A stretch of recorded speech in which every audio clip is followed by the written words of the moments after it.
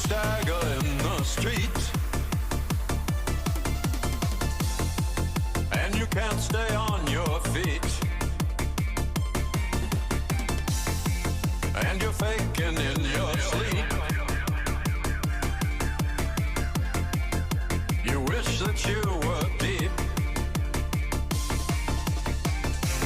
You can't hear me laughing to myself.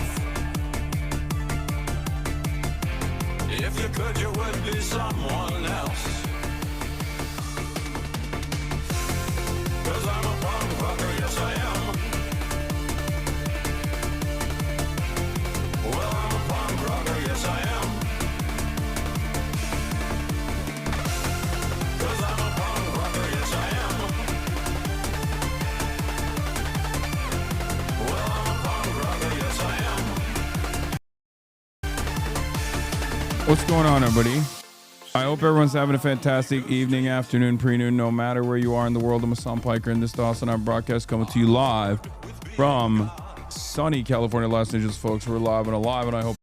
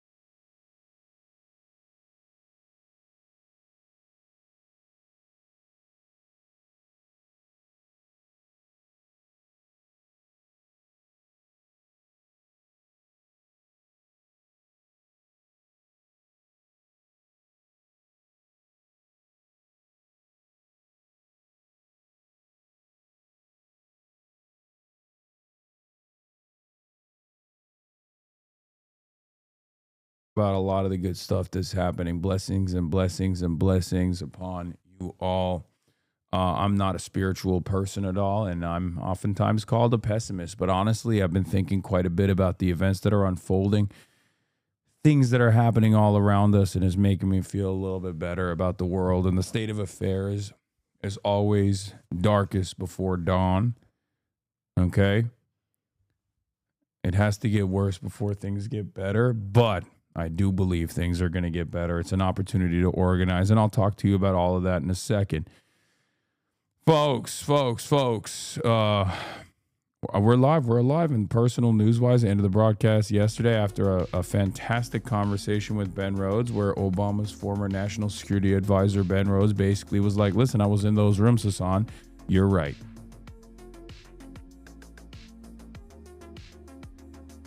Like, he might as well have said, Hasan, you should have been in those rooms with me, you know?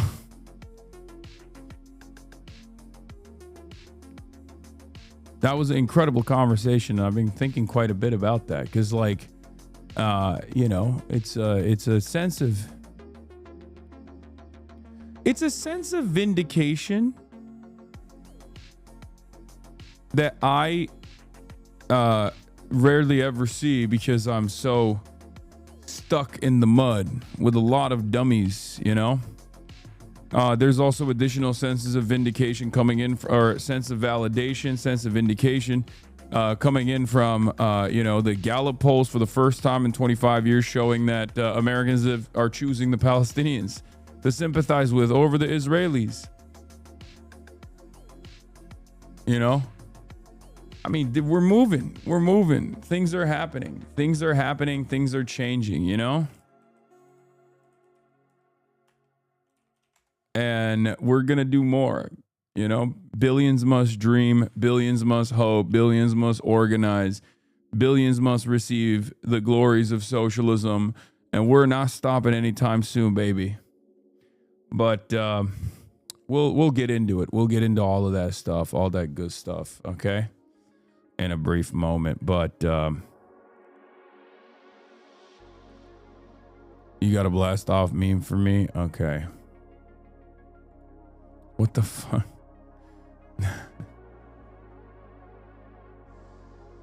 Okay, y'all have too many Blastoff memes right now. What's going on here? Is this like, okay, buddy, submission time? Is that what it is?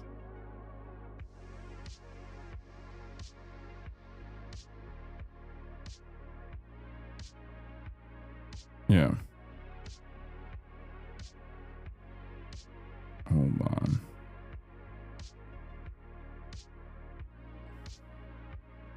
I have to send something.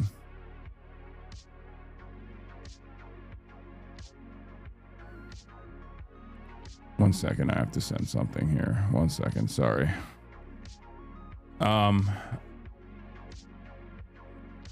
There was no Afghans in the meeting stuggle me?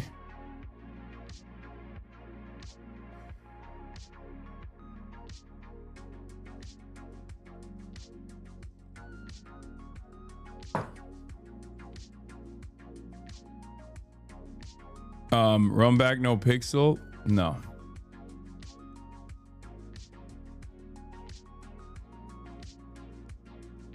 So I'm just gonna blast off. Honestly, personal news wise, it doesn't matter really what's going on in my life. I'm just so excited to cover the fucking news. You know, I wake up at 5 a.m.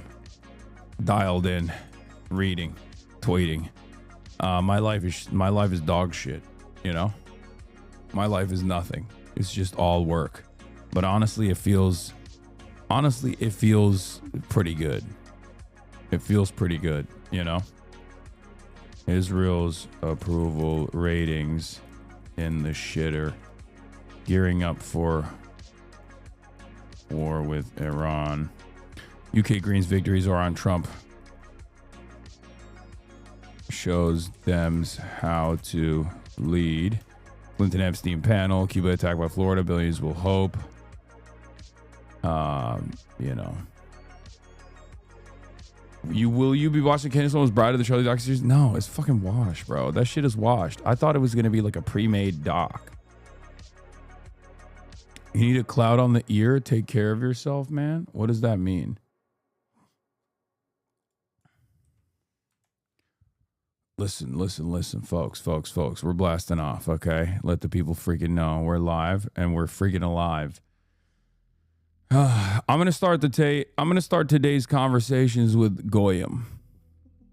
Okay? With the word Goyim. Apparently Anna Kasparian is goy posting. And by that, I don't mean like she's posting slop. Well, I guess technically she is kind of posting slop, but she's she's goy posting by saying the Goyim are waking up now, bitch, which is, I'm sorry. Like, I'm going to have a different approach to this conversation because this is a relitigation of ZOG, right? ZOG means Zionist occupied government. And it is a David Duke, I think it was like a David Duke invention. But also, it teeters, it is a anti-Semitic meme because of that reason. But like, it's one of those things where it's also, like, there are a lot of Zionists in the motherfucking American government, right? So it's one of those things where people get really mad about it, and the discourse itself is like, yet again, another cycle of like, this is anti-Semitism, this is unacceptable. But with the Goyim situation, it's just so, like, even Zog especially is Zog aside, the Goyim thing is so fucking cringe. Okay? My take on it is perhaps the most like centrist, moderate, middle of the road approach, which is, thank you. Yeah. Can I get a straw too? Just one is fine. Thank you. My take on it is first of all, two takes. Number one, the greatest modern application of Goyim happened 2 years ago on this day, literally to this day. Okay? To this day, like, this has never been topped, in my opinion. Like, it will never be topped. Eat your goy block and shut the fuck up. Because the person who posted this, okay, the person who posted this had anger in his heart, had anger in his soul. He posted that thinking, like, Jews have made my beautiful wasp decadent dining experience on Delta Airlines into a Biscoff cookie, which ironically enough, I think about this post quite a bit. I reference this post quite a bit because this is, for me, it's a load-bearing post. Because Biscoff cookies are fire. Like, if you've ever had one of those goy blocks, you're like, yum, this is delicious. Like, this is a cookie that is making this otherwise horrifying experience much more enjoyable. And everything about this post I've thought about, I've endlessly talked about alongside, my favorite anti-Semitism PhD, Felix Biederman. But it's like, down to the size of the goy brick, the goy block, down to like how large the way he took the photo makes it look so massive. Just every part of it is perfect. It's a beautiful, beautiful version of this kind of like goy posting, right? I think it's the only time it's like funny is if someone else is sincerely using it in an angry moment. Okay? If it's like a straight up fucking neo-Nazi who is using this language sincerely. For me, this is modern art. Having said that, I cannot stand motherfuckers who are like, you see, Jewish supremacists rule over us and they call us goy cattle. You are not a fucking serious person, okay? If you are Gentile, if you are a WASP, if you are non-Jewish, and you sincerely utilize the term Goyim, and like you try to like adopt it personally, okay? Because you saw in the Epstein files a peek into what, Jewish supremacist people refer to non-Jews, and it like bricked you, it one-shotted you, and now you're like, it's just, I can't believe it. Like, they're fucking owning us. Like, you're silly, okay? You're silly. You're a silly person. That's why I said the only good read on Goyim discourse is silly when Jewish supremacists use it. Like, it's racist. It's racist. It's racist when they use it. But it's also kind of silly because, like, I guess the conversation literally goes to, do you genuinely believe Jews control America or not? Because if you believe Jews truly control America, then you're like, this is terrifying. They're calling us goy cattle. And that's literally anti-Semitic. Like, it's so fucking stupid. It's not Jews, it's capitalists that fucking control America. Are there Jewish capitalists that play a formative role in American foreign policy and like the grand design of capitalism? Absolutely. Okay? But everything beyond that is a simple distraction. It's very frustrating to see. And that's why I said it's cringe when gentiles use it sincerely and hilarious when actually angry groypers use it to indicate a rabbi is going around making the food for wasps more bland during air travel.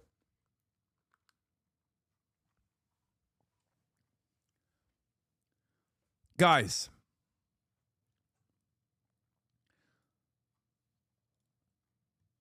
I don't know how many times I have to describe this to you, okay?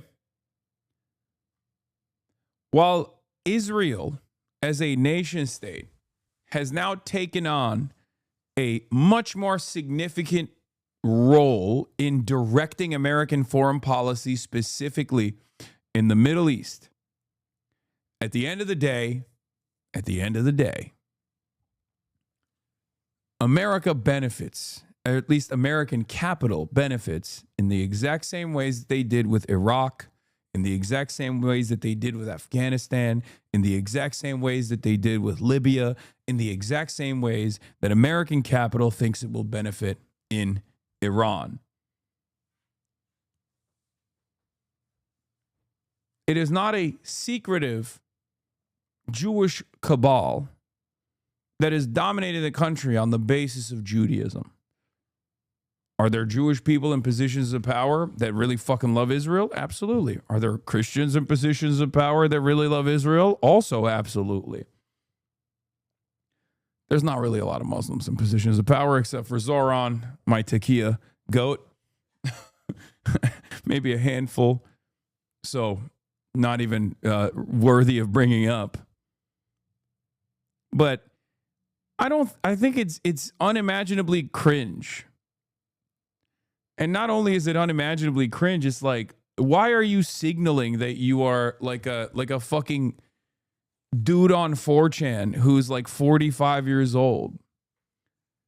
It reminds me of the way that people think like Muslims talk about kafir, right? Non-believers. Like Christians think like, oh, Muslims are fucking, they're talking about the kuffar, the kafir.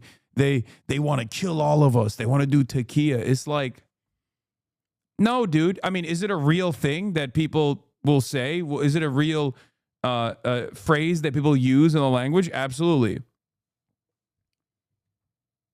That's a really bad slur in some parts of the world. See, that's what I mean. It's like, it's a really bad slur in different parts of the world. Also, it's literally tattooed on fucking Pete Hegseth's arm. I don't know where it's considered a slur. It's not considered a slur in like Turkey, for example. I never learned about it as a slur. I don't know what you're referencing. It just means non-believer. South Africa? Wait, really? It's the same as the N-word? Wait, why?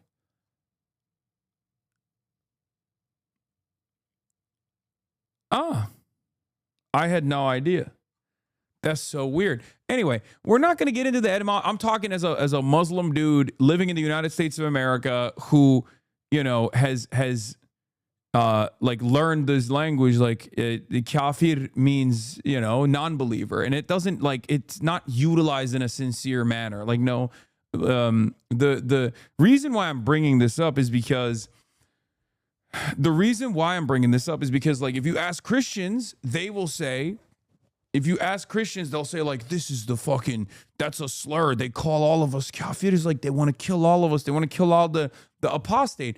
And the reason why I'm saying it's like similar to Goyim is because like, yeah, I mean, I'm sure for some fucking weirdo fundamentalists, like Jewish supremacists, like, yeah, the word Goyim has a lot of like,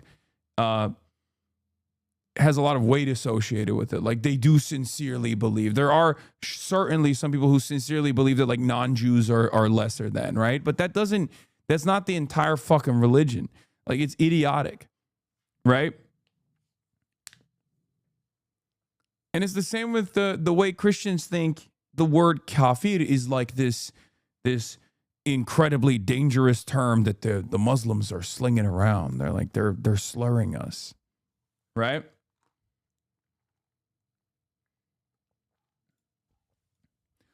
Bro, this is so funny. Look, this guy. It's a very harsh word to use in some countries. Yes, dumb chatters. Islam kills apostates. Hasan's so uneducated about Islam is crazy.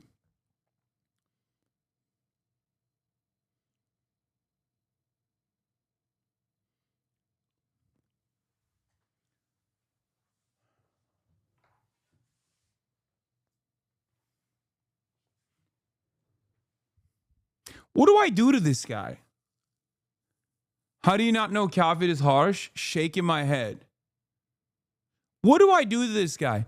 To all the to the ummah that's in the chat right now. What do we do with him? What do we do with a guy like this? This guy knows better. Okay? Listen, Muslims, shut your fucking stupid mouths, Muslims. A Christian is talking. A Christian is talking. I have done the reading, sir. You must be lying to me about your fucking personal experiences growing up in a Muslim country. That must be a lie.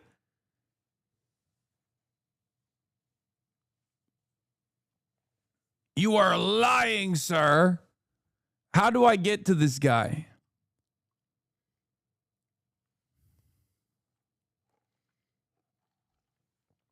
It's so funny.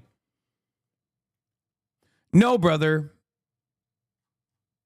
No. Never said lying. You are just kind of out of the Islamic culture, it seems like. How into the Islamic culture are you? I'm talking about my own personal experience, and I'm pretty sure that like most of the places in the MENA region, this is not like this is, first of all, the killing of apostates is fucking ridiculous. Okay, like I saw someone saying that in Iran, right? Like in Iran they killed the apostates. It's like, brother, even in some of the most like rigid fundamentalist structures of Islam, you are greatly fucking exaggerating what takes place.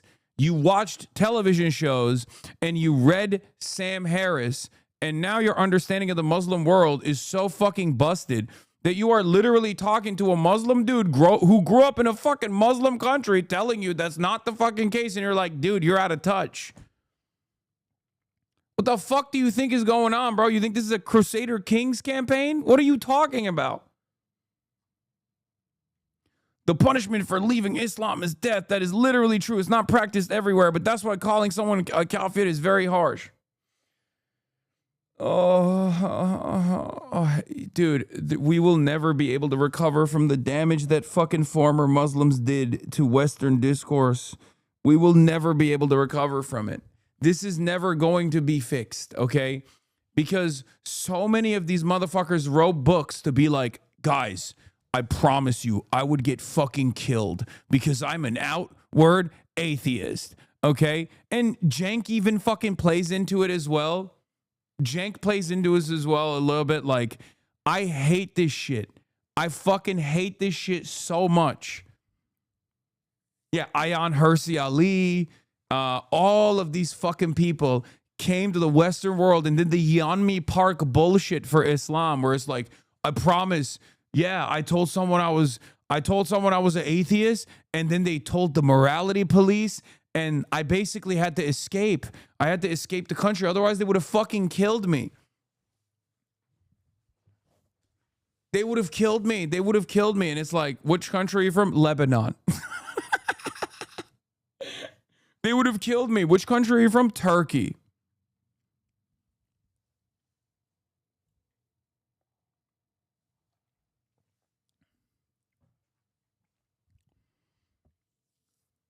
You are not tapped in, brother. I'm tapped in. I listen to Bill Maher, Sam Harris, and those are my favorite.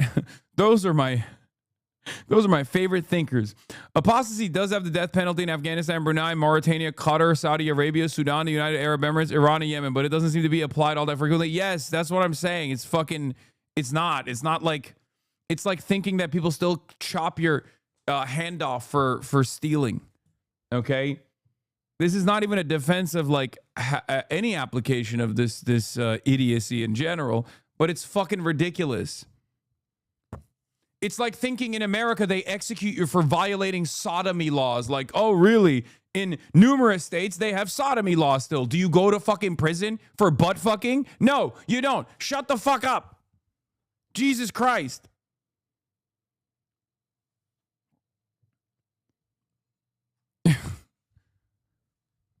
Your mom in Alabama sucked my cock and she didn't go to prison. What does that tell you? Okay?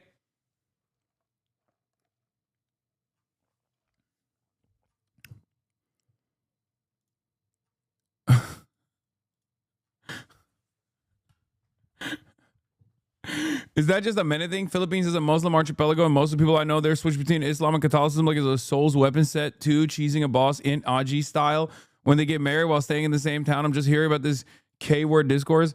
No, it's just, I can't. The reason why I use that as a comparison is because it's like, it's situational, but for the most part, in most of the planet, it's not as serious of a word to use. But Christians, especially those in the Western world, greatly overemphasize the severity of this language. They will literally be like, no, they're saying that to us because they want to kill us. You understand?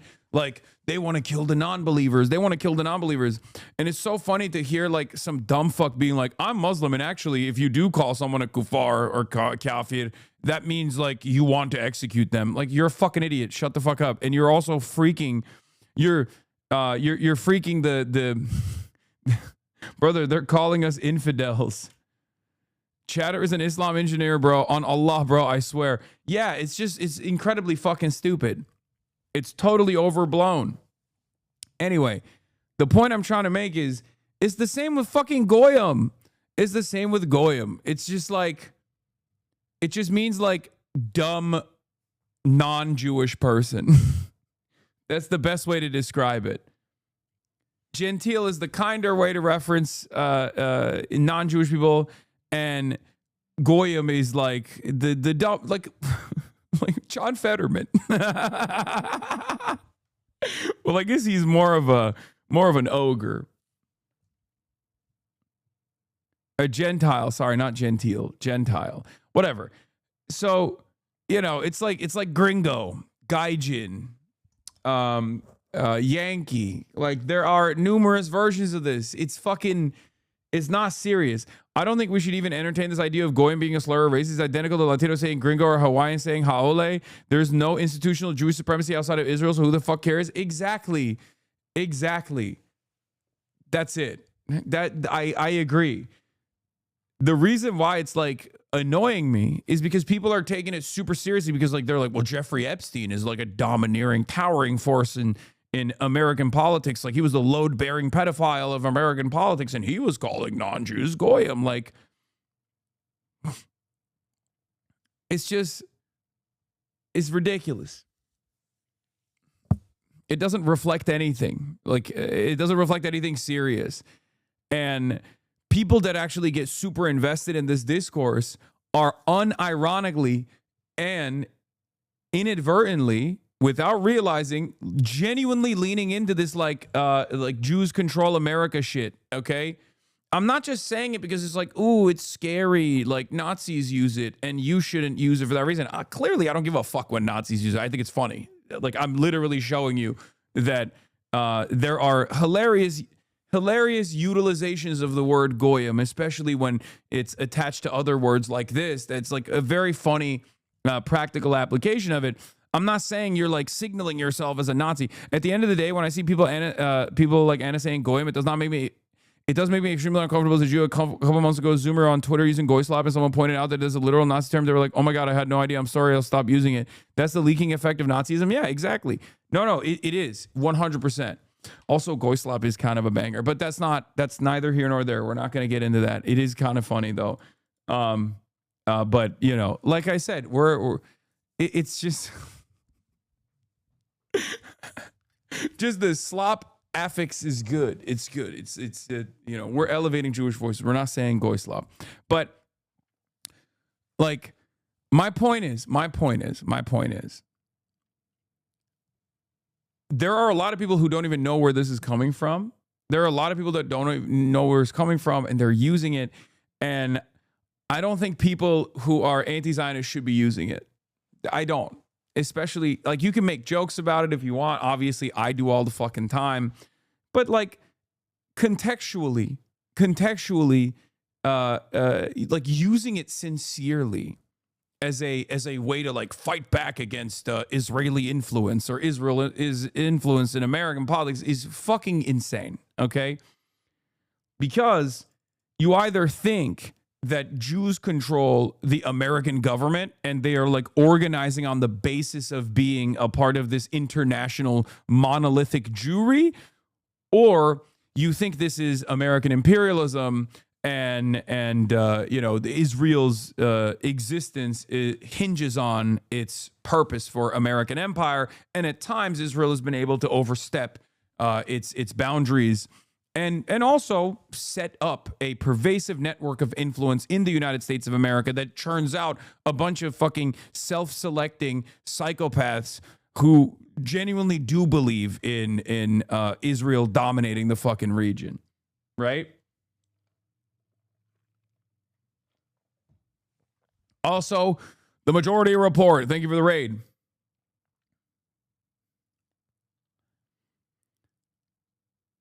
I'm starting to think Anna Kasparian is anti-Semitic. Not gonna lie, this shit in the Tucker Carlson conversation doesn't look good.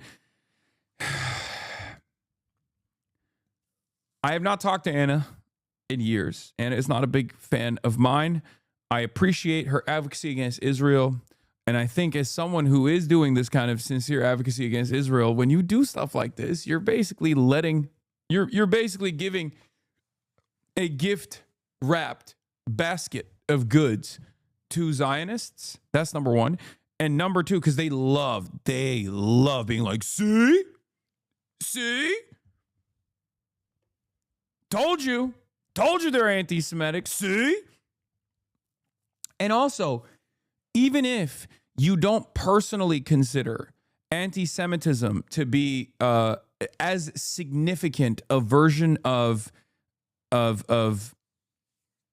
hatred as like anti-black sentiment or Islamophobia, because there's no like systemic for the reason that there is not any like systemic discrimination associated with anti-Semitism currently in American history, not throughout history, but like currently in contemporary American society.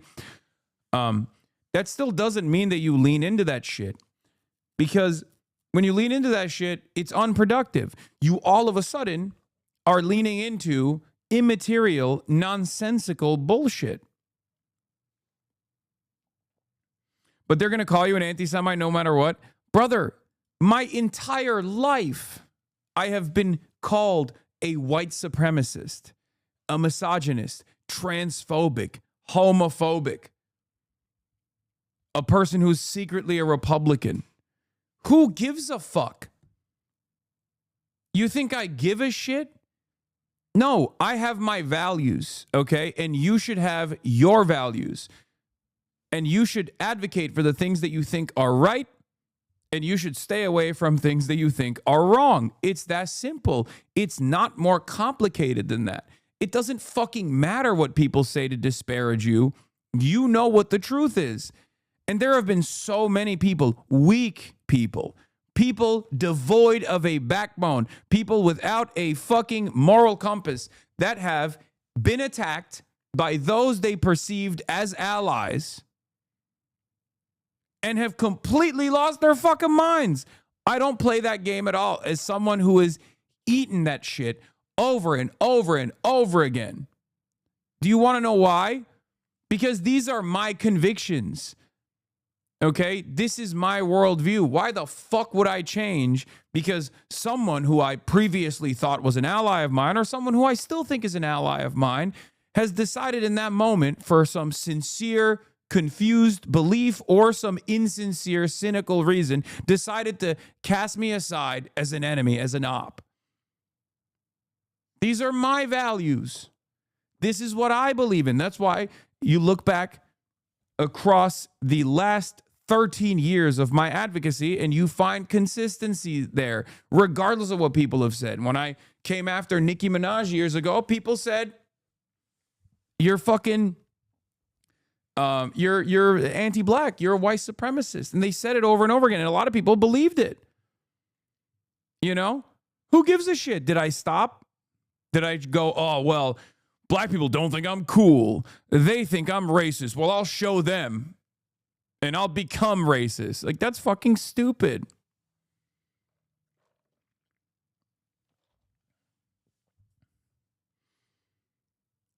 I find that a lot of non-Jews' views on Jews is that it pertains to Israel are dependent on how many anti-Zionist Jews they actually know and talk to regularly as a counterbalance. If you don't, you're more likely to veer into anti-Semitism because there's little personal connection preventing that from happening. No, absolutely.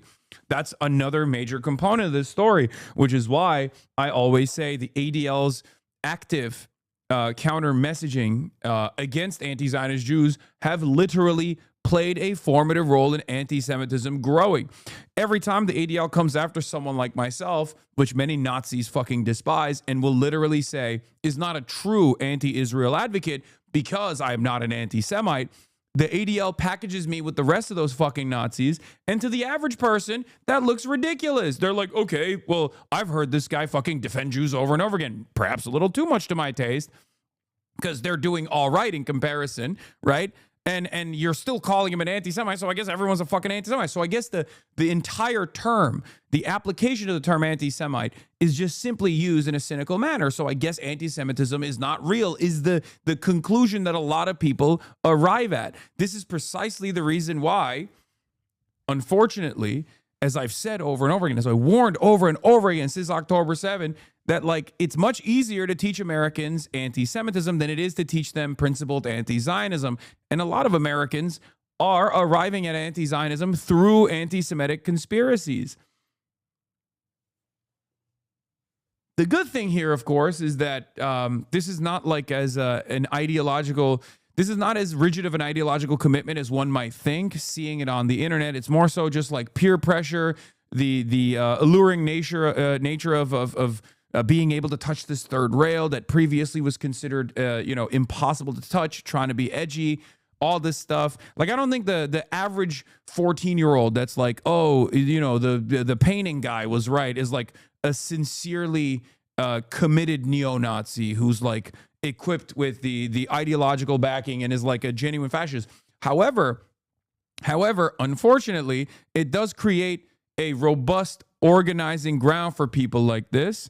It does create new members for that movement who do become ideologically committed neo-Nazis and shit, you know? But in general, the reason why, I mean, I'm having this conversation currently, but like the reason why it also makes me feel a little silly is because like we're at the precipice of fucking destroying a 93 million populated country of Iran at the behest of Israel. And like having this kind of back and forth, like it's good to have this cleanup just so people understand in my community where I stand on shit like this.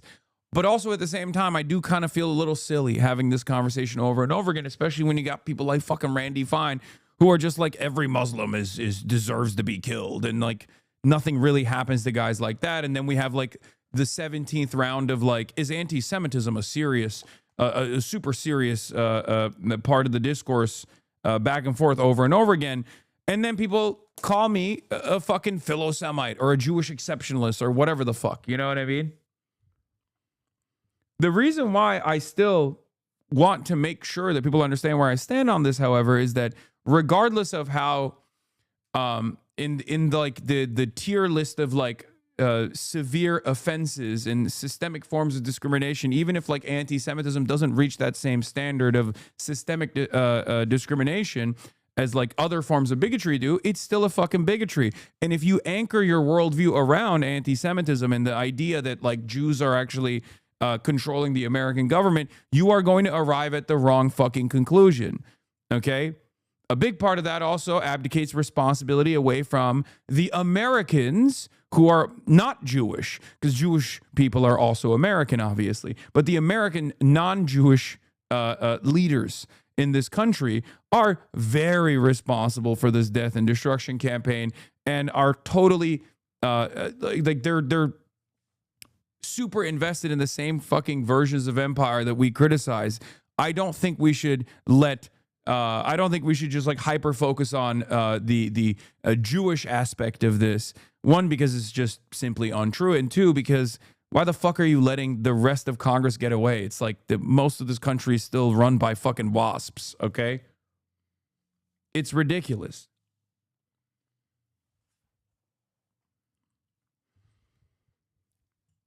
Like it's so ridiculous. You hear fucking Mike Huckabee talk about this shit, and you come to the conclusion that, like, well, one, he literally has slave mindset. Like, he straight up, I think he cares more about Israel than he does about his own children. Like that, like it's impossible not to arrive at that conclusion. Mike Huckabee is an evangelical Christian Zionist, and Mike Huckabee is more invested in Israel than the average American Jew is, 100%. Like, because he is like a unique figure, right? He is uniquely invested. Like, the only other people that have that same fucking mentality about Israel are you know, a handful of like insane, you know, rabbis and whatnot that are Kahanist or Kahanist plus. Like, he has this religious zealotry around Israel's domination because he truly believes that it'll trigger the rapture. This is where genuine fascists start. The current generation of nihilistic irony poison Nazis are the ones shooting up schools and joining the GOP staffer class. Grew up on edgy Nazi memes. The fringe right has spread through humor and internet memes for over a decade now. And for those who are not outright committed, it makes them comfortable with Nazi-like candidacy. Youth polling on James Fishback, for instance. Yes. There's also a responsibility on the fucking left flank here, though. Because if you don't have a sincere commitment at the national level to anti-Zionism on the left, then you're going to lose. You're going to lose the anti-Semites. It's that fucking simple. That's why I was always stressing the importance of AOC being a leader of anti-Zionism in this country, because you don't want to get fucking outflanked by Marjorie Taylor Greene on this. Right? It's ridiculous. Anyway, Ben Lorber had a take on it. Like many other MAGA, Carrie Prishon Baller is blending legitimate critique of Israel and Zionism with Christian anti-Judaism and America First anti-Semitism, and she's being met with the same repressive playbook Zionists use against critics on the right and left. It's a toxic feedback loop between Zionists and anti-Semites that only benefits the forces of nationalism, whether in Israel or the U.S.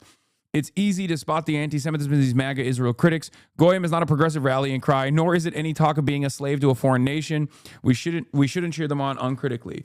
Like, you're placing a lot more emphasis on the language itself by being like, no, I'm doing this as a form of resistance. Like, Goy lives matter. You're fucking cringe. You're unimaginably cringe, and either aware of it or unaware of it. But you're being a fucking, you know, you're being a little bit like a neo-Nazi. Okay, calm down. It's just bad. It's just bad look. Bad look. Very cringe. That's precisely the reason why you see all of these fucking people like Sneeko and them use it, okay? I know you love triggering the pro-Israel crowd, okay?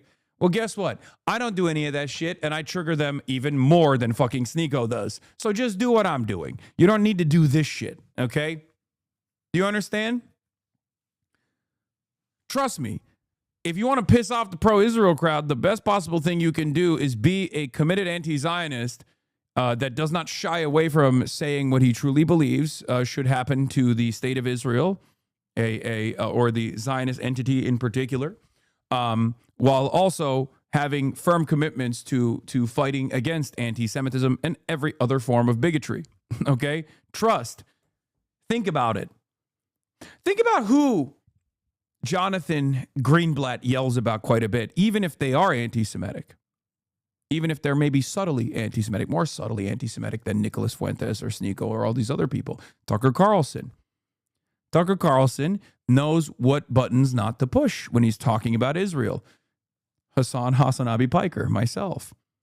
Literally a lifelong commitment to fighting against all forms of bigotry, including anti-Semitism, and yet my name gets brought up in these conversations. And last but not least, Max fucking Blumenthal, who is Jewish. Okay? So like, if those are your top priorities at the Apartheid Defense League, you're kind of giving the fucking game away. Why have they dropped talking about Nick Fuentes or Candace Owens or Sneeko? Why do they never talk about those people? Because those people are already in the outside group. Those people are not going to be able to convert. Those people are not going to be able to convert Zionist Jews and Zionist Christians into a anti-Zionist commitment. They're not going to be able to do that because there are a lot of people who have already, established their position on this, where they're like, well, I think Israel's dope. I think Israel's awesome. It should exist. And especially if you're Jewish, you're never going to listen to a person like that. You're gonna be like, the fuck? Okay, this guy's clearly anti-Semitic.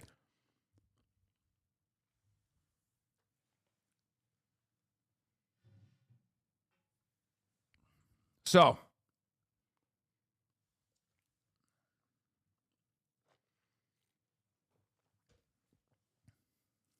anyway, I mean, it's getting to a point where it's like completely out of my hands. Regardless, I try to do my very best, and I don't shy away from doing this cleanup when I feel like it's a necessity. But the reality of the matter is I'm only one person, and I'm one person that gets fucking attacked non-fucking stop. As a matter of fact, ironically enough, a lot more than a lot of these other people do.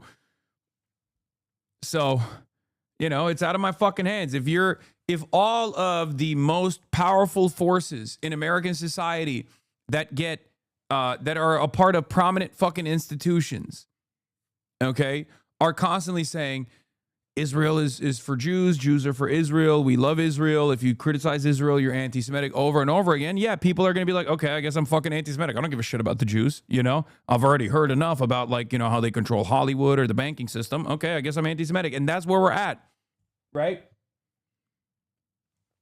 That's where we're at. Cat's out of the fucking bag at this point. It's virtually impossible to educate Americans on, like, principled anti-Zionism, principled anti-imperialism. It's almost, here, I'll give you one last analogy on this, and I think you will understand it even a little bit better. Okay? You know what it reminds me of? Liberalism. It reminds me of liberalism safeguarding the most, like, appropriate ways of being progressive and constantly casting aside any kind of socialist commentary as, like, unacceptable, okay? Because liberals are anti-communist, liberals are anti-socialist, right? And guess what happens in that process? People find themselves in the throes of fucking fascism, because if they want to break the system and they've never even encountered a communist version of events, or they've never even encountered, like, socialism as an alternative, or they've already been negatively primed against socialism. And slowly but surely, if the more acceptable route that is, like, anti-establishment is fucking fascist or Nazi or super far right, they move into that direction. Okay? And the same goes for anti-Zionism versus anti-Semitism. Zionists have made it impossible to do anti-Zionist commentary for years and years and years. And therefore, the most, like, rigorous anti-Israel voices happen to be anti-Semites. And that's why a lot of people found themselves in the throes of anti-Semitism. If you shut off different options, different options in the discourse, and you don't allow it to thrive because you're too worried that it might be captivating and it might actually present a real threat down the line to the established order, well, you've basically created an environment where you did it to yourself, and now the only viable outlet for a lot of Americans is a fascist one. The only viable outlet for a lot of Americans to speak in anti-Israel terms is a Nazi one, is an anti-Semitic one. You know? That's all I got. Liberal, liberal, liberal, liberal, liberal, liberal, liberal, liberal, liberal, happy fun, la la la. I am a socialist. I live in a crumbling house among piles of literal trash. If someone's saying to you that you're a fake socialist because of the money, tell them that they can shut the fuck up. It doesn't matter. Thank you, chatter. Hopefully the house is no longer crumbling. Okay. Are there any other creators like you that explain the difference between this stuff and try to get common people to understand what's happening in a genuine way that comes from the heart? Yeah, I'm sure. Are you following Anthropic versus Pentagon? I am. All right, we're gonna get started in Londonistan, England, lads. Greens win Gordon and Denton by-election, dealing blow to Keir Starmer. Bro, you have retrained your audience so well, it's wild. What do you mean? About what?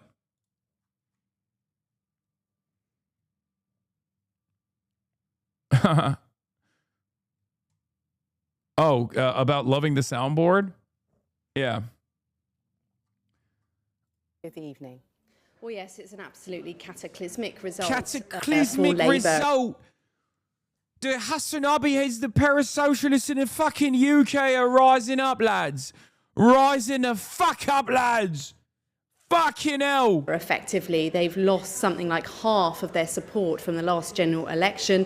Less than 2 years ago, of course, have switched across to the Green Party, who've won by an absolutely stonking margin. Quite the victory lap we heard there from Hannah Spencer earlier. And I think what was particularly interesting is that the issues that she was highlighting in her speech that she believes are the reasons that people have decided to switch to the Greens were about the cost of living, were about the importance of investing in the NHS and the importance of getting out there and listening to people within the constituency, which are all issues, of course, we've heard Labour time and time again insisting are their key priorities in government, and clearly that message isn't getting through. Now, Reform came in second, of course, and for them, they also were claiming substantial support. They clearly gained a lot of people switching across from the Tories, who performed so very badly that they lost their deposit in terms of the number of votes that they won. But clearly, despite the rhetoric beforehand, Reform didn't have enough support to win at all. The Greens edging far ahead of everyone else. But I think what it really shows in our politics is just how much the system has splintered. For so long we've had this kind of two-party focused system, whereas actually now it's the parties on the left and on the right who are really outflanking both Labour and the Conservatives in terms of popular support. And I think another piece of another stat which is quite good evidence for this, which is quite interesting, is that this is the 11th by-election in a row which has been lost by an incumbent government, which I think really does point. Oh, this kind of thing. This makes me fucking so excited. Okay? This gets me fucking hype, bro. God damn. The Labour Party, the fucking assholes at the Labour Party, one, they crushed the Jeremy Corbyn momentum. They deliberately crushed it internally. They crushed it with the elite Jeffrey Epstein affiliated pedophiles, as a matter of fact. They deliberately did it. They destroyed the man. He still came back in Islington, Arlington North, okay?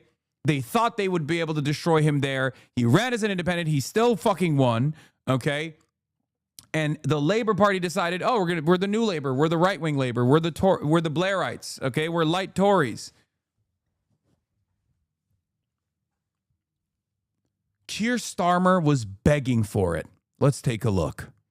If you don't like the changes that we've made, I say the door is open and you can leave. Oh no, Keir Starmer, don't fucking do it, lad. You mad lad, you. Don't fucking say it, because they will. They will. They'll give you a proper ass kick on a goodbye, lad. Fucking hell. Keir Starmer, don't fucking do it, lad. Let's run it back. Let's run it back. If you don't like the changes that we've made, I say the door is open and you can leave. Oh!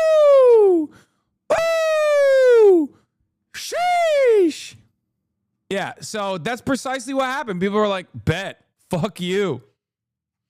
Why do you never talk about your party, the largest socialist party in the UK?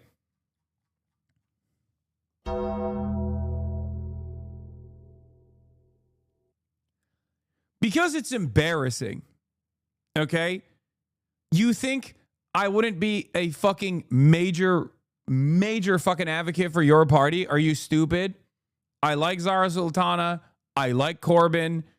I like I like having a principled socialist party. But I don't know if you noticed it, but Corbyn himself was saying like that they're aligned with the Greens. Everything that is wrong with your party, which again, from the name itself, everything that's wrong with your party is everything that I yell about on a fucking daily basis on the HasanAbi broadcast, bro. That's why I don't talk about it, because it hurts my heart. It hurts my fucking soul to see the organizational fuck up that is this party that was supposed to be what the Greens are doing right now.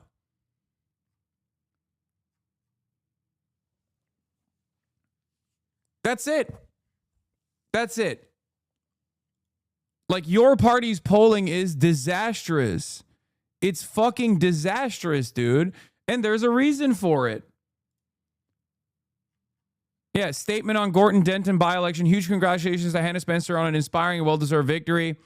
Against the poisonous rhetoric of reform and the cynical do-nothing politics of labor, Hannah showed that hope for a different world can win. Moving forward, your party will work together with the Greens as friends and allies, not opponents, which makes sense because, like, Corbyn doesn't, for me, I feel like he doesn't give a shit whether he's at your party or not.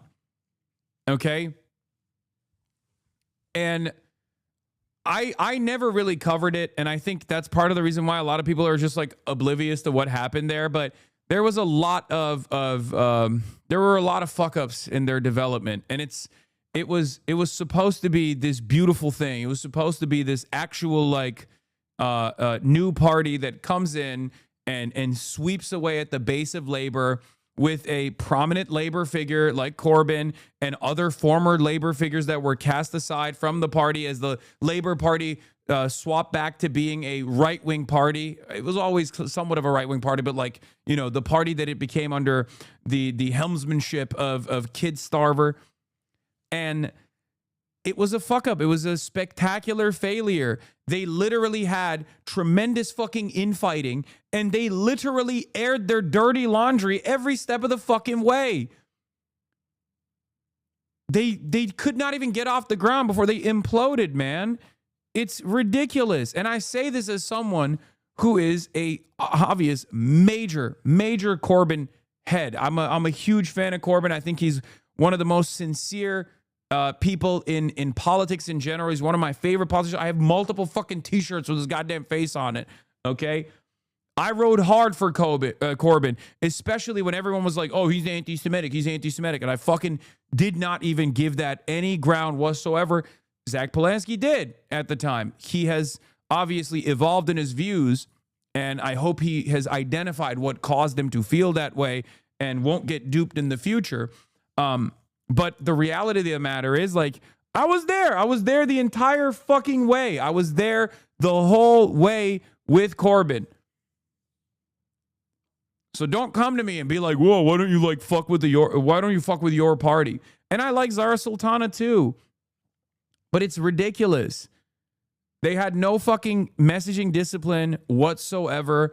They had no messaging discipline whatsoever. They were so disorganized. There was so much infighting taking place, and it happened in fucking real time. And all these people that were so excited about it literally felt like they left with a bad taste in their mouths. I'm not even attacking your party in general. Like, I wish I want it to be good. I want it to be fucking good. I wanted it to be serious. Okay? Also, the name is ridiculous, but it doesn't matter.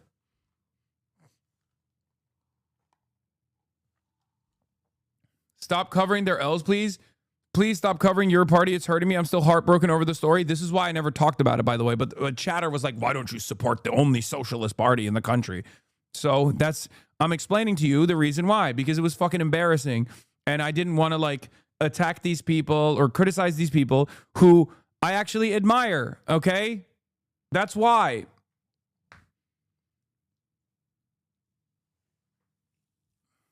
That's why I didn't cover it. Because it hurts. It hurts to acknowledge it. But if you ask me what it is, this is it. Anyway.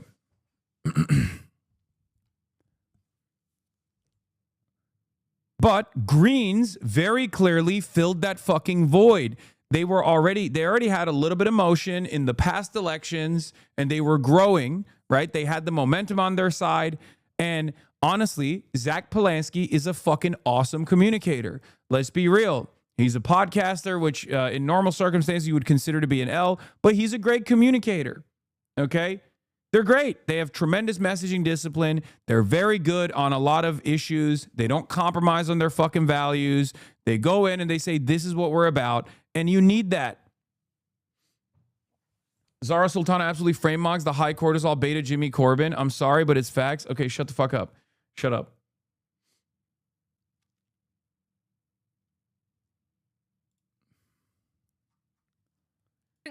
Anyway, it's just like, I don't care who is advancing the cause, okay? I don't give a shit what party their affiliation is.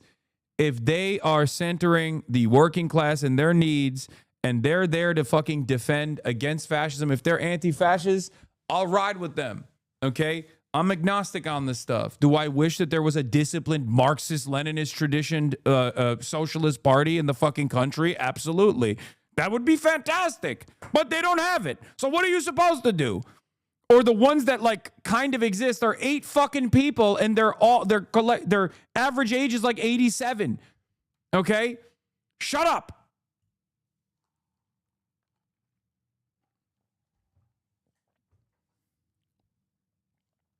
Anyway, long gone are the Greens of the past anyway. The UK Green Party is totally different.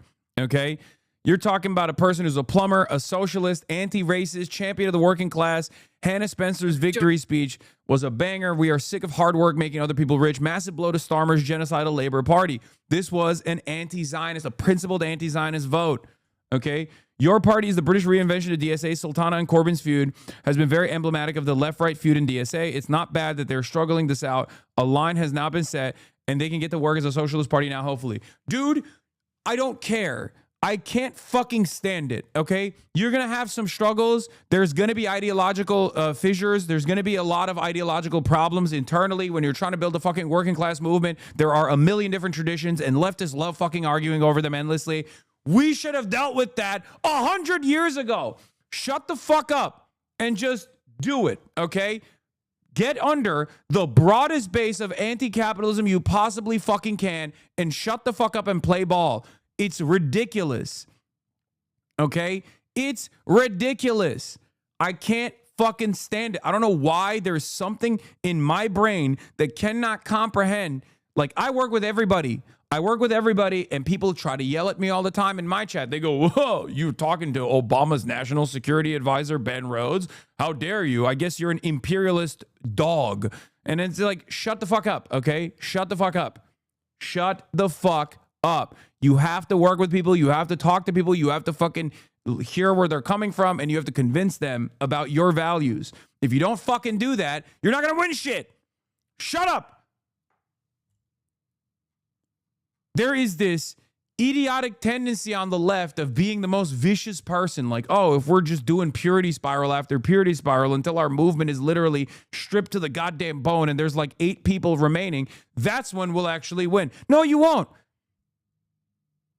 You'll stay on the corner and you'll be ritualistically humiliated over and over again, and you will never win power for the working class. You will never actually achieve socialism. You will never organize. Okay?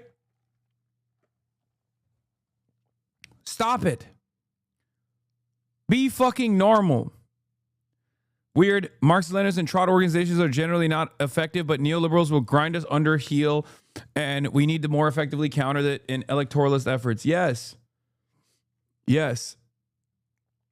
It's the same people who write off Zohran. Yeah, some of the things Mamdani does that left people hate are precisely what allow him to do things like this. Are their trade-offs worth it? That's a debate worth having, but many people don't seem interested in it. Are they? Can he exact concessions from Trump because he continues to employ Jessica Tisch, or because Trump's pathological obsession with people he thinks are handsome? Once again, I think we need to be less critical of people who are ideologically closest to us, while still obviously holding their feet to the fire. And there's a delicate balance you need to strike in those moments. And I think some people go to the side of adoration and they just refuse to criticize people like Zohran at all. And then there are others who are unimaginably critical, like they're the people that are like, Zohran is a social fascist. Zohran is a social fascist and an ultra-Zionist that must be assassinated. It's like, okay, well, you're a fucking psychopath, okay?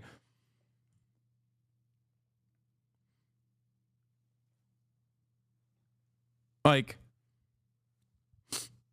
this is what we got. You have to work with what you have.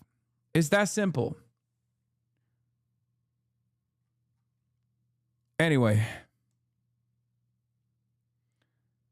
Secret agent Starmer destroying the party from the inside. It's difficult because he is so odious and nasty, but we must now hope Starmer stays as long as possible. He's quite literally voter repellent, and he's permanently dismantling the awful Labor Party the longer he stays, which is a necessary historical task. Yes, for many, many years, I would have abso-fucking-lutely said, this is the wrong approach. You got to fix the Labor Party from within. But now that there are alternatives out there with viability, fucking kill it.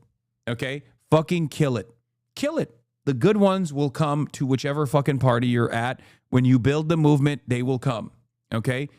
It's over. Let him stay. I hope he fucking stays in power for as long as he can. Because, guess what?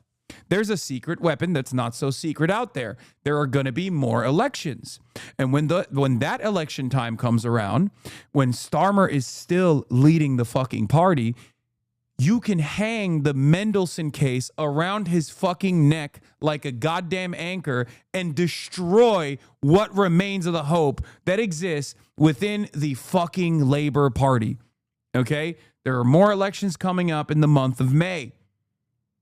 And when that happens, and if Starmer is still seen as the leader of the party, which a lot of the people I think within the Labor Party are looking at the situation and thinking, ooh, maybe I can take over because he is a unprecedentedly unpopular leader, with the exception of Liz Truss. Liz Truss is the only other prime minister who's been as unpopular as Keir Starmer, and she is like a record breaker, right? Like we know she was so bad that like her reign could not outlive a fucking cabbage, a head of cabbage, right? So, let him stay in charge. And then when the moment is most opportune, you hang the fucking Mendelsohn situation around his goddamn neck. You wrap that anchor around him and you let him fucking sink the entire party.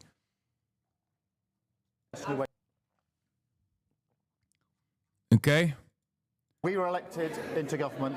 This was Starmer's first interview post-by-election. This man is completely delusional. Labor is truly in a death spiral. Good. Burn it with fucking fire. To change millions of lives for the better. That's why we've already passed the Renters' Rights Act. Better rights for renters that haven't been there for a generation. That's why we've passed the Employment Rights Act to give working people better rights at work. That's why we've invested in the NHS to bring our waiting list down. That's why we're giving a pay rise to the lowest paid in our society and making sure that people have the opportunities for them and their families. It is very easy for other parties to identify the grievance.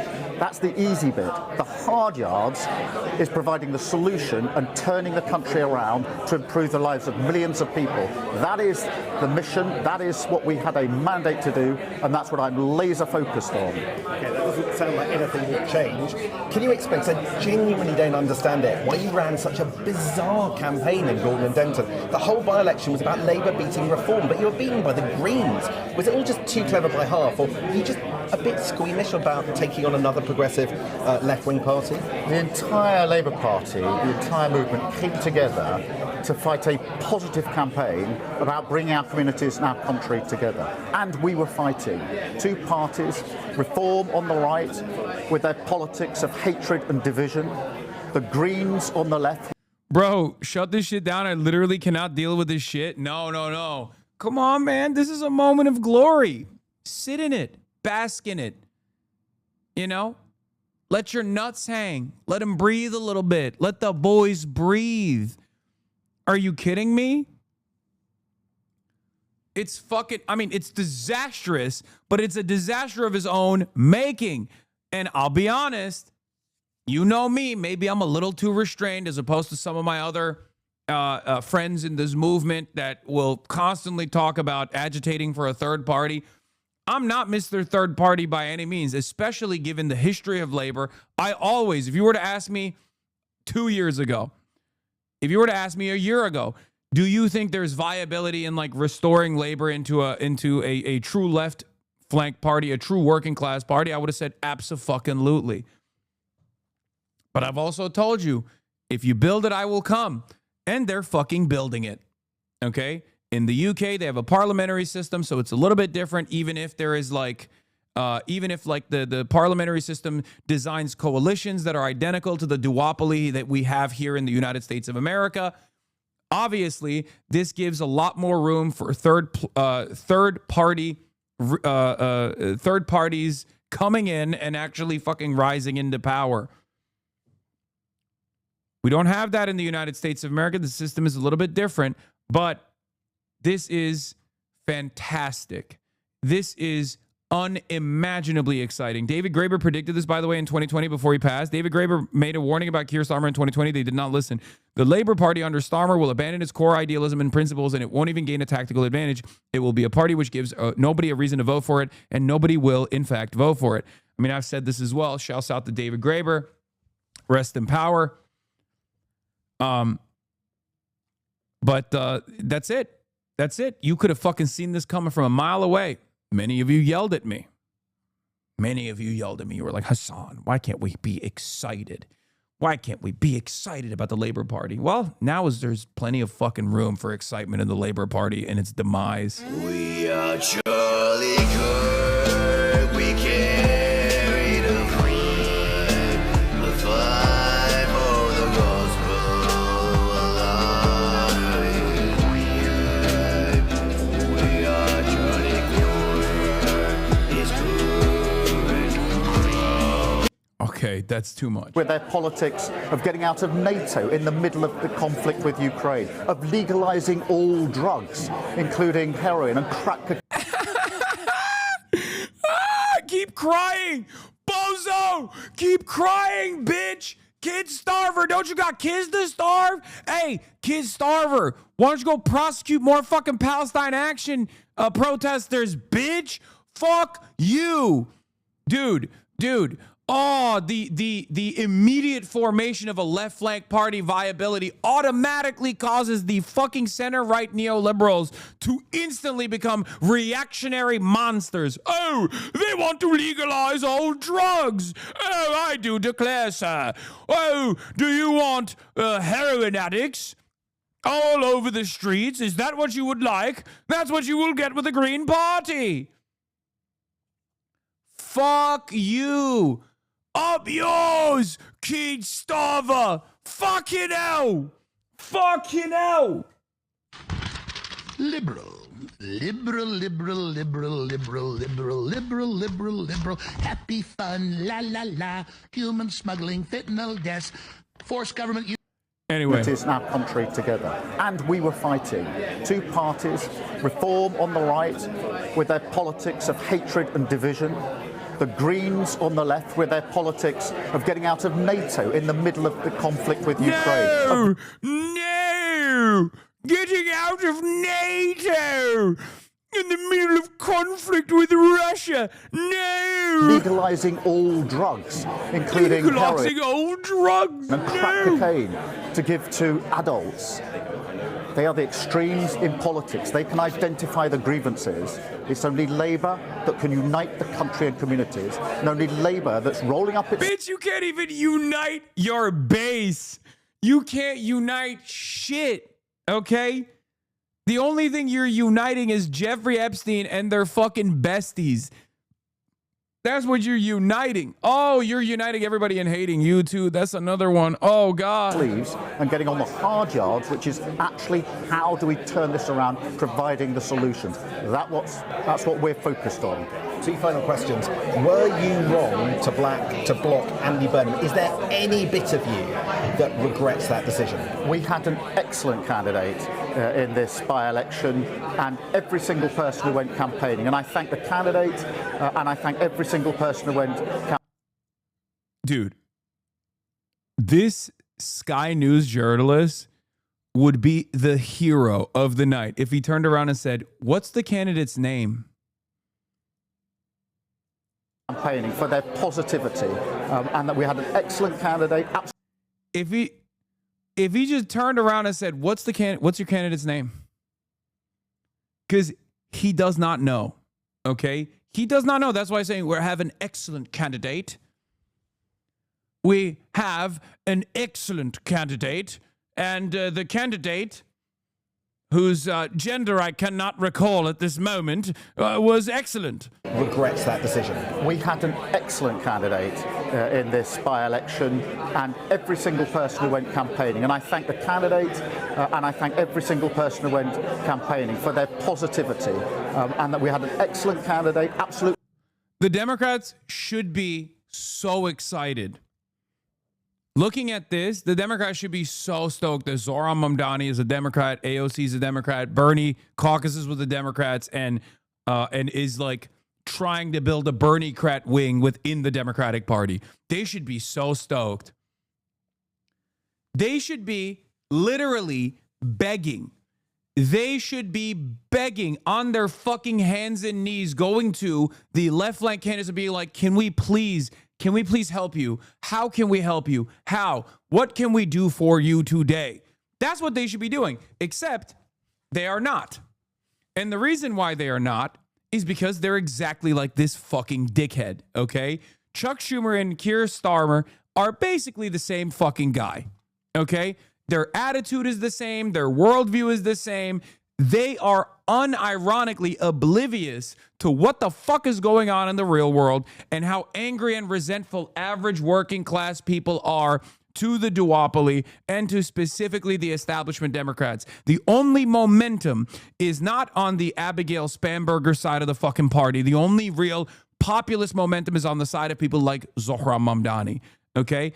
They will do everything they can. They will work with AIPAC. They will work with Palantir. They will flood the fucking primaries to ensure that their shitty business as usual establishment candidates still maintain control over the party because they're fearful that if they lose out, if they lose the influence within the ranks of the party to the likes of Zohran Mamdani, all of a sudden, their donors are going to get really fucking mad. All of a sudden, they're not going to have those seats anymore.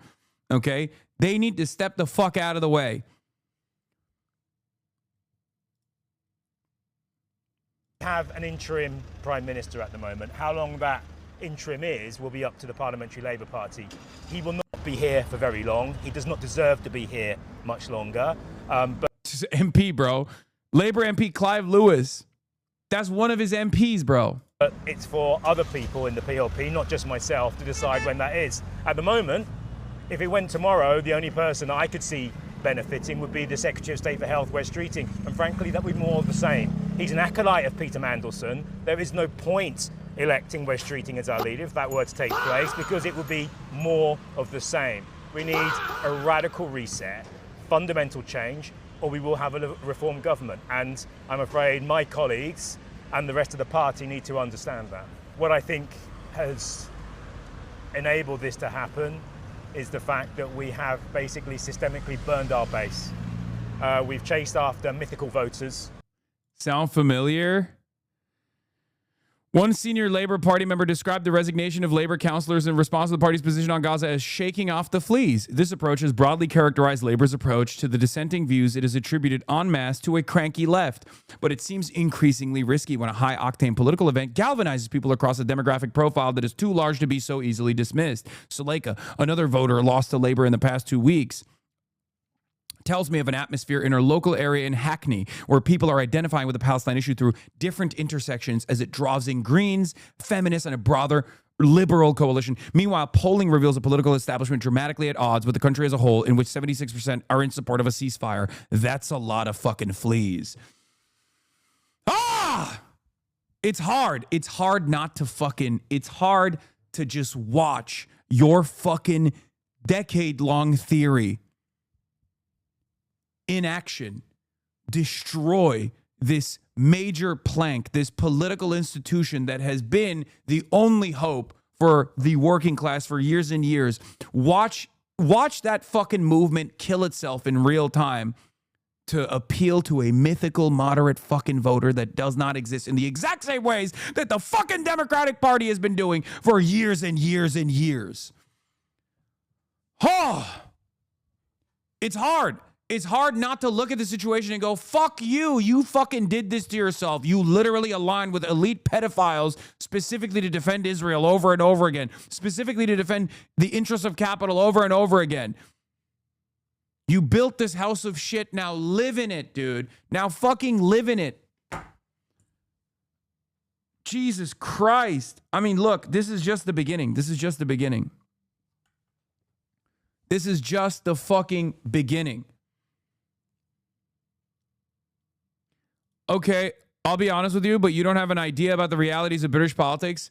My favorite, give it to me. This is exactly what I kept hearing. This is exactly what I kept hearing from all the fucking labor defenders after Keir Starmer's predictable victory. Oh, give it to me. Come on. Go ahead. Right now, in this moment, coming to my fucking broadcast and telling me I was wrong. Excellent. Multiple chef's kisses. Please go ahead. Go ahead. I know what you're going to say. You're going to say you don't understand. The average British gammon fucking despises immigrants, and there's no way out of this other than a massive purge of people who are considered non-white in the country, right? We have to be more like the EDL to win elections, right? That's what you're going to tell me, right? We got to defend England. You don't understand, bruv. I'm not racist personally, but there's many racists that we need to fucking win votes with. Many of the Labour strongholds have lost to reform for a fucking reason. And it's not because they've abandoned the working class. They've abandoned the fucking social safety nets. And they've become not even just a fucking Blairite version of the party, but a Thatcherite version of the fucking party in the fucking conservative in the labor movement.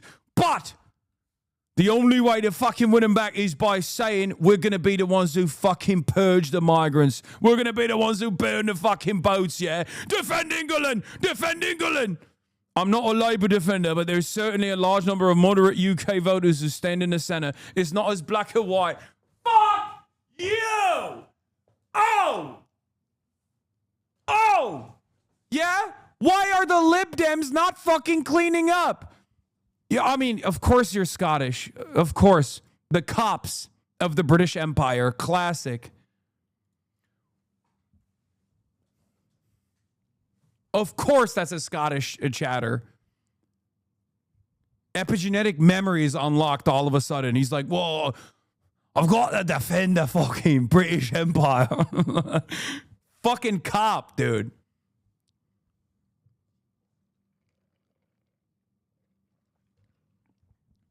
Yeah? If everyone is demanding a moderate approach to politics, why the fuck are the Lib Dems not winning every election, every previous election? If they're demanding a moderate and tolerant approach to the immigration issue, the Hillary Clintonian approach, where it's like, we'll actually be the ones who are deporting the migrants, please vote for us. Why the fuck is Labor losing? They're doing just that. How the fuck did they lose to a party run by a gay Jewish podcaster? How did that happen? Perhaps it's because of what he's saying. How'd that happen? And it's fucking brilliant because they try so goddamn hard to hit him with the, oh, you're anti-Semitic and you're anti-Semitic. Zach Polanski is Jewish, okay? Can't get him on that.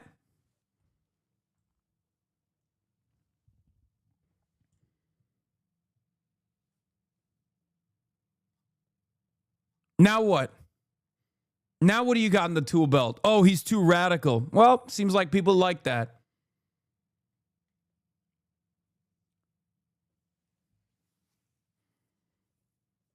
It's so funny that people are just like still doing this thing in the aftermath of a clear-cut, resounding defeat for moving to the mythical moderate center.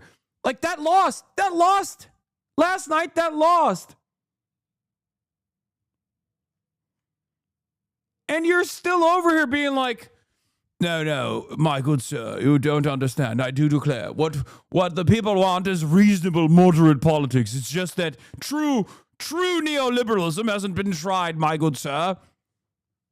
We must not just be Blairites in the Labour Party. We must be now the Conservative Party. We must become the Tories under Thatcher. This is the only way to win. True neoliberalism hasn't been tried, my good sir.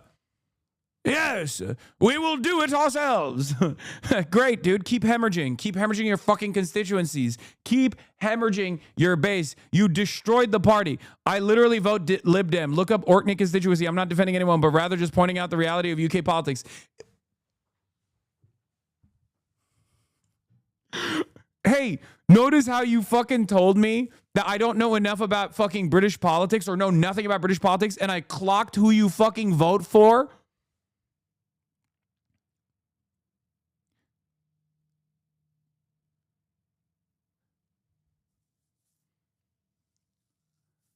How'd that happen if I'm so oblivious?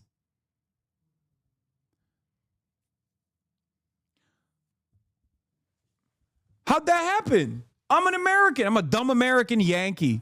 How the fuck could I smell the pivot to the center narratives coming from your Lib Dem ass? Barely sentient, the barely existing party. Oh, you don't understand. There's real momentum in the moderate side of things.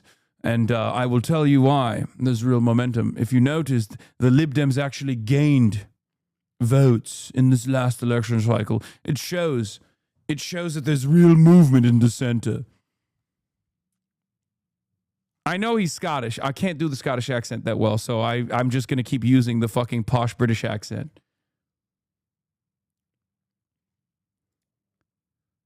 You can't come in here and tell me that the pivot to the center actually works right after it was demonstrably a fucking failure.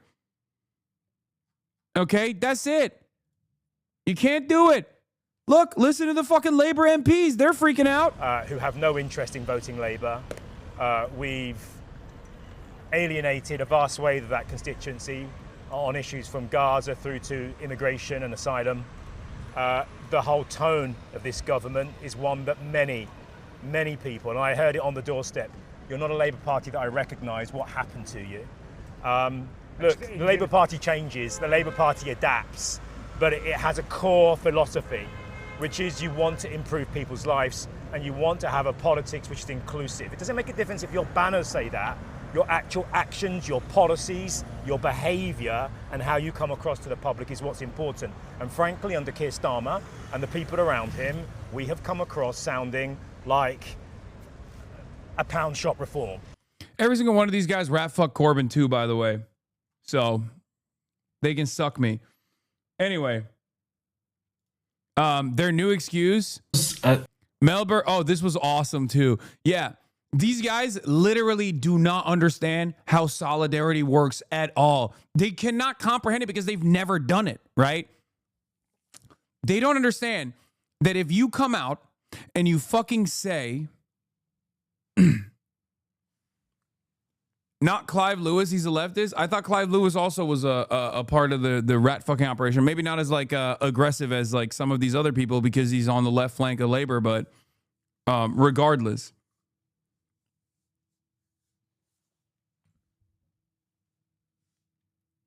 He's not a neoliberal, but guys, okay. From what I understand, there are, within the Labour Party, there are different forces, okay? Some are actually, some are actually like real ass socialists, but still, some are actually real socialists, but they do actually, they did also participate in like defanging Corbyn, or never really defended him. There's the minor, like within the MPs, there's like a small contingency of like Corbynites. They were obviously all cast aside pretty much. And now the party is fully back in the hands of the Blairite wing. Some of that wing is pro defense contracts, like pro military industrial complex, but from the perspective of labor. And they're still very much leftists, but they're what Stalin would call social fascists. Okay. And then there's also the neoliberal contingency, which is the broadest base. Not the broadest base, but like the broadest MP base within the party structure, which are just like straightforward careerist neoliberals. Okay? That's the Labor Friends of Israel contingency. Okay? Those guys are just straight up, they're monsters. They're straight up fucking monsters.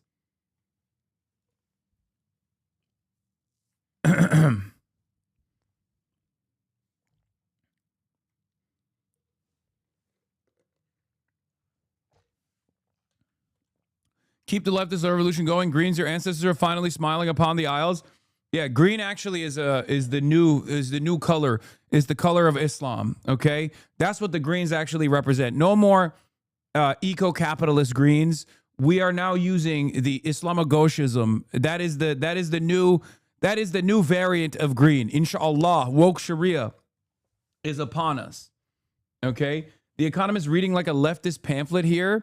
Hannah Spencer is very impressive. The Greens gathered a coalition of young progressives, working class former labor voters, and Muslims who make up over a quarter of Gorton and Denton's residents. Ms. Spencer knitted these disparate groups together with panache. The plumber turned MP completed a certificate in plastering in the final weeks of the campaign. I was determined to finish my course because I was like, that's what we do here. From afar, her style might seem twee, but it won the adoration of green activists who descended onto the constituency and the admiration of many voters. Miss Spencer seems just as comfortable speaking to a rally as fixing pipes or sharing iftar, making her the perfect symbol of the Green Party's new, punchier approach under Zach Belansky, which emphasizes social justice as much as environmentalism. I've lived in this area, I work in this area, and I see that people are just getting left behind, says Miss Spencer.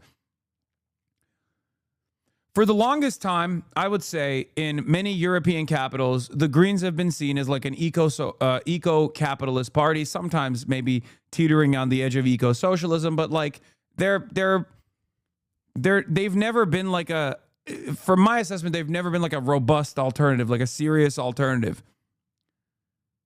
Zach Pulaski actually dramatically restructured the messaging of the party, and I give him a lot of credit for that. Okay? I give him a lot of credit for that.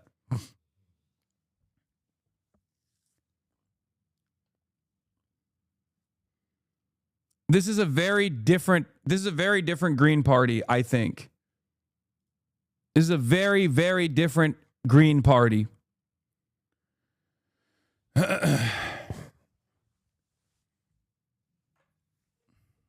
No, Greens in Europe have been basically eco-fascist. UK Greens are the first in Europe to go the other way.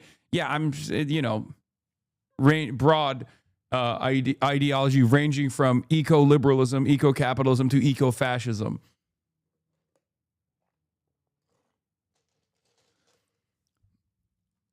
How can you be, wait, what is this? They're definitely better than the Canada Greens. From what I understand, the Canadian Greens are also changing a little bit as well. They're also restructuring as well, for the record. And Canada obviously has an alternative there with the NDP too. And NDP has his own internal drama and his own internal restructuring that's happening right now. There's like the whole, is it going to be Avi Lewis? Is it going to be someone else? But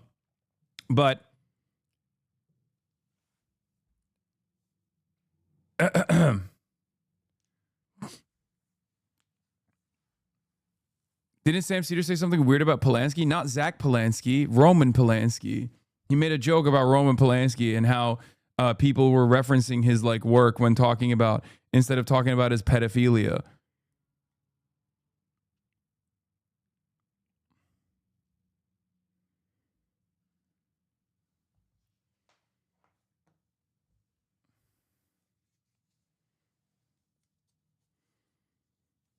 What is this? Sitting backwards in a chair. You know, there was another Green Party The leader that delivered for ordinary citizens and rejected both liberalism and conservatism.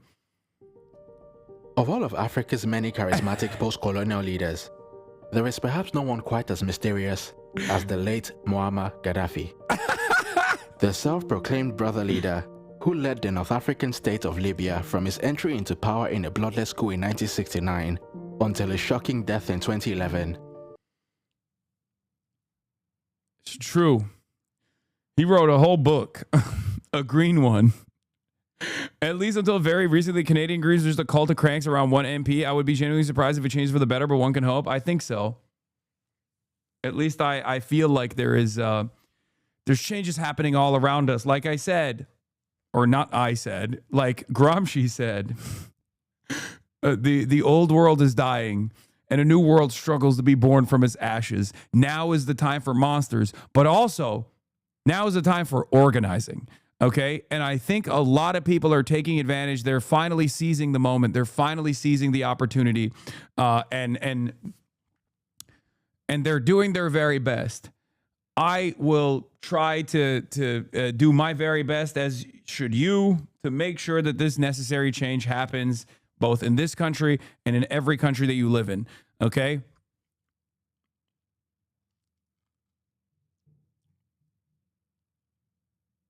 Now is the time of monsters. Sorry. For fuck's sake, you always butcher it. Shut up. Shut up.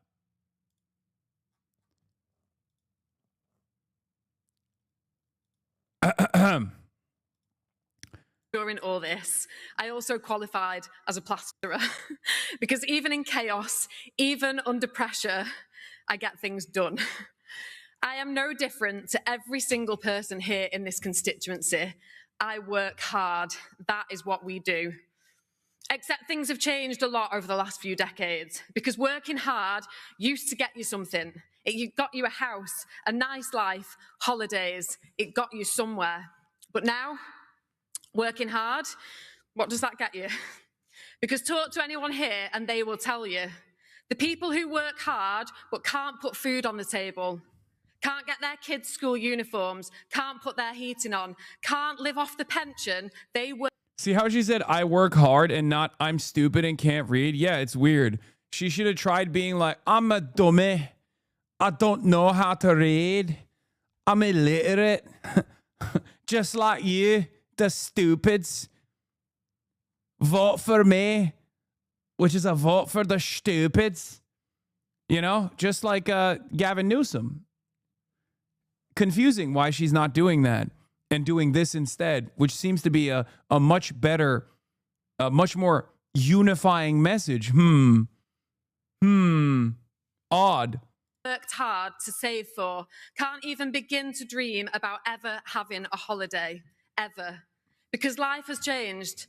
Instead of working for a nice life, we're working to line the pockets of billionaires. We are being bled dry. And I don't think it's extreme or radical to think working hard should get you a nice life. Ooh! And I don't think that if you're not able to work, that you should still have a nice life. I think that absolutely everybody should get a nice life. And clearly, I'm not the only person who thinks that, because I've made clear my position. I don't understand why is she not talking about the moderate mythical centrist voter that she clearly captivated with her modical mythical centrist approach. Why is she not talking about burning the boats? I don't get it. When it's obviously an incredibly important plank in her campaign, right? Like when she says we're going to kill the migrants, like we're going to arm the working class of England, the gammons, the small business owners, with weapons, with the blunderbuss, so they can shoot directly at the boats coming over. It's just odd. It's odd that she doesn't center the true interest of the working class, which is a principled defense of the Zionist entity. I don't get it. I don't get it at all. Why has she not talked about capping welfare for people who want to have more children, for example? It's just like reasonable austerity that is an absolute necessity. Where is all of that in her message? Why is she winning by centering the working class? That creates surplus labor value for the capital owners. Why is she doing this? I'm scared. And my commitment to working class communities, the community that I am from. People in their thousands told me on the doorsteps and at the ballot box that what we are sick of is being let down and looked down on, that we are sick of our hard work making other people rich. I lived in this constituency at one of the most difficult and... Our hard work making other people rich, by the way, is a perfectly sanitized way to talk class politics in a way that people can comprehend, in a way that people can understand. What she's saying there is literally the exploitation that exists within capitalism. What she is talking about directly is the extraction of surplus labor value. She doesn't use those terms. She uses language that is palatable, language that is appealing to the working class, that is a uniting language and the perfect way to approach the subject matter. Okay? Challenging periods of my life. I saw how strong the community was at holding things together. But I saw how much harder life is when the things around you are broken. The litter, the fly tipping, the dirty air. And when I moved, it became even clearer. And this is why I am fighting for the community that I lived in and that I still work in. Because I absolutely refuse to accept that we should... You just don't get it? She's being sectarian? What? Ever have to move and leave our communities for good schools, a thriving high street and clean air. And I will not accept a society where having more money gets you a longer life expectancy. And so when it came to fighting for people here to stand in this election, well, how could I not fight? Because here, this is what we do. We fight for each other in this very...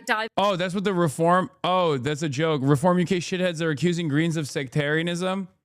Oh, keep coping, you fucking racist dullards. Oh, it's so awesome.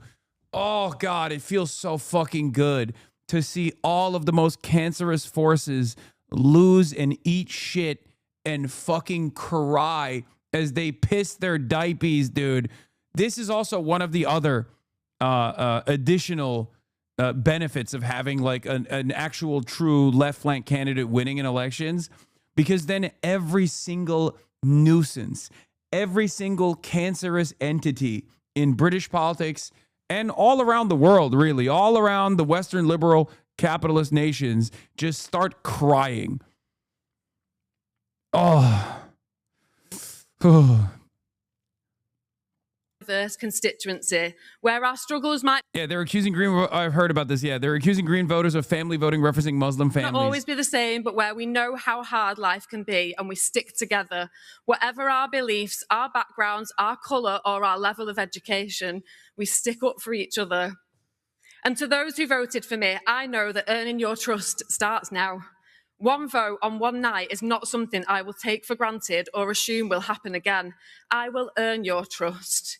And to those who didn't vote for me, I will always work hard for you, and I will always be honest, and I will always be decent. To our Muslim communities who this week suffered an attempted attack during Ramadan, whilst I was being welcomed by women at a mosque in Longsight, someone just down the road walked into a mosque carrying an axe. And whilst we were gathered and eating together, an act of terror could easily have taken place. And I can't and won't accept this victory tonight without calling out the politicians and divisive figures who constantly scapegoat and blame our communities for all the problems in society.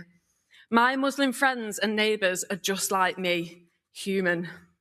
And of course, to our white working class communities, the background that I have become so proud to be from, we know how it feels to be looked down on, maybe because we didn't do well at school, maybe because we do dirty manual jobs, because we are shut out of places we should be in. To people here in Gorton and Denton who feel left behind and isolated, I see you and I will fight for you. Because whilst our communities may sometimes be labelled in different ways, the thing everyone seems to have underestimated here, especially over the last few weeks, is how similar we all actually are. How we have common ground, how we get along, how we stand up for each other. The cracks that were starting to show can be healed, and I believe that it is through offering people hope and a chance to do things differently and do things better. Now, to my customers, I'm sorry, but I think I might have to cancel the work that you had booked in because I'm heading to Parliament. And when I get there, I will... She's giving Gen Z Vivienne Westwood a new look and sounds so joyful every time she speaks. I mean, don't get caught up in the appeals or caught up in like aesthetic appeals. Sorry. She's great. This is a perfect speech. And it captures the very essence of everything that we fight for here. It's fucking awesome. We'll make space for everyone doing jobs like mine. We will finally get a seat at the table. Why has she not talked about how illiterate she is and how we need to drop pronouns and be, and we need to stop. We need to do away with this nonsense, like, you know, defending trans people and stuff like that. Like, it was just bullshit. I thought England was an island filled to the brim with TERFs. How could anybody win any election whatsoever without issuing concessions to the unlimited amount of transphobia? It just doesn't make sense.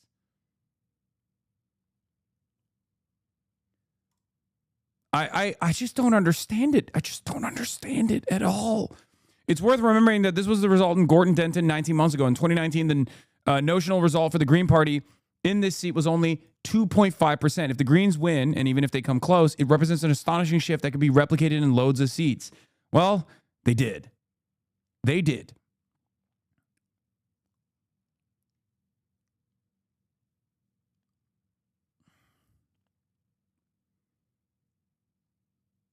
Who's the Nick Shirley of the UK? Tommy Robinson, Yaxley Lennon, who is somehow just as stupid as Nick Shirley and just as compromised by the exact same forces and the same exact countries, as a matter of fact, like Israel. Yeah. Mr. England first. We must defend England. Oi, oi. We got to defend England, which is why we got to talk about fucking... I need to defend England, which is why I'm an agent of Israel now. And America.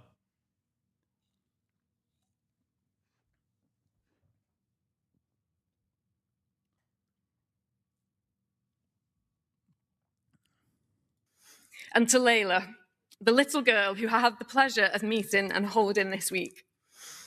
I promised you I would try and improve the world that you are growing up in. I told you that I am not perfect, but that I always try my best. I always try and do the right thing. Now, something exciting is definitely happening. And I invite you all to be part of it. Come and join the Green Party so that we can spread hope and win everywhere across the country. Our strength will grow as more and more of us come together.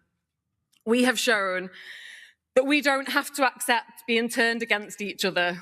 We can demand better without hating each other. We can do that together. We ran a hopeful campaign backed by thousands of volunteers and activists. We defeated the parties of billionaire donors. We have shown that there is universality in our politics. Just as though there is an international fascist movement, there is an international socialist movement as well. Okay?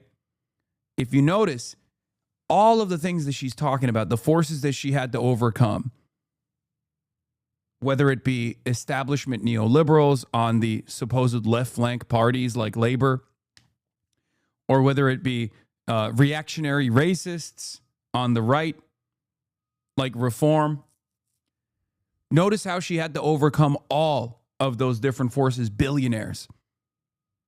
It's because we are all in this struggle together, okay? The same exact forces that constantly set and constantly create setback after setback that get in the way of a true left flank candidate that centers the working class exists in the United States of America. It exists in England. It exists everywhere in Western liberal capitalist nations. Okay?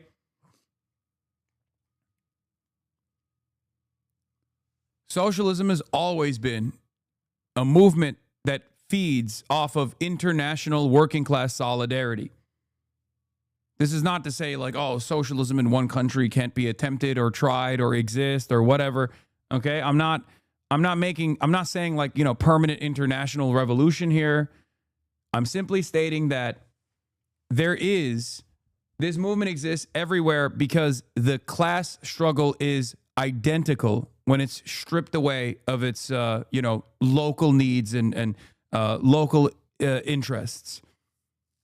It's still the same exact forces of pressure. It's the same exact forces that are trying to actively destabilize the working class. Okay? They were pulling Lib Dem numbers. I love that they force the racist fucks to stand behind her while she speaks. Yeah.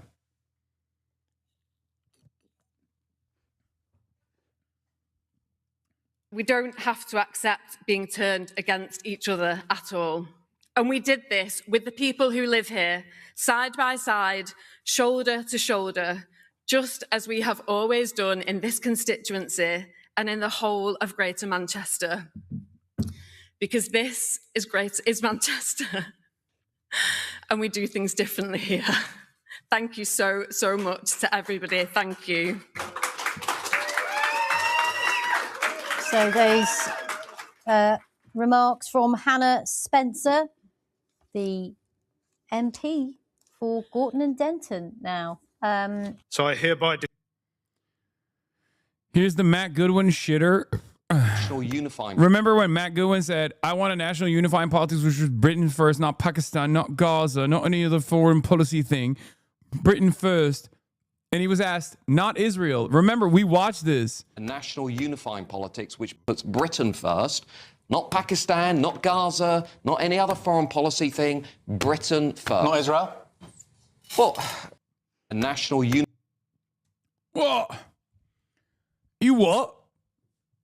You what? Sir? Listen, this can change, okay? This can fucking change. I think the momentum is behind the Greens. All right? So Farage wants us to believe that Muslim women were desperate to vote for Matt Goodwin, but were coerced by their husbands into voting for a party led by a gay Jew instead. Fucking hilarious. Matt Goodwin once emailed me to accuse him of being racist when I called him a racist whisperer, and I had to explain to him that horse whisperers aren't horses.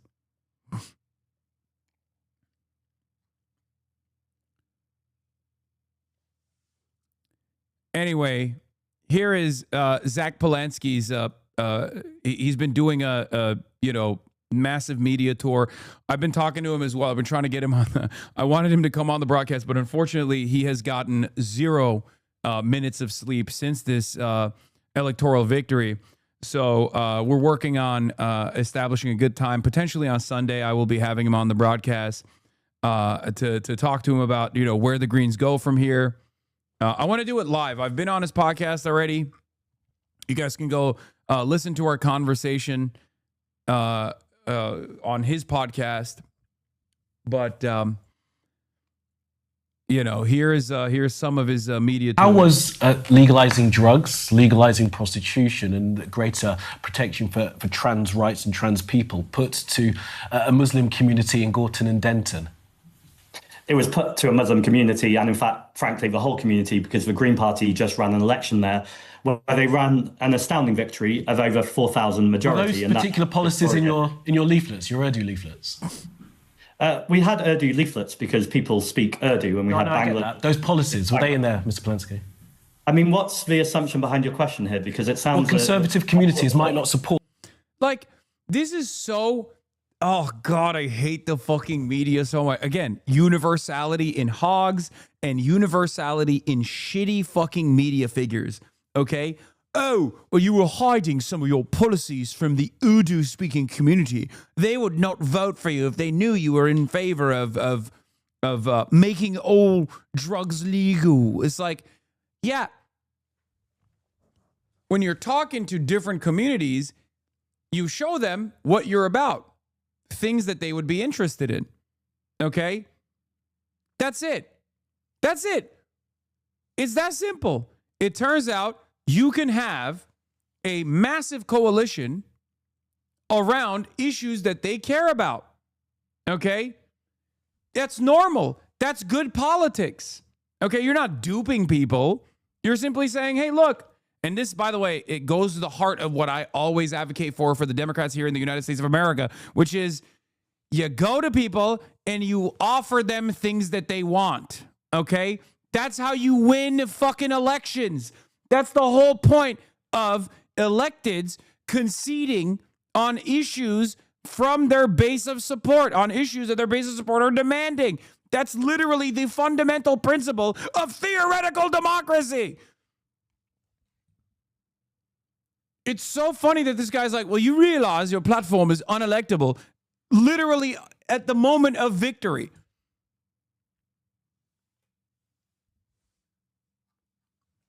It's so fucking dumb.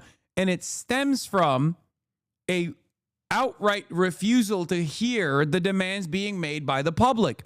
Palestine is a great example of this. 76% of the fucking British population is like, enough with this Israel shit. Cut it out, okay? And if no one is going to offer that as a principled stance, the one party that does offer that as a principled stance is going to win elections. It's that fucking simple, okay? That's it. That's it. And it's ironic because these guys also don't realize that I say this as like someone who has tracked affinity polls on Muslims and by religious breakdown in the United States of America, okay? Muslims post 9/11 were no longer a reliable conservative voting bloc at all. And you know what happened as a consequence of that? Muslims in the United States of America became one of the more progressive voting blocs in general. Okay? How did that happen? Because the Democrats sucked up all the votes because the Democrats weren't as openly Islamophobic as the Republicans were. It's that simple. It's that fucking simple. That's how you build coalitions. That's how you get racist voters in the fucking heartland to no longer be racist. You offer them things. You offer them amenities. You offer them you offer them things that they fucking need. And then slowly but surely through that process, they go, you know, these guys aren't so bad. These fucking socialists that I thought were terrifying aren't so bad. They gave me a house. They put a roof over my head. They helped me get health care. I like them. Maybe they weren't wrong on this trans stuff. You know, I don't fully get it. I don't fully understand it. They seem strange to me, but I'm not going to make a big fucking deal about it because you know what's a big fucking deal for me? Having a roof over my head. That's it. It's not so complicated. It's not this like incredibly complicated process. Politics is as complicated as you want to make it, okay? And Democrats love making it complicated. $50,000 in tax cuts for small businesses in urban areas. Like, that's a fucking ridiculous policy. Shut the fuck up. Say you're going to build houses for people. Say the government's going to build houses for people. And say that the people that are going to be building those houses are going to be union members, okay? Good paying jobs with benefits. That's it. It's not that hard. You make it hard for no fucking reason because you serve corporate benefactors. You serve the capitalist class, and you don't want them to get mad at you. And in many circumstances, you are a part of the capital-owning class, and that's precisely the reason why it's against your class interest to advocate for the working class. But some of those policies, we're not here to litigate whether or not they're right or not. I'm talking about conservative communities potentially might not be supportive of policies that legalise prostitution, drugs, and increase rights for trans people. I think there's some deep assumptions there about what a conservative community is, but here's what I would say more widely. I said it when I became the leader of the Green Party, is you don't need to agree with me on everything. You need to agree with core values and fundamentals of the Green Party and what I'm putting forward. If anyone agrees with me on everything, then that's weird. Actually, what we need to do is build bridges. And look, I'm really proud that constituency as diverse as Gorton and Denton just voted for a female plumber by a party that has a gay Jewish man as a leader. What I saw on the streets of Gorton and Denton is communities coming together who are excited for an alternative, who want to see those bills lowered, who want to challenge this Labour government. And Manchester showed reform and its deeply divisive policies for Door. And I'm proud to be This also creates a reactionary force in the country that goes Islamogauchism. They do this with the LFI in France as well, where like, on the one hand, they keep saying Muslims are barbaric, Muslims are conservative, and then they vote for the fucking most leftist party out there. They go, Oh, you must have duped them because they're all barbaric. They're all fucking animals. They're all incredibly conservative, but not conservative in the way that we like. Because the white supremacist conservative forces, we like those. Okay, they're a part of the in-group. They're conservative in a bad way, in a barbaric way, right? Like that's literally what this fucking dipshit is saying on Sky News to Zach Polanski. He's like, you duped them. You duped them. You straight up duped them into voting for you by hiding the truth.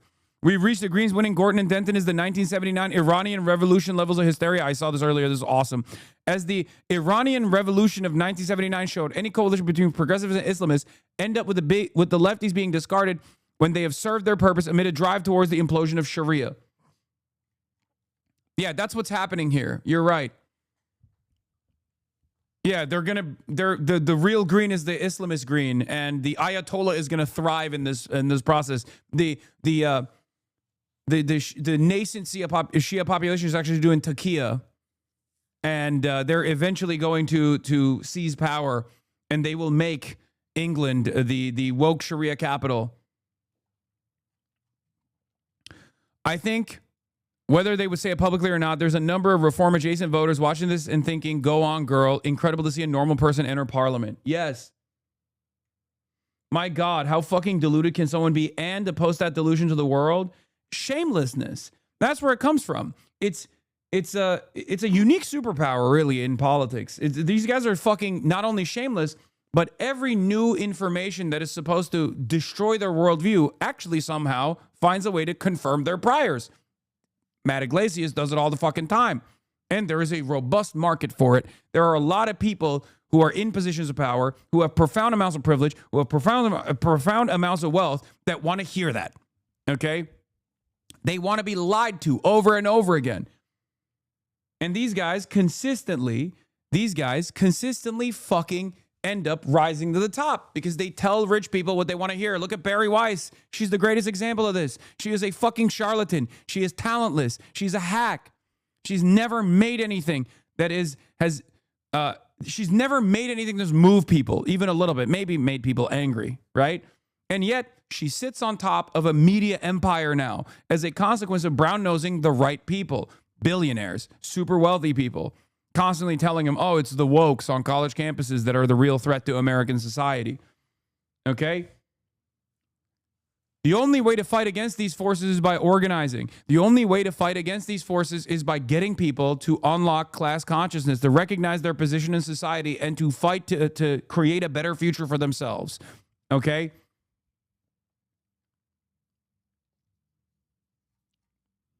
That's it. But yeah, this alongside the unimaginably successful Zohran Mamdani thing with meeting with Donald Trump has given me endless amounts of confidence. And I tweeted, I said, it's not hard to feel discouraged seeing material realities destroyed in a collapsing fascist system every single day. But there's truly hope out there. One must use the marginal victories to maintain revolutionary optimism every day. People are angry. Now is the time to organize. Okay? That's it. Because other people also see what you are seeing. And the reality of the matter is the liberals have completely dropped the ball. They don't even care to fucking make an affirmative plea to win people back. This is our opportunity. This is the moment. This is the moment to organize. Take advantage of that anger and show people the truth. That's why I always talk about how galvanizing and how hopeful I felt in spite of the death, destruction, and devastation that we saw in the last 2.5 years in Gaza. Okay? You have to lean into moments and pockets of hope. Okay? Whether it be the election of Zohran Mamdani, the electoral victory of Zohran Mamdani, whether it be this electoral victory for the Greens, whether it be a successful meeting that Zohran has with Donald Trump. These are moments, these are pockets of hope that you can take advantage of, where you can build a movement slowly but surely, okay? These are building blocks that move us closer and closer to our goal, okay? Zohran's victory in New York City, the complete collapse of Israel's approvals as the Western world recognized Zionism as a fascist ideology, the plurality being in favor of ICE abolition in the United States of America. The cynic will tell you it's not enough, but change takes time, and all you can do is be steadfast. And you have to continue being steadfast. Okay? You have to do it for those that have been slain, and you have to do it for those who remain. That was my principle when I was engaging in my advocacy in Gaza for 2.5 years, in spite of people being like, you're a fucking terrorist, you're a Muslim fundamentalist, you're an anti-Semite, all this shit. And guess what? We're on the other side of that now. Now, of course, the struggle continues. The war is not won, right? There's obviously still so much more to accomplish here. But you have to also sometimes sit back and look at the gains that were made, no matter how marginal it feels, no matter how far change feels from where you're standing. You have to kind of pull yourself out of it for a brief moment and go, wow, change can happen. Okay? Change can happen. As long as you remain steadfast and committed to the truth, as long as you keep talking to people, seeing where they're at, and communicating a better alternative vision, you can make that change. You can be the change you want to see in the world. Okay? That's it. That's it. I feel more hopeful than I ever have in the last 10 years of my political advocacy. Okay? Rue McGuire says, probably naive, but I also think public support for Medicare for all being at or near historic highs, according to the polling, may transfer to political will and the resurgence of it as a central issue / push in 2026 and 2028. Already seeing similar to 2019 and 2020. Stay the course. I agree.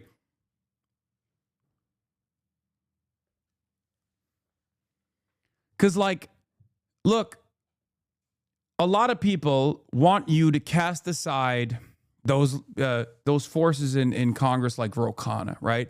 A lot of people who will take a principled approach to, like, electoralism being silly, who say there is an alternative out there that is much more viable, and that's communism now, revolution now, right? I understand where those people are coming from. Or people who cast aside the welfare state as a lifeline to the continuation of capitalism. There is truth in that assessment. There is truth in that analysis. It's one that I also recognize. But I also see the realities. I also see where the masses are. Okay? I understand that you have to move people in a certain direction. You have to organize. You have to build systems before you can actually achieve the results you want to. You can't organize to the masses that you want. You have to organize to where the masses are. Okay? And before you even build this movement, you have to get people to recognize class consciousness, to recognize their class position. You have to make people understand that there is a class war that is ongoing every single fucking day. Before we get there, all of this other stuff is purely theory, purely theoretical.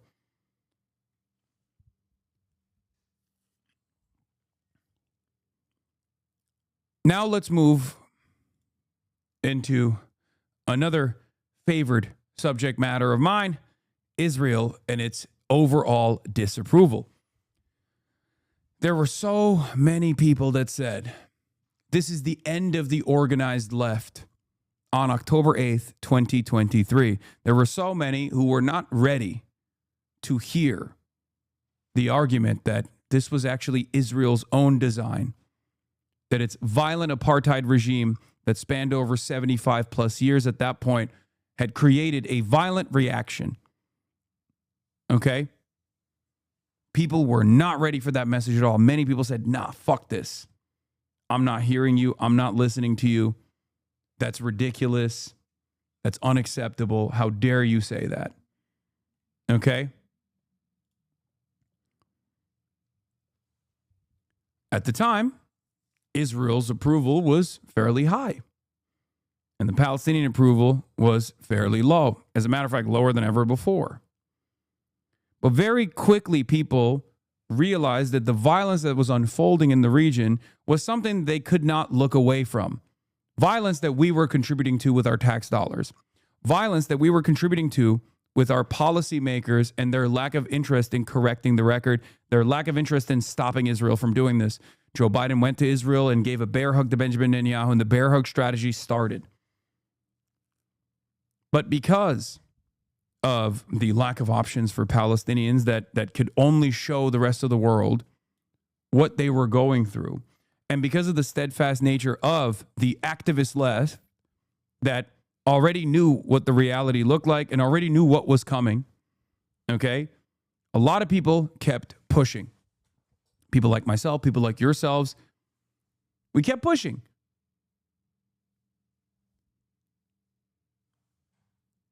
And through that steadfast approach, in spite of all the naysayers, we have now officially arrived at a position for the first time in American history where American sympathies in the Middle East situation are with the Palestinians.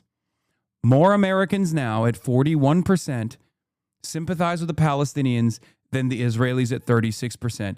You do not understand how profound this sea change is. Because I think for many of you, you're young, or for many of you, you weren't aware of what this dynamic looked like. You're not aware of what these numbers reflect. Because this dynamic where Israel was favored by 60%, where Palestinians could barely break over 20% sympathy in the eyes of many Americans, was kept together by a multi-billion-dollar propaganda initiative. Okay?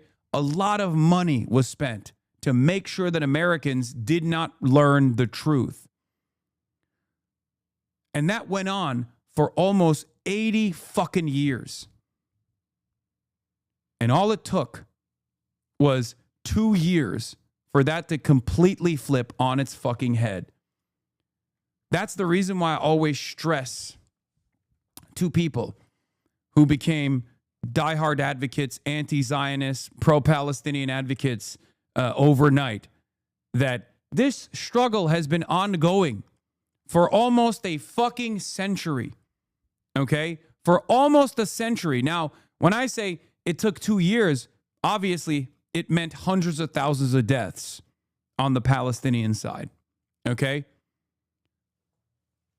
But I will say, I will tell you always, as someone who was there for a decade plus, okay, who never shied away from talking about the Palestinian plight, someone who was an avowed anti-Zionist, it's still incredibly important to understand how fast this turn happened.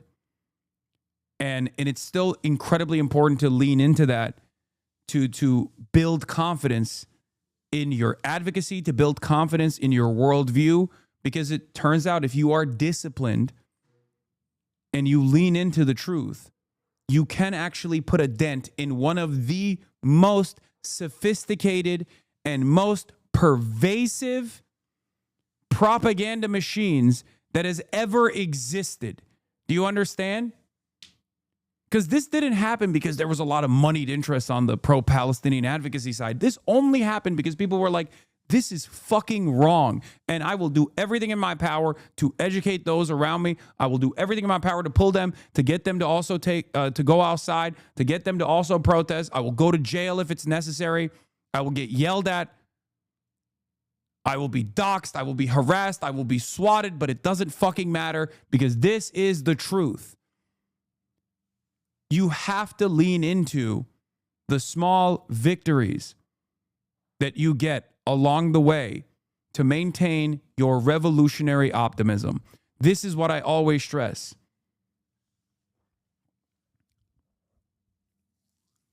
Because slowly but surely, brick by brick, you build this movement, and one day you look back and you go, wow, I can't believe we're here. I can't believe that people were against this. One day, we will all have been against this. We're not fully there yet. But that's why I always cast aside cynicism, okay? No, I disagree. I think small victories just lead to a false sense of progress. That's pure nihilism. And this is what I'm trying to say. While there is truth in this assessment that like this death toll is unimaginable, okay? You are unironically doing a disservice to the Palestinians when you do this, okay? You want to know why? Because when you say stuff like this, when you tell people not to feel emboldened in this very moment, when you tell people not to keep pushing at this very moment, do you feel like you're actually helping save a Palestinian life? Or do you want to just simply come across like you're correct? To come across like you're the most moral person in this conversation? That's the entire argument here, okay? It is a disservice to the Palestinians if you just go, yeah, well, hundreds of thousands of people died. America's at the precipice of fucking invading Iran and bombing Iran. Another 100,000 potentially could die. Tens of millions displaced in the process. What is there to do? We didn't do anything. We didn't achieve anything. Oh, you felt good because you did a couple fucking sit downs and protests? Is that what it is? This is just pure fucking back padding for no reason, right? When you say that, you're trying to cut away at the momentum. That's all you're doing. Do you feel like that's productive? Do you feel like that's the appropriate thing to say here? I think this is a real big problem with leftists in general. People that constantly say, look, the problems are far too large. We haven't actually put a dent in these problems. When in fact, sometimes it's important to look at the success of this movement and to use that success to build success in other ongoing areas as well, ongoing areas of cruelty as well. I have found in my own personal experience tremendous gains that I have been able to make with people that were utterly oblivious to the situation in Cuba by making that comparison between Gaza and Cuba. Okay? You can too. Because the cruelties are still similar. The inception point is still similar. The needs are still similar. It's still imperialism. It is still American empire. Sometimes the techniques and the measures taken by the government are similar. Starvation, right? A siege.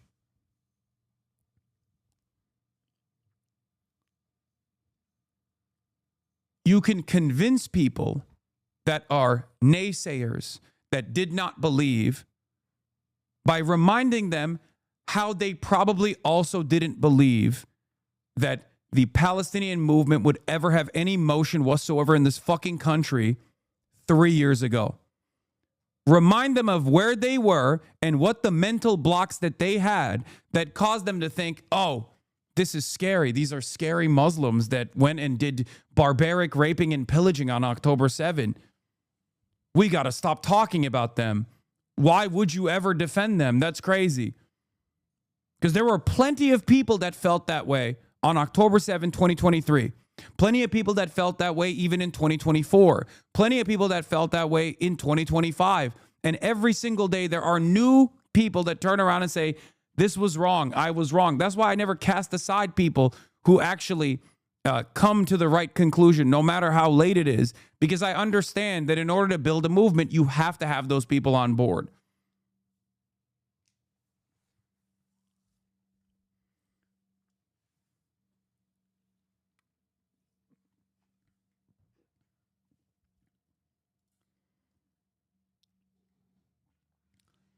I took a deep dive into Zohran Mamdani's numbers. I'm not sure if the people realize this. Yeah, Lakshay Jain, another one of these like centrist pollsters. I'm not sure if people realize this, but he is actually one of the most unpopular Democrats in the country in a way that Harris, Newsom, AOC are not. And it's not even all that close per our new poll. These people are monsters, even if they don't realize it, okay? They're monsters that try to stop progress from happening because they unfortunately lack the imagination. They also lack the backbone. They have no moral foundation for their worldview. They're simply going along with the winds. And that's why they always fucking lose. Either they lose to the reactionary forces that do have a vision, no matter how negative that vision is, or in this circumstance, hopefully, if we succeed, they will lose to a vision in the affirmative by a left flank movement that centers the working class in their politics, in their policy, in their agenda, in the future that they want to build. So it's up to you. Will you stand idly, will you stand by the side and go, I don't know, this is not moving the needle fast enough for my taste? Or will you become a part of this movement?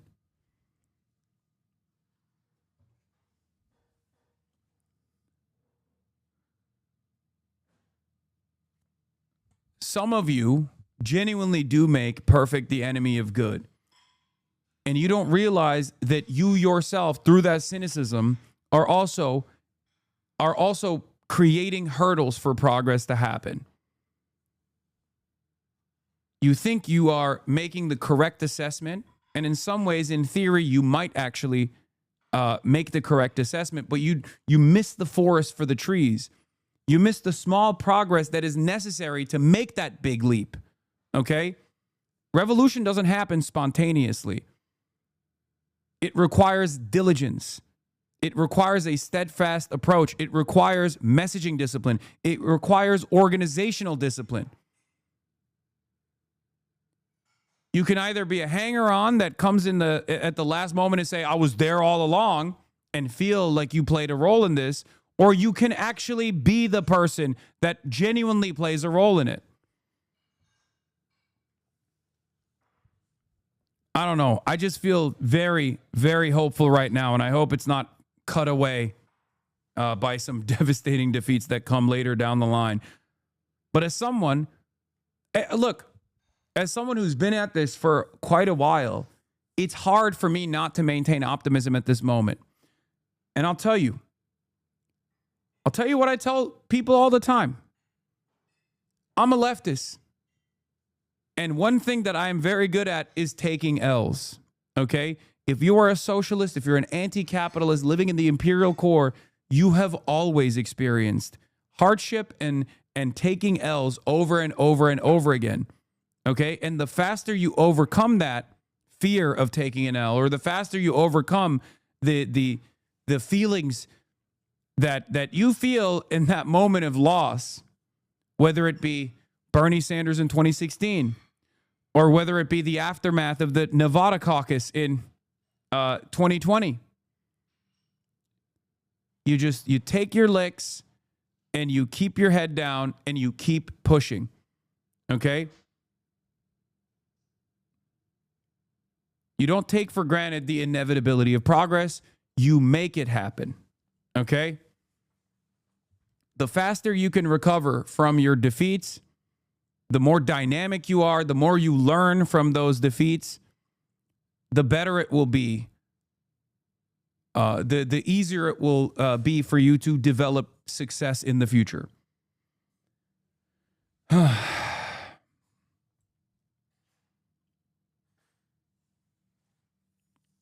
That's it.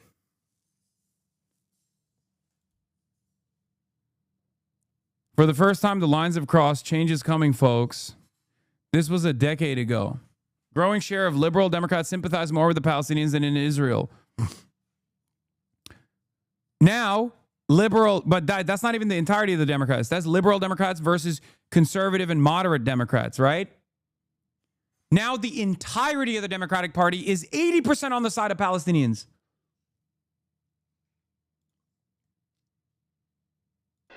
Look.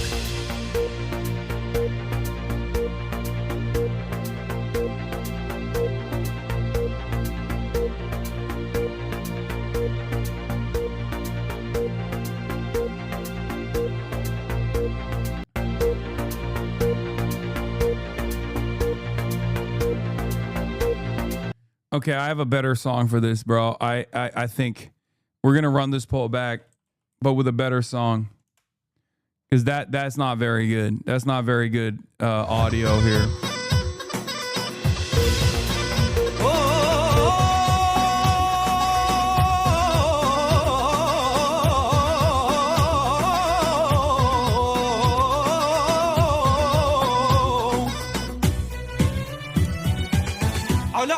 على ديني على أرض تلاقيني أنا لأهلي أنا فديهم أنا دمي فلسطيني فلسطيني فلسطيني أنا دمي فلسطيني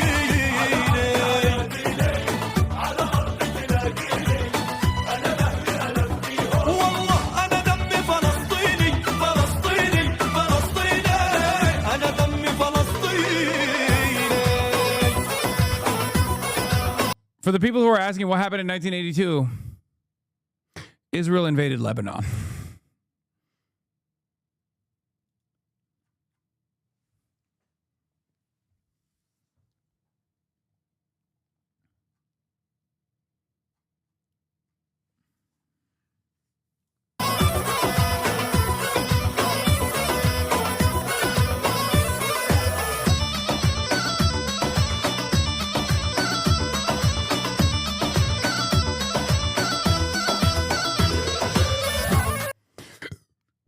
A plurality of Americans sympathize more with Palestinians than with Israelis for the first time in Gallup polling history.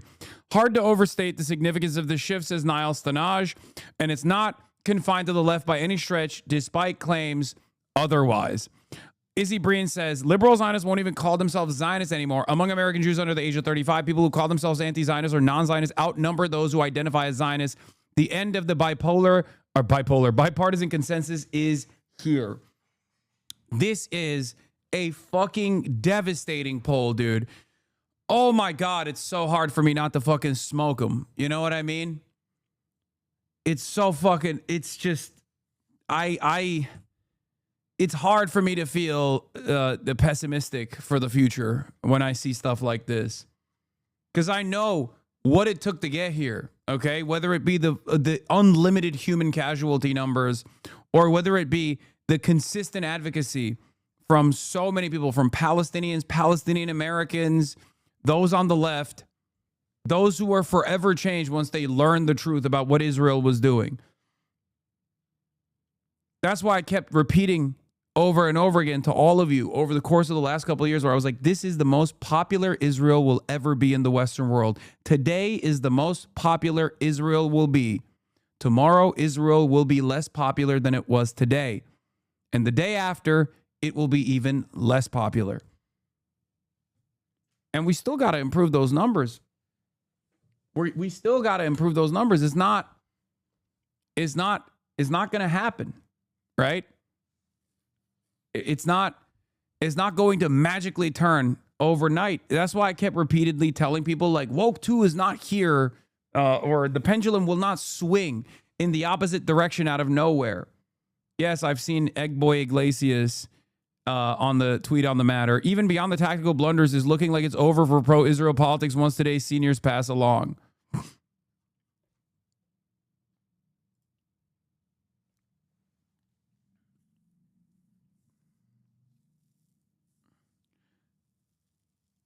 Yeah.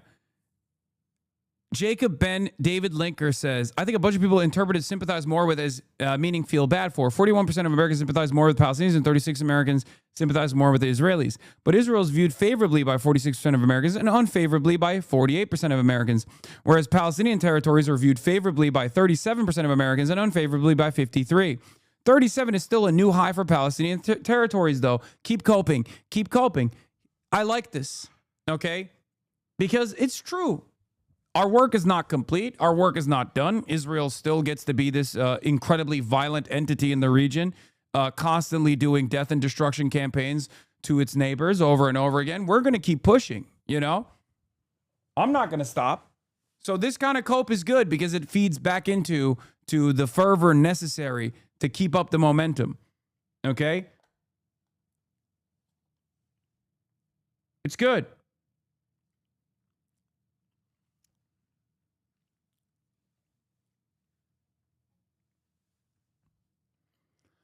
But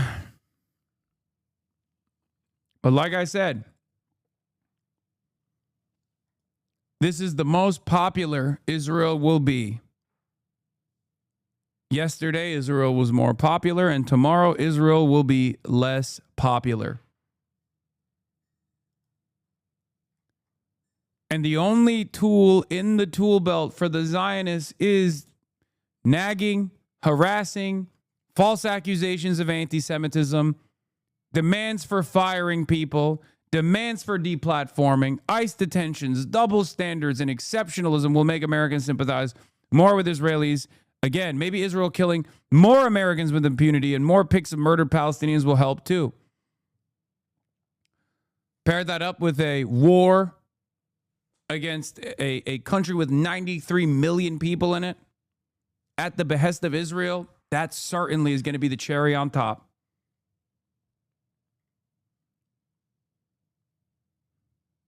Americans love to be told to shut the fuck up by a country that sucks away tremendous amounts of tax revenue.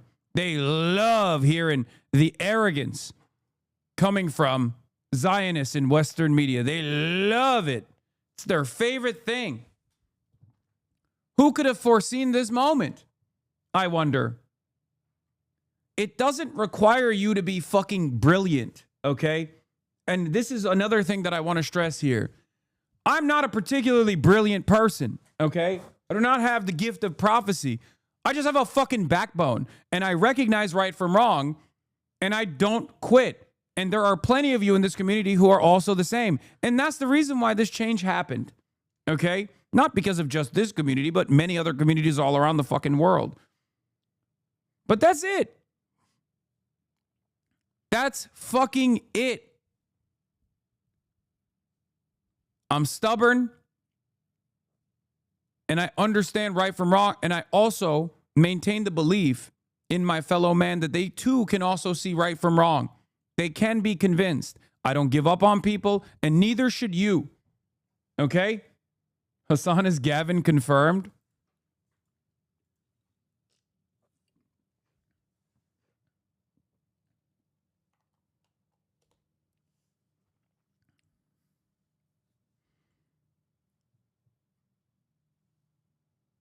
Pulling a Gavin there? No, I just, it doesn't require much. That's what I'm saying. Like, this is a movement comprised of ordinary people. Preaching to the choir, Abi? Yeah, except every day that choir grows. I don't know if you noticed that. That's the whole point. People say, oh, aren't you talking to people who already, aren't you preaching to the converted? It's like, really? Am I? Am I preaching to the converted?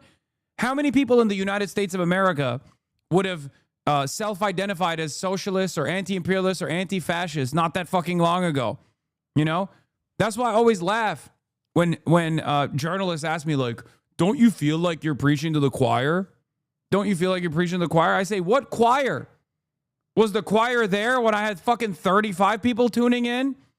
Was there this, like, mass momentum of self-identifying Marxist-Leninists and socialists and communists alike that were just simply waiting for this opportunity? No. Every one of us, myself included, was a liberal at some point, or maybe even a reactionary at some point. No one is born, in some ways, everyone is born a socialist. If you look back at the first principles, if you look back at like wanting to share, you know, sharing is caring, things like that. Man is a social animal. Of course, we all have that socialist dog in us. But that is ripped away from us early on because we are born into a capitalist system. We're born into a global capitalist world. And slowly but surely, we hyper-focus on the individuality.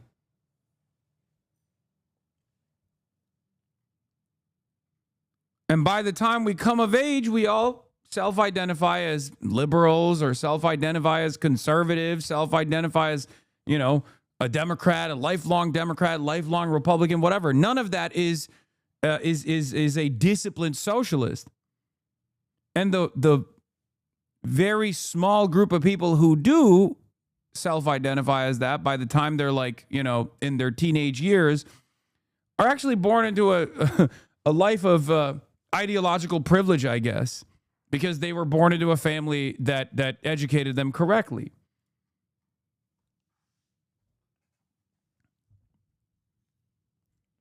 Just saying, you radicalized me 10 years ago so I can tell you that there was not really a choir back then, but more of a boy band size of a group, Lamau. You've grown a massive community over the years, and that's not ending. Yes.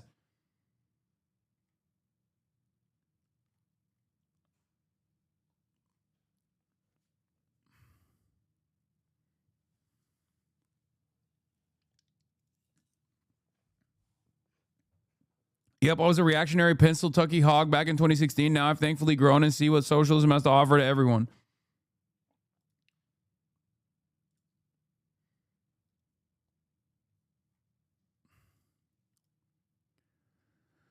Zionism is not like the nationalism of a larger group with the population, resources, economic heft, theft, etc. That it allows it to not depend too much on the opinions of other people. That's why the century-old Israel lobby is such a central part of Zionist activity and practice. Exactly. In practice, Zionism has been completely dependent on other people, states, governments, sympathetic publics, etc. since its inception. There is no self-sufficient version of Zionism or Israel. Israel is currently on the path to figuring out this the hard way. Straight up. That's true. It's literally true. Israel would not exist if it wasn't for the Western world using it as a settler colonial apparatus to destabilize a resource-rich region. It's that simple. It would simply not exist. America was a settler colonial enterprise as well, but America is vast, and through domination, indigenous genocide, and through slavery, America was able to form a nation state on top of basically a fucking continent, okay? Israel doesn't have that. As the average Zionist will tell you immediately, Israel is tiny nation, size of New Jersey. What are you saying? We are so small. And it's true. Utterly devoid of resources. They will turn around and say, like, this is a fucking, prosperous nation. Look at what we've been able to build. You haven't built shit without unlimited fucking support from the Western world.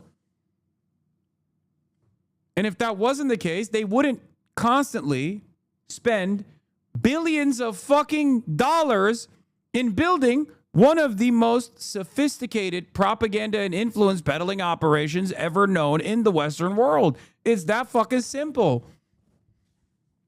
It's that simple. They would fuck off. They wouldn't be desperately trying to hold on to the evangelical Zionist base, for example, in the United States of America right now.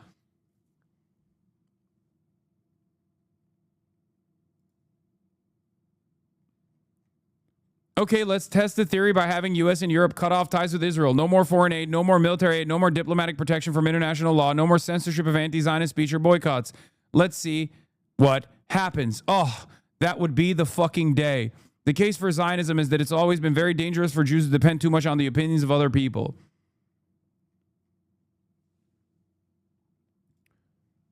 Oh, it would be the moment of glory. Okay. Oh, I wish for the day. I wish to see that day, and I know I will see that day. Okay.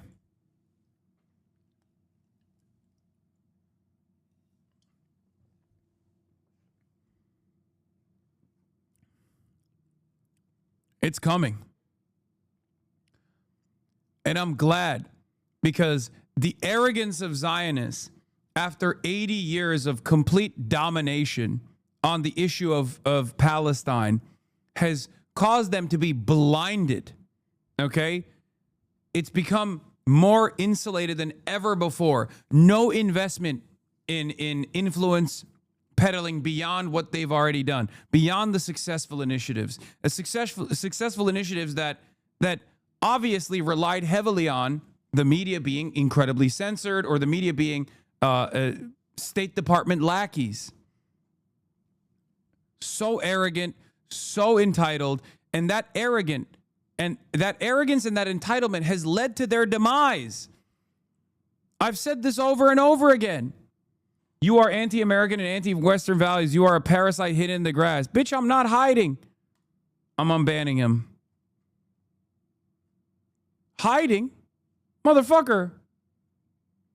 I wear this shit on my chest every day. Fuck you mean? What are you talking about when you say Western values? What part of Western values is supposed to be defense of apartheid? If that's Western values, then Western values need to change.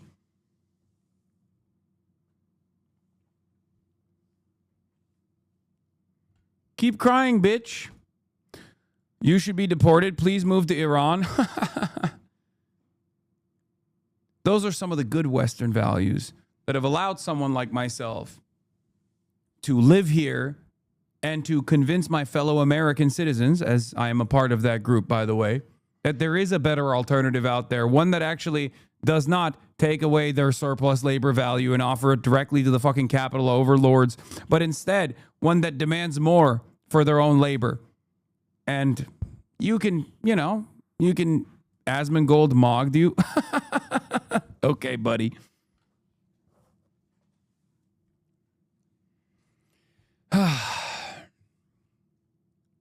Ask yourself, will dying for Israel will it be good for you? How will it be beneficial for you if you go and die for Israel in Iran? Ask yourself that question. How does this improve my life? If you want me to make a selfish argument for you, if you cannot comprehend that like killing a bunch of people overseas is not a good thing on its own, right? It's immoral, it's morally repugnant. Think about it from a selfish perspective. Does this benefit you at all, or have you been convinced by others that this is somehow beneficial for you when it's not?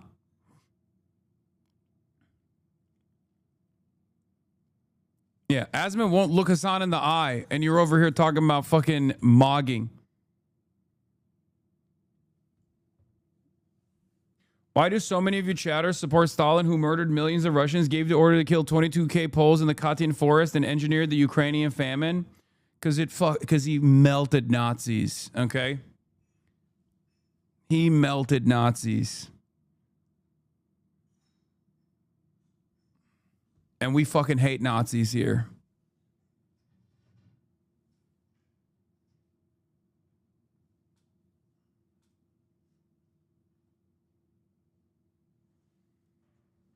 He was the great Nazi annihilator, and he also helmed a state that was an agrarian society being undermined by czarists as a bunch of uneducated peasants into one that was able to beat America to space, okay?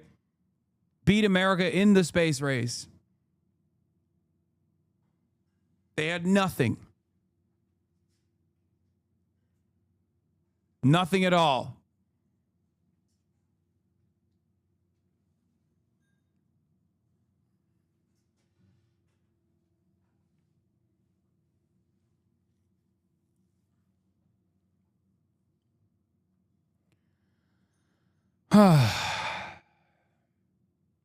To the They had nothing but the entitlement that they had to the sweat of their own brow and their pickaxes and a belief that a better future was possible, and they achieved it. Hard to deny those results.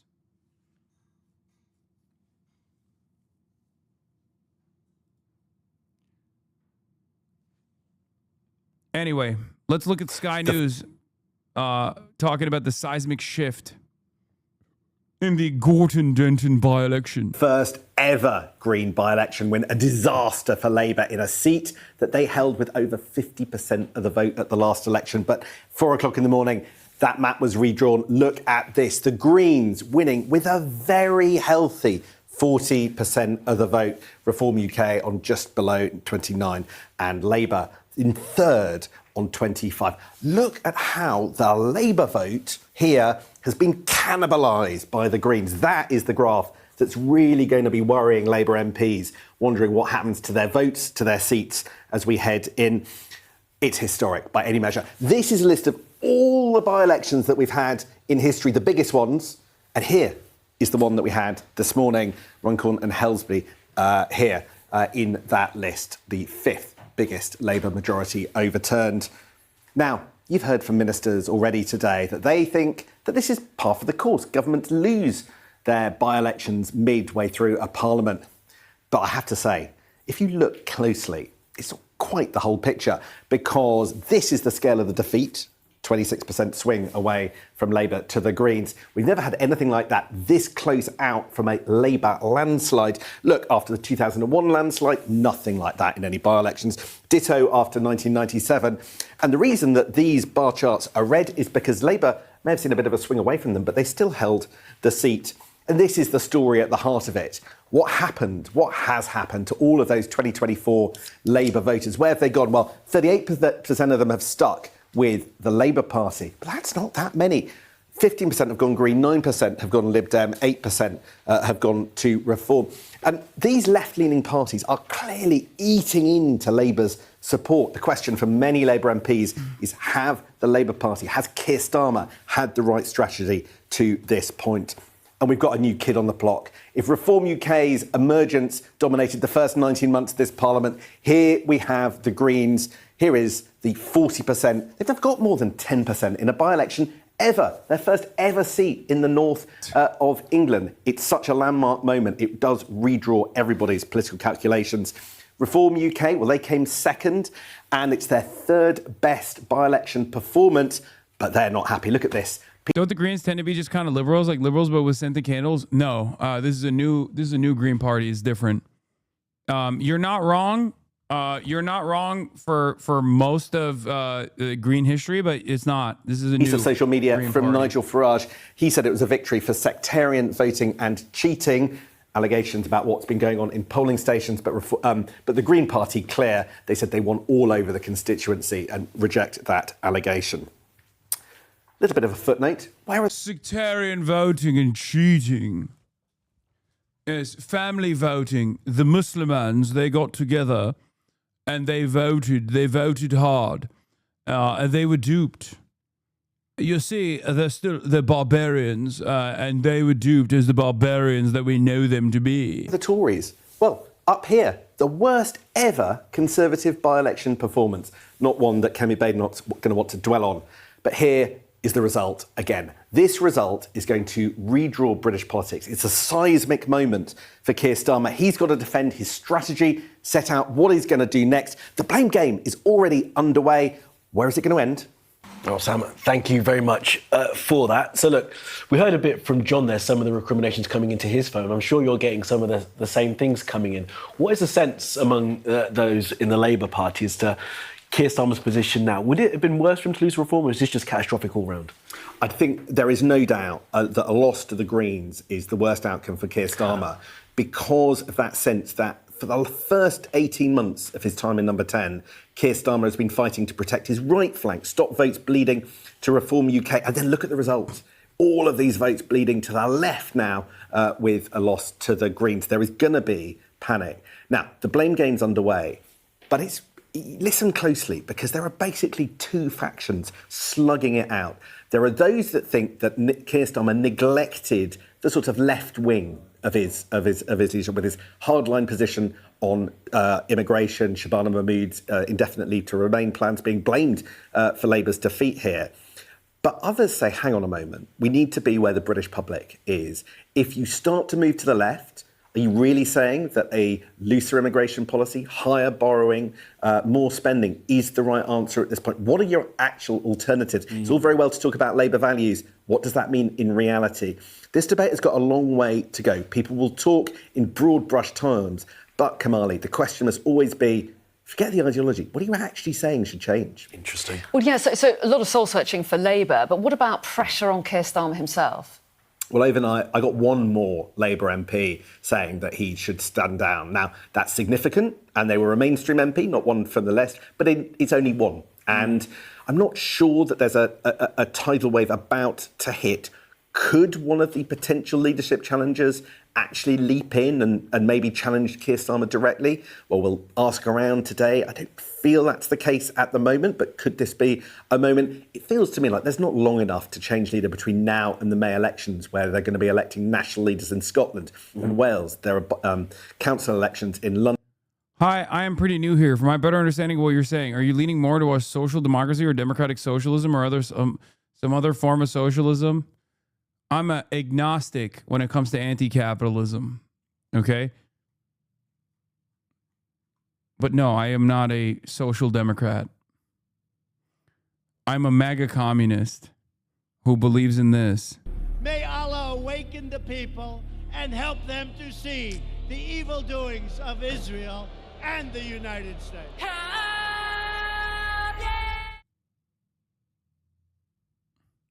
I just heard William Blum's Killing Hope, but every mention of the CIA was replaced with your name. What the hell, Hasan? Are you the most evil person to ever live? Yes. And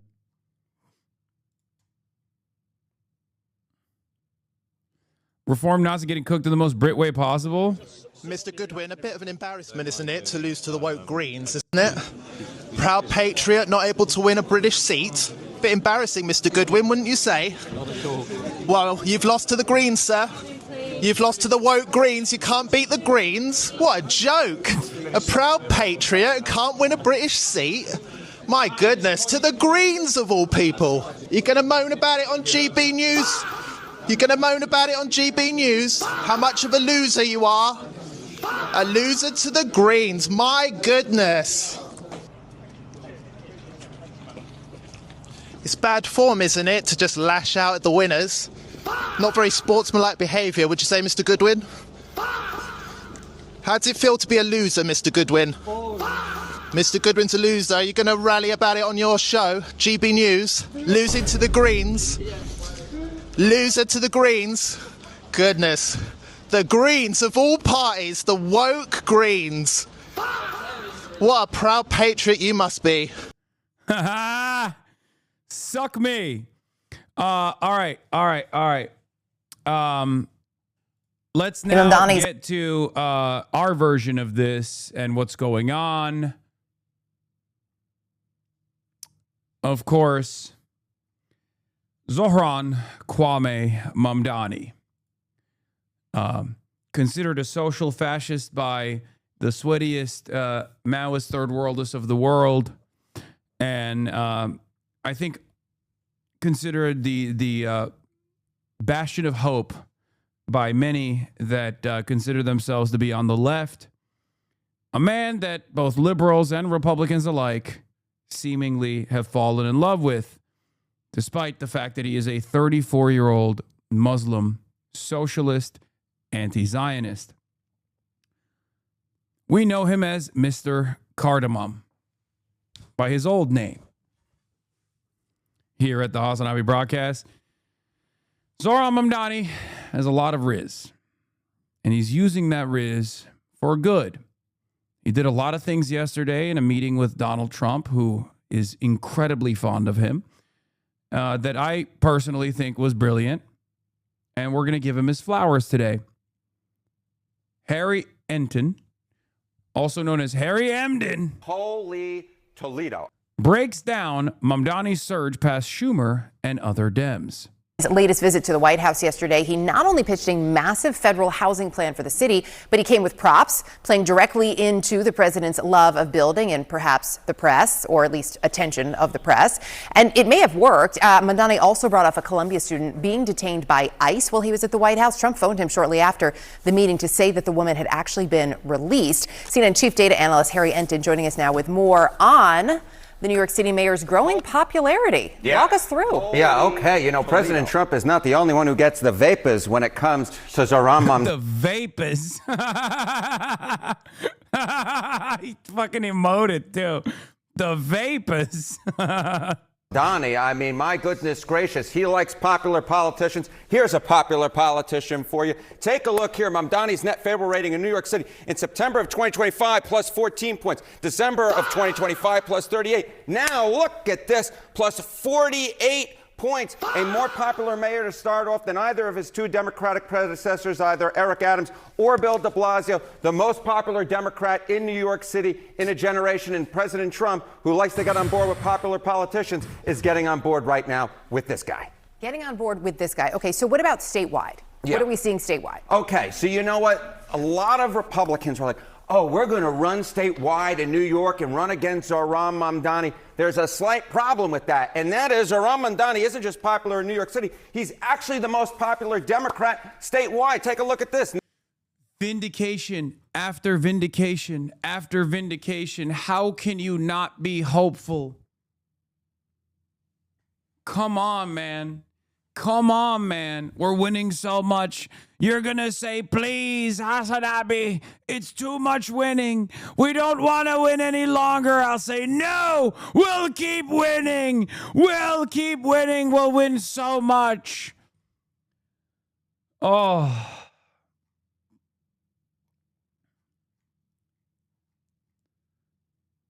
Come on, dude. Come on, dude.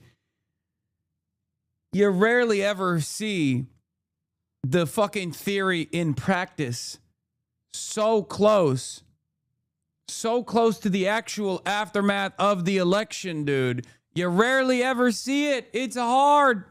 It's hard for me to feel hopeless in this moment. I don't know how you motherfuckers do feel it. It's crazy.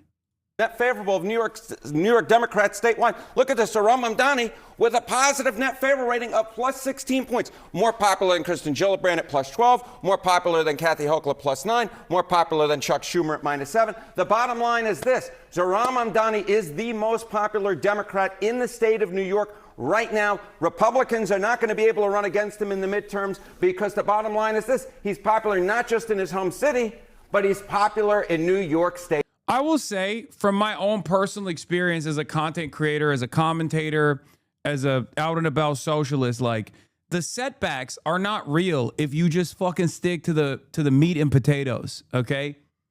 Motherfuckers will cry all the goddamn time, every day, be like, oh, Hasan, you hate America. You said America deserved 9/11. It didn't work in this fucking election cycle with Zohran's, mayoral victory, obviously. And it doesn't even work in my situation as well.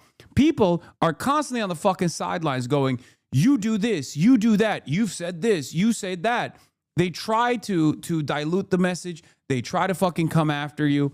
But it doesn't really matter because people still have the capacity to see right from wrong. And you have to maintain that. You have to remember that. You have to remind yourself of that reality all the fucking time. And you got to stick your head down and you got to keep pushing through no matter what happens.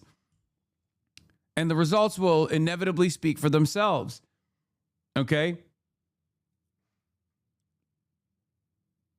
That's it.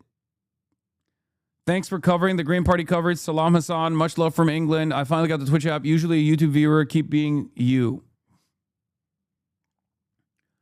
This is also part of the reason why I get frustrated thinking about like the Ellison purchase, like sucking up all of these other like media behemoths and becoming this giant monster, this ultra-Zionist, pro-Trump monster.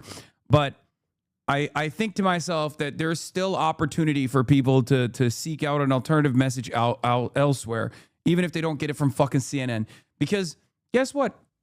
I'm going to go back to Israel one more time. In spite of the unlimited faucet of pro-Israel propaganda, the endless contextualizations for Israeli violence against Palestinians over and over and over again, in the last 2 years, people still somehow found the truth. The truth will prevail as long as people fight for it, is what I'm trying to say.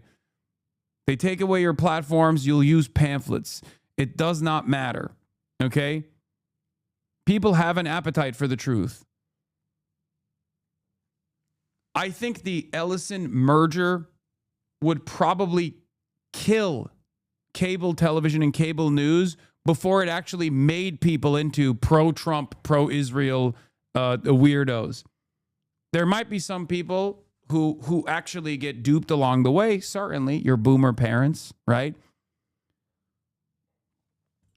But think about how much Edinger Menta made this point, and I know Mike from PA doesn't like him, and I know his audience gets real mad when I bring him up, but he made actually a really decent point.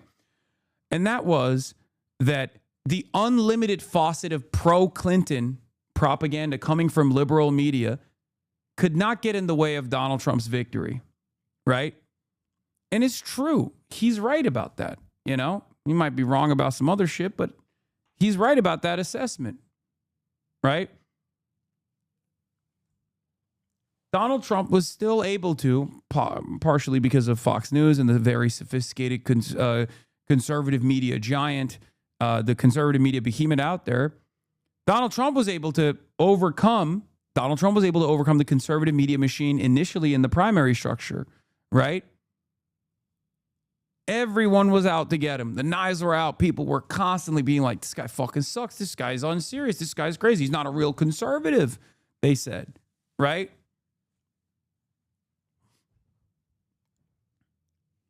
And he was able to overcome it.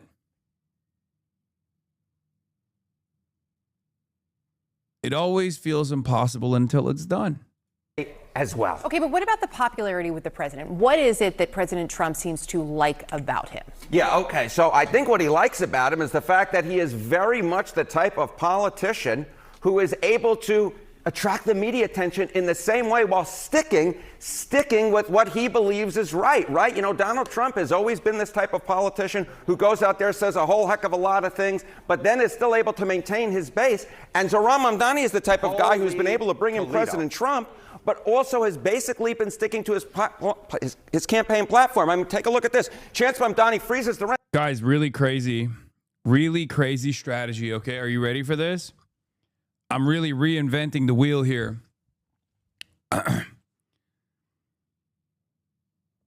Create a platform that tackles some of the most important issues that people are facing and become definable by those policies.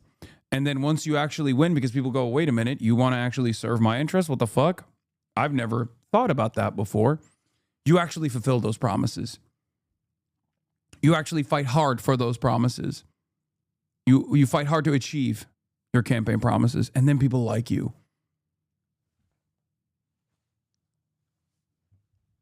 That's right. It's a radical approach to politics. It's called democracy. I know. I often don't want to give the game away, my secrets. But kind of feels like this is rather successful, especially if you can cut through the noise. That's the brilliant part of Zohran's strategy. That the media aspect of this does matter quite a bit. I'm not just saying that because, you know, I always got to put my boys on and my ladies. But there is an incredibly hostile media apparatus. And that hostile media apparatus is still there. New York Post, Fox News, all these other outlets are attacking him viciously. There are hostile forces within the governance structure in the New York mayoralty as well. Police, real estate, big business, Wall Street. These guys also had the knives out for Zohran, and some still do. And yet,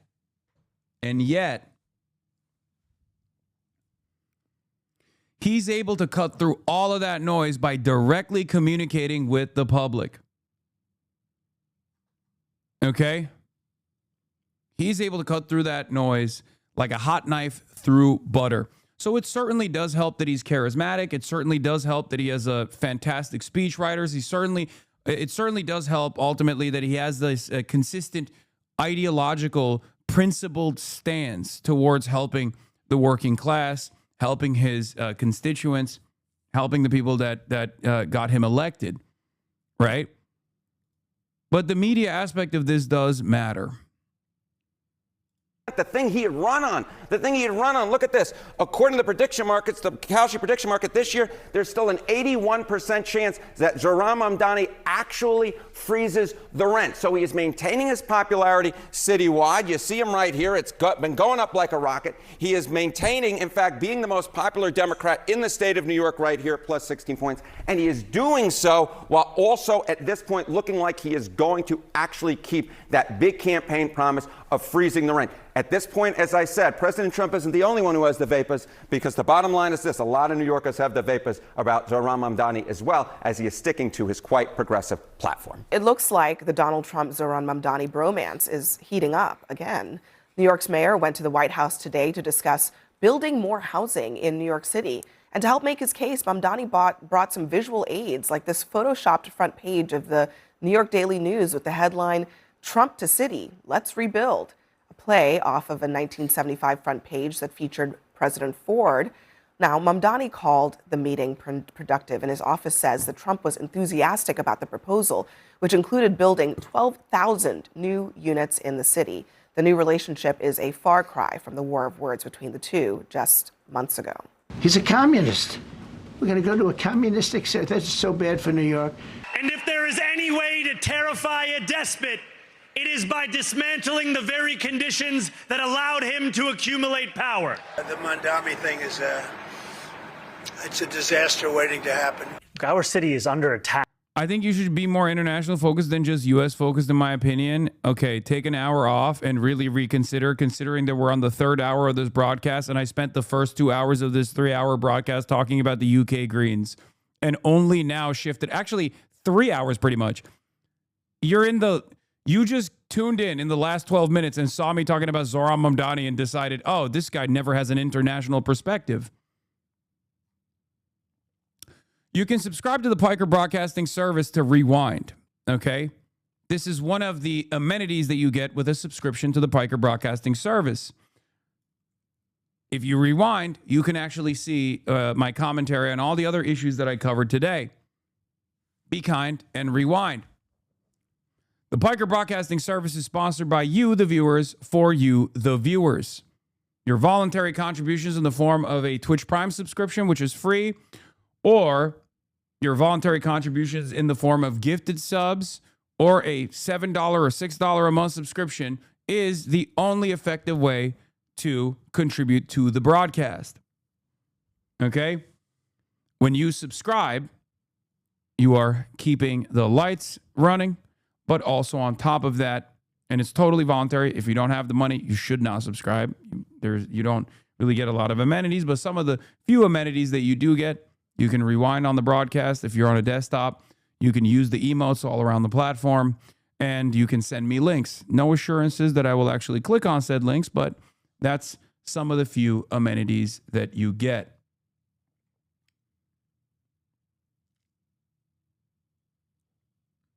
Lol, you started using that PBS line after they were defunded and can't sue you for infringement, Lamau. I mean, yeah. It's true. The Piker Broadcasting Service for tomorrow's news today.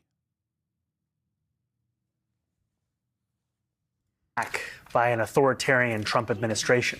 He's a communist. He hates police. He hates Jewish people. And yet he's got Jewish people supporting him. He hates Jewish people. If anyone can show a nation betrayed by Donald Trump how to defeat him, it is the city that gave rise to him. I still see both Democrats and Republicans fighting yesterday's war on this. They're like still trying to make these two enemies when Mamdani and Trump are just fine working together, getting some stuff done for each other, posing for pictures. I mean, is it time to just let it go? This is a good thing. It's okay for us to have heated debates in elections, and then Democrats and Republicans work together when the elections are over. They're not going to agree on a lot of things, but I suspect if you're... Click on this link, it says Chepsa, and it's just a poop sock.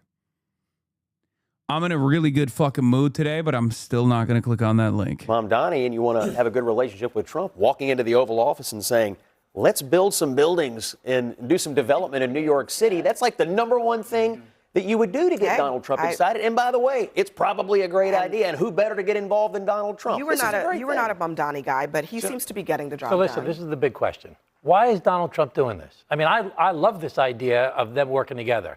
Why can't Donald Trump work together with the Democrats in Washington, D.C.? You have Donald Trump here, and he calls Mamdani a communist over there. He said, but I want to work together with him. Good. I like that. Why can't he work together with the Democrats? There must be something going on here. Can I flip the question? Why can't Democrats learn from how Mamdani is dealing with Trump? I said I wrote he understands the game. I wrote an op-ed. He walks in with a poster and a very direct ask. That's a win-win for everybody. $21 billion for 12,000 affordable homes. Trump wants affordable housing. Easy. It's easy to see how you get a deal. Should Democrats learn from that? Yes, absolutely. I've wrote an op-ed saying, let's work together with Donald Trump. I've sent letters to the president, bipartisan letters, saying, let's make a deal on immigration to get something done. The problem is the president has not talked to any Democrats in Washington, D.C. He talked to John Fetterman once in March of 2025.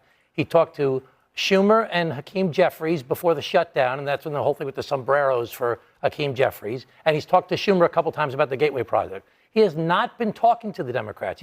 At the State of the Union the other night, I'm very well rested from that evening, but he made a... You didn't have to stand up too much, did you? He made a point of saying they're all crazy, they're all sick. I mean, let's work together to actually solve some of the real problems that affect people's lives. But how many of your colleagues didn't bother to show up at something that would have been controversial for them to show up to and express? Low Kirk, Trump calling him a commie, then working with him just normalizes communism. GD Pond, Don strikes again. I said that as well. Like, you call Nancy Pelosi a communist, then, you know, you're disparaging communism. You call Zohran Mamdani a communist, all of a sudden people are like, maybe fucking communism ain't too bad. You know, Bravo 360, thank you for the 100 gifted subs. God damn, Bravo. Also, once again, I'm going to do a call to action that I normally don't do, but if you like the fucking soundboard, subscribe right now. If you like the soundboard, in the aftermath of the 100 gifted subs that just came in, if you like the soundboard, subscribe right now or gift subs, and the soundboard will continue. If you don't like the soundboard, then don't subscribe. If you don't subscribe, I'll assume you don't like the soundboard at all. This is how democracy works now. Okay? This is just like the electoral system. Your money goes a long way here. Kind of feels like people like the soundboard. Chepsa, Chorbe, Suki, thank you for the 5 gifted. Lord, Racknor, thank you for the 5 gifted as well. God damn. Bravo 360th. With another 100 gifted subs left on me with a 5. God damn. Why?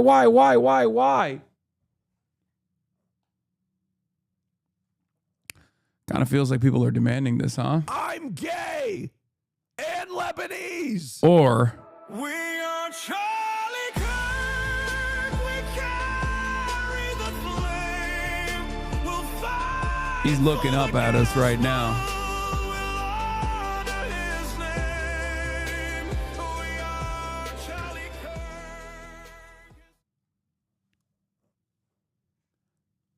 Trump doesn't work with the Democrats because they're all compromised and you're compromised. Why should someone take you seriously and buy your shit? Zohran ain't compromised. That's why. Wait, what?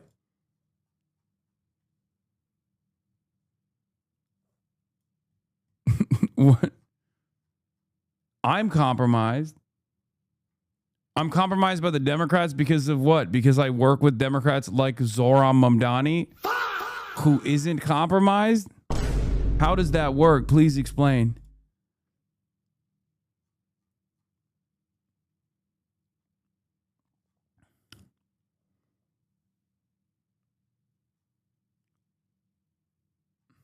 Some interest in at least respecting the office and respecting the institution. Listen, there were plenty who chose not to. Rose is right. I'm making a plea to the President of the United States of America. Mr. President, let's work together to get some stuff done. Let's thank work you for the on 5. affordability. Lil B Stan, thank you for the 10 gifted. Immigration. Cloud Queen, thank you for the Let's work on 5. the things that are affecting Pterodactyl, real thank you for people's the lives in 5. America. Traffic Man, And thank you for stop the all 10. finger pointing. Closed I'm ready to Presidents, work thank you for with the 100. If Democrats could get Trump Parky to the Park, table, thank you for the should 20. they? Yeah, I mean, look, at the end of the day, Mamdani said he was working for the people of New York. His job is to get the people of New York affordable housing. If he can get that money from the president, terrific. If he can get that money from Kathy Hochul now that the federal government owes her $13.5 billion refund for Trump's tariffs, great. He's doing what he said he would do. He said he would work for the American people. He said he would work for the people of New York. And I just think people should remember that picture of Trump smiling his face off, because I've never seen him so happy. When the GOP messaging for the midterms is Mamdani and the radical left Democrats destroy America. Well, I think that's the end of that literature that they put in my campaign. That's probably the end of that argument Probably no today, more. There's and the end of our panel discussion on this topic. Good morning, everyone. So, couple things.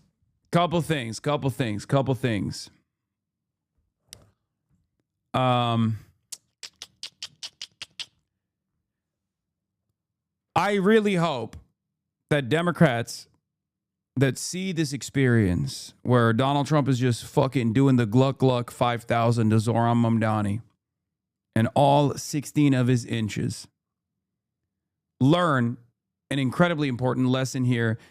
Of course, Democrats are devoid of the capacity to feel shame, and they're also utterly disinterested in learning any lessons whatsoever.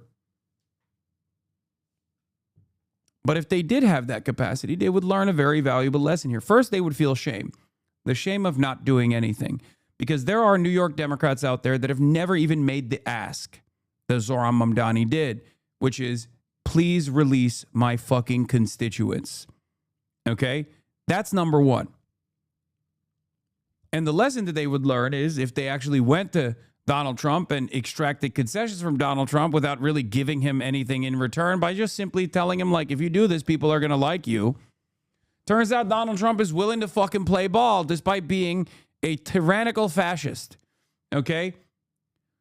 A lot of establishment Democrats on the timeline have been fucking so unimaginably jelly beans, okay? Peanut butter and jealous about this experience that we all watched unfold yesterday, okay? And I was seeing it on the fucking timeline. It was awesome. Peanut butter and jealous, dude.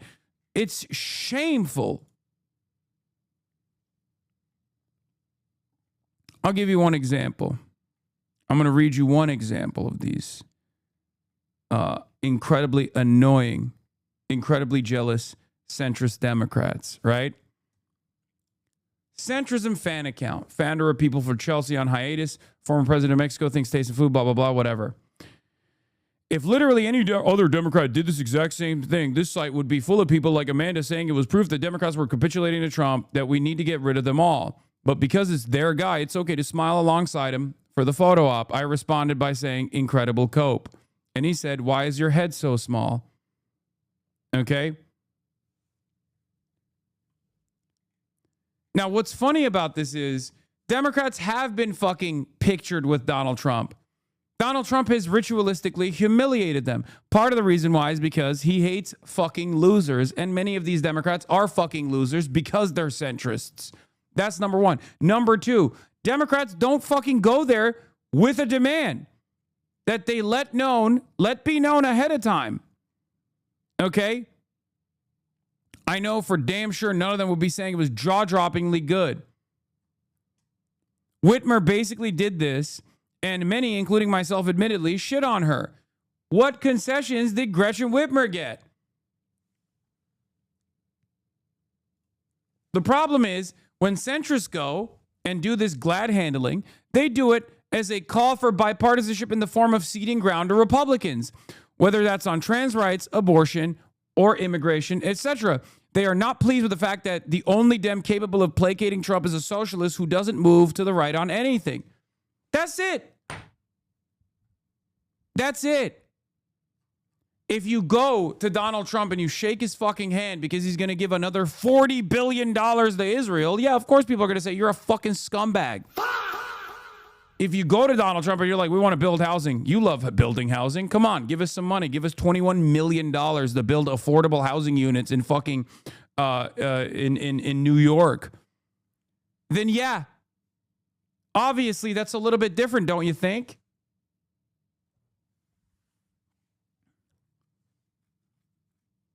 That's it.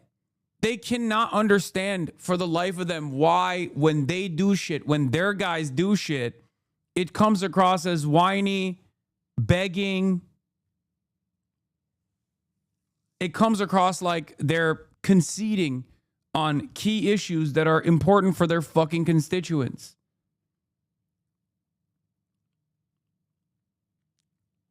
This is what happened when Schumer and Jeffries met Donald Trump. If you remember, he used this as an opportunity to shit on them. Chuck Schumer and Jeffries had the momentum. They had the public backing on their side. And even in this moment where they were supposed to put on a fucking strong face and put on a fight, they came into that meeting like the pussies that they are, and they got fucking humiliated for it. Zohran Mamdani came in, knew exactly how to fucking massage Donald Trump's sensibilities, came in with the fucking silly ass like Trump to city, let's build, Ford to city, drop dead.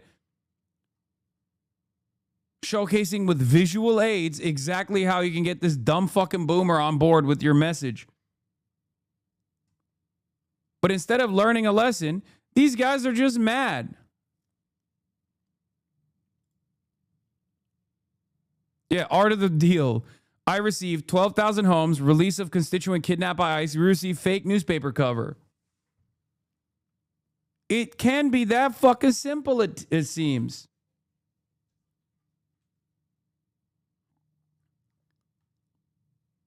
I covered this extensively yesterday. There's obviously other forces at play here. It's like Donald Trump's own personal need for being well-liked by, elite New York socialites.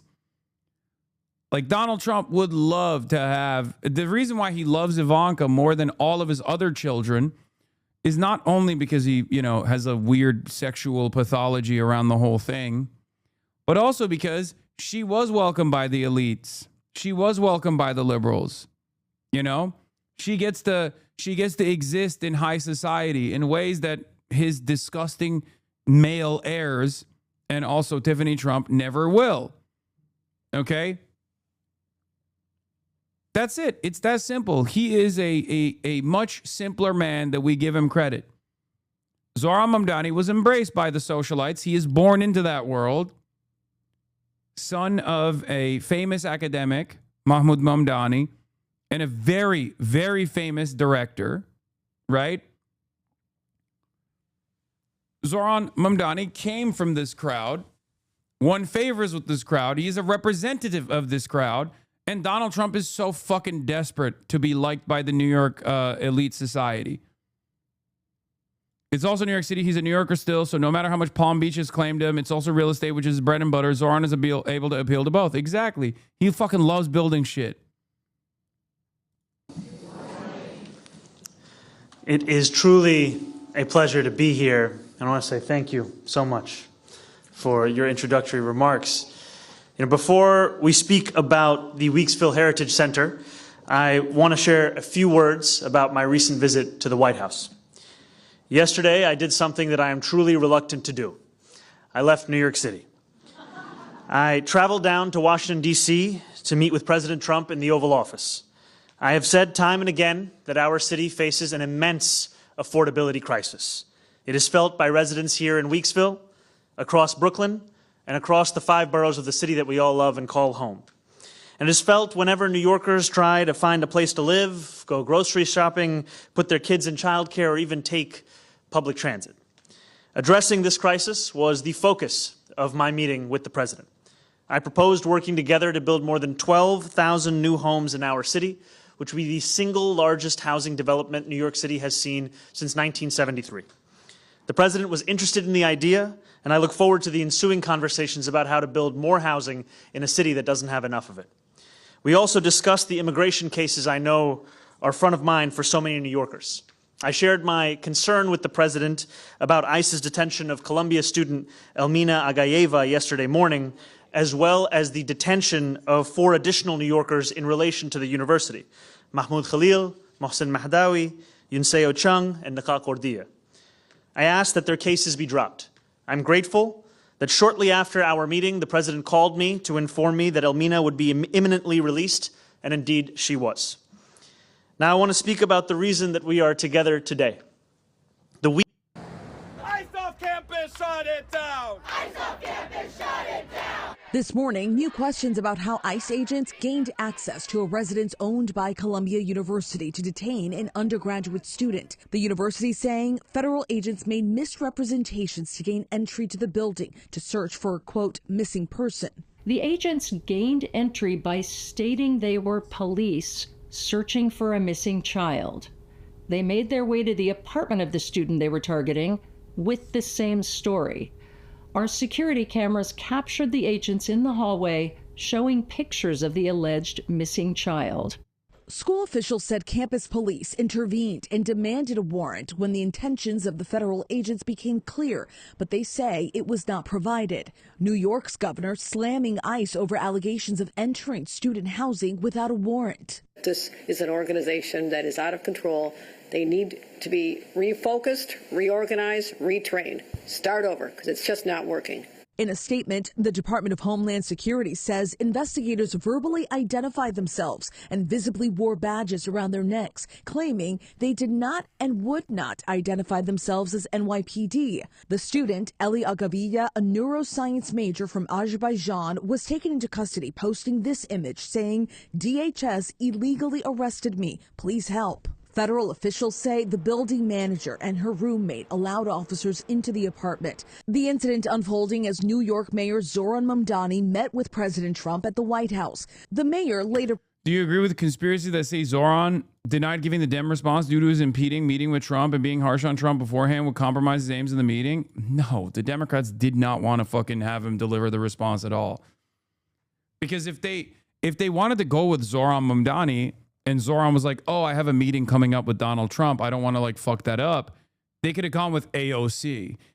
Okay? I mean, it's delusional to assume that the Democrats don't have like a deep line of talent that they could go to, especially in the populist side of things. They just hate, they despise the populist wing of the party. They fucking absolutely despise them. They want to fucking squash it to the best of their ability. They are fearful of the momentum on our side. They abso-fucking-lutely do not want to even come out with like they don't want to ever put them on. They don't want to put our guys on ever, okay? Because they are utterly fearful. They are terrified. They're utterly terrified of the fact that if the Democrats give a larger platform to the left flank candidates, people are going to be like, what the fuck? I want that. What do you mean? I would love that, please. And of course, I'm not talking about like the Democrat Party account run by some fucking Zoomer who obviously loves Zohran and is probably like a HasanAbi head. I'm talking about the party machine. The party machine genuinely fears left flank momentum taking over the party. They have to maintain their controlled opposition stance. Otherwise, they lose all their corporate benefactors. Posting that Trump informed him that Agayeva will be released imminently. Now free, Agayeva announcing her release online, saying, "I am safe and okay," adding, "I am so sorry, but I am in complete shock over what happened." A DHS spokesperson confirms that the student was placed in removal proceedings and released as she awaits a hearing, guys. All right, Stephanie, thank you. Here in New York, there is anger after a graduate student at Columbia University was arrested in her apartment by immigration agents. She's now back on campus after several hours in custody. The university claims the agents lied to get into her building. Homeland Security officials deny that. Tom Hansen looks at the latest detention case at a school where other students have been taken away. Protesters hit the streets outside of Columbia University's campus Thursday after federal immigration agents detained Elmina Agayeva, a neuroscience student set to graduate this year. I've been friends with her for a while now, and to see this happen to someone who just wants to be here and make a better future, for herself and to brighten her future, it just... Bro, Columbia students are just carrying this fucking institution. I swear to God. Columbia, the Democratic Party, like democracy across the board is just being carried by people who are consistently cast aside as naysayers, like by the very same institutions that they are defending. It's crazy. I cannot fucking stand what Columbia is nowadays. I want to say what it's become, but it's kind of always been this way. And judging by past incidents where, identical student movements were organized and forced the campus to make certain decisions, which the campus obviously objected to, and then acted as though they were all along, like they were on the side of the students later down the line, when history vindicated them with student protest movements, anti-war movements in the past, the anti-apartheid movement in the 80s and 90s. It was fucking unbearable. It is unbearable that these guys stand in opposition to every single thing that these people are doing, these students are doing, these brave students are doing, and only to turn around a decade later and be like, we were there all along. Look, we cherish our student protesters. Fucking assholes, man. It's absolutely devastating. In a statement, Colombia's acting president alleged that federal agents made misrepresentations to gain entry to Aguilleva's dorm around 6:30 a.m., saying they were searching for a missing person. In response, the Department of Homeland Security said the building manager and her roommate let officers into the building, adding that investigators verbally identified themselves and visibly wore badges around their necks. Today I will be studying for my genetics exam and going through literature for my research manuscript. Aguilleva, a social media influencer with hundreds of thousands of followers on Instagram and TikTok, is originally from Azerbaijan. According to DHS, she had a student visa that was revoked a decade ago, allegedly for failing to attend classes. New York City Mayor Zohran Mamdani posted Thursday that he had shared concerns about Aguilleva's detention in a meeting with President Trump, who later... Zohran ran on protecting trans healthcare in New York City, but so far has been radio silent at NYU Langone, and Mount Sinai cutting youth trans care. Really feels like he's turned his back on us. I haven't seen anything that he said, but people are fucking, like, not only...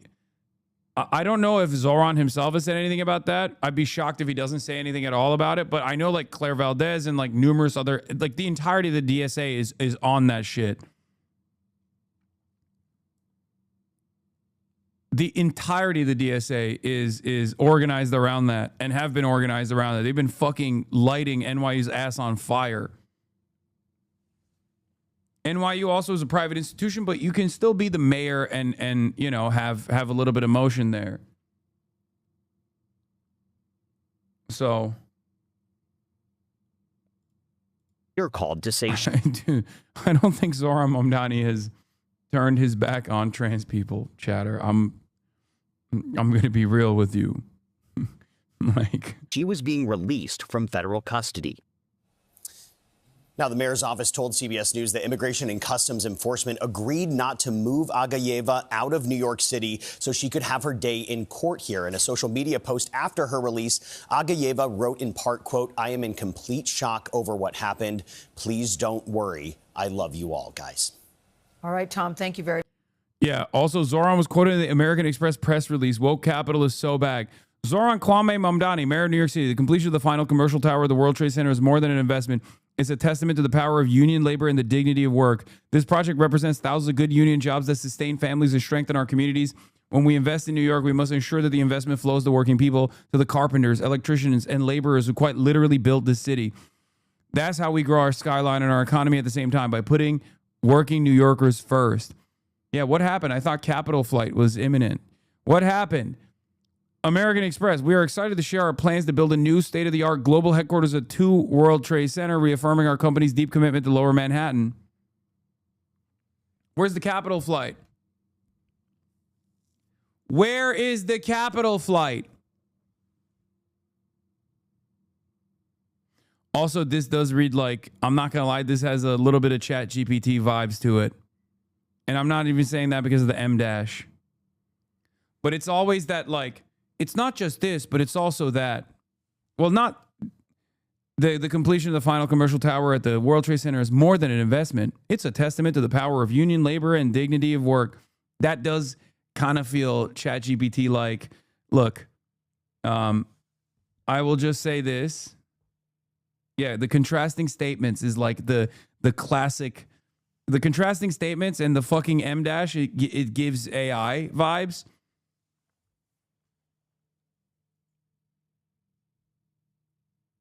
Except he also kind of talks like that.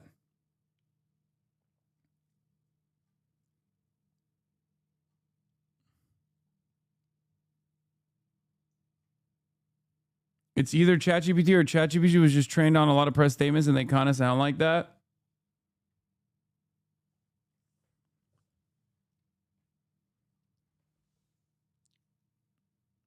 Are you calling our boy a bot? Zohran doesn't write all of his speeches, chat. He has a brilliant team. One that I will one day steal from under him. Not because I'm going to like run for office or anything, but he better fucking watch out.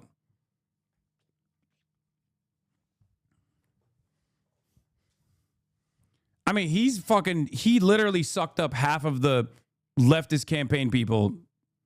Fair is fair. You know what I mean? You got to spread the love around a little bit. Pay your editor. Yeah, I notoriously, I am notorious for not paying people I work with. Famously. Stay away from Zara. I've known Zara for longer than Zohran has known Zara. But that's not even who I was thinking of.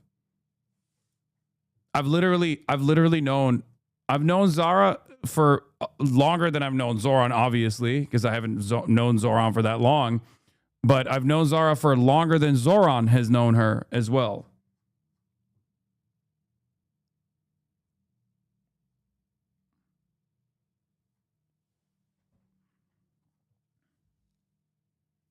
No, not Zara Larson, Zohran's campaign manager, one of Zohran's campaign manager. Pay your dog with pets now. Look at her paw. Look at her paw dangling off the side of the fucking bed. She is knocked the fuck out.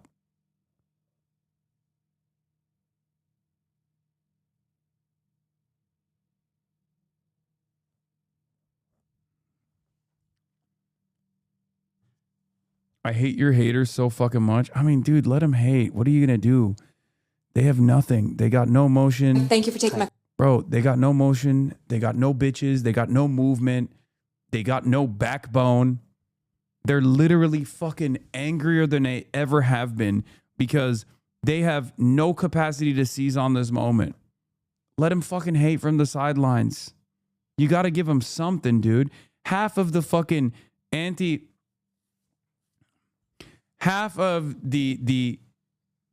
Hasan contingency has collapsed. That marketplace is drying out right in front of our eyes. Hasan derangement syndrome is basically established as a serious form of mental illness at this point. Because this is not even about me. Unfortunately, for a lot of people on the internet who are drama-brained, they have turned me into like a beacon of an entire fucking movement. I'm not that guy, okay? I've never said I'm that guy. I don't believe I'm that guy.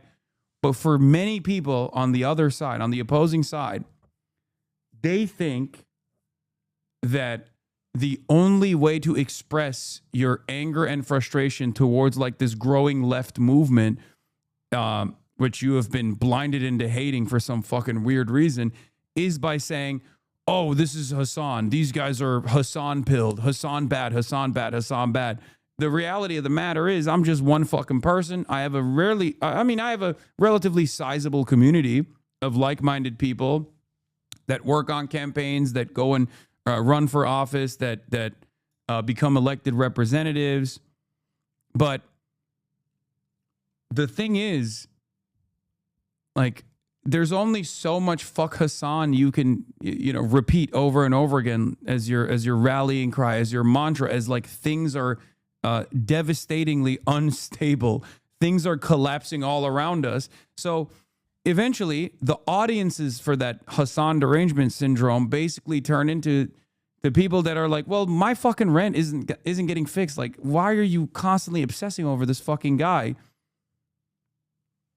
And it kind of feels like this fucking guy that we have been told is like the primary villain of American politics for some reason keeps, finding himself on the right side of a lot of issues. Right? You are not the movement, but I really appreciate that you cover current events. Yeah, I'm not the movement at all. I'm simply a voice. I'm one voice.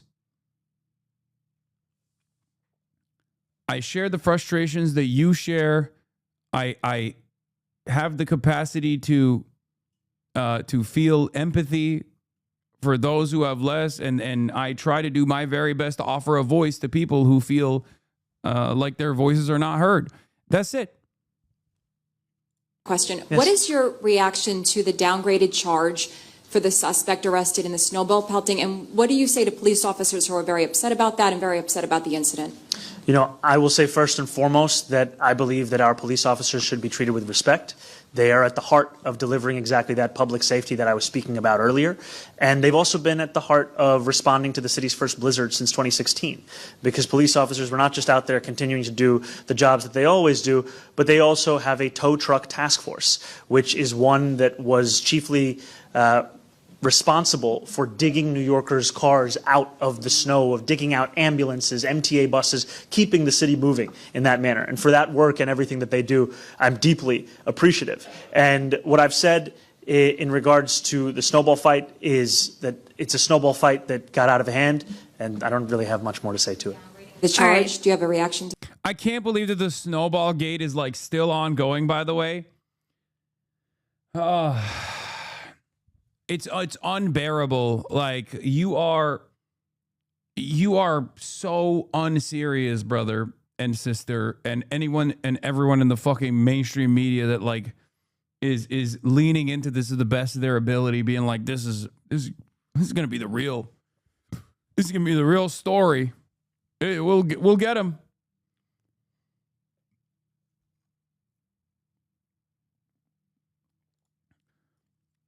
A lot of us see you as that guy, even if you don't want it. You do represent this movement. You are the largest left-wing commentator on the internet right now. I'm sorry if you don't want it. You're not the leader, but for many people, you do represent the left online. You don't control or command us, but you are a voice for us in many ways. I mean, yeah, I recognize that responsibility that I carry.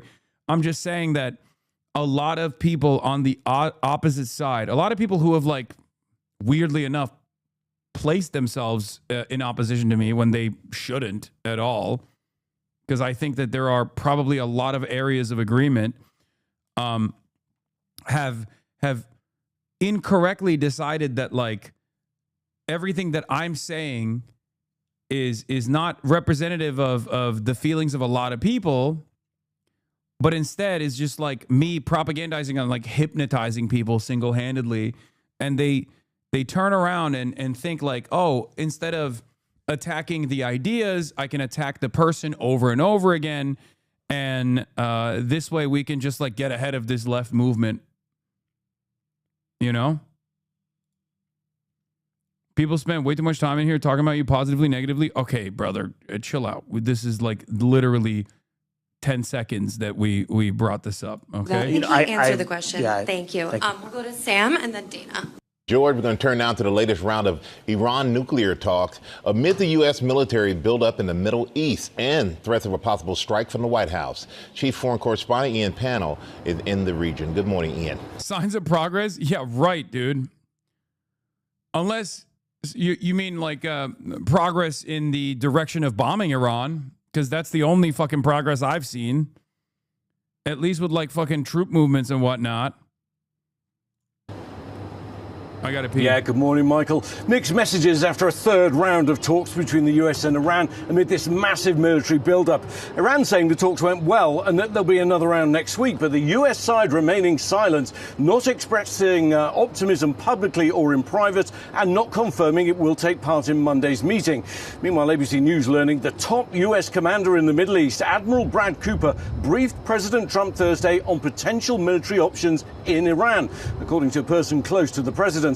A US official confirming to ABC News before the latest talks that Iran's offering to suspend its enrichment of uranium for a limited period.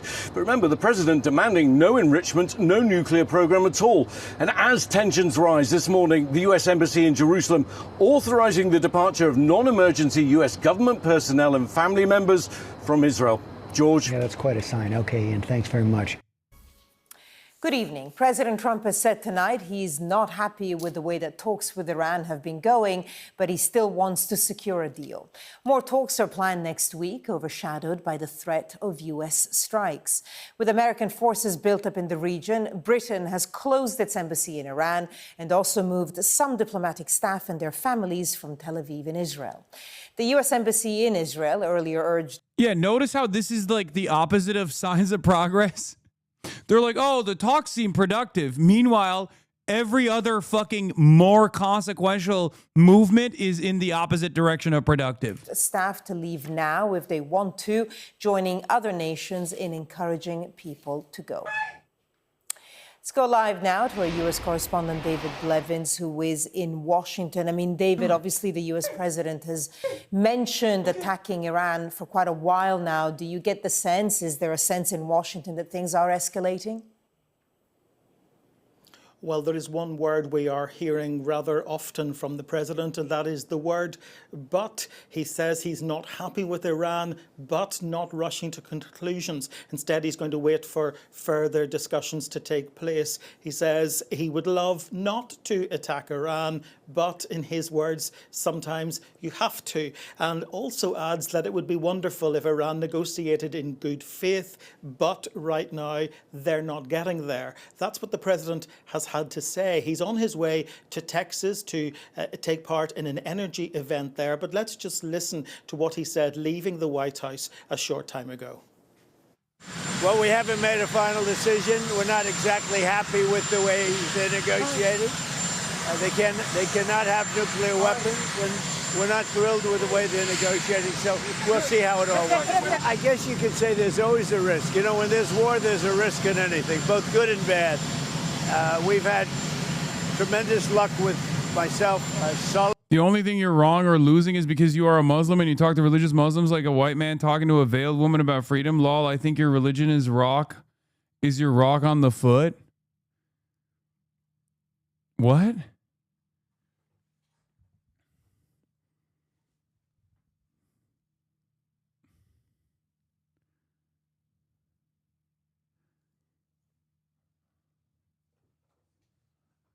Brother, do you know who you're talking to?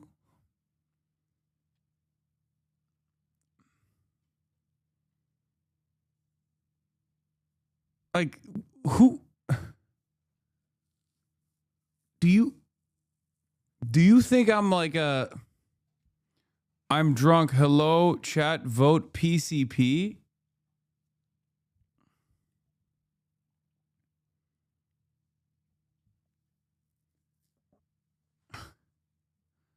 Yeah, you must be fucking drunk.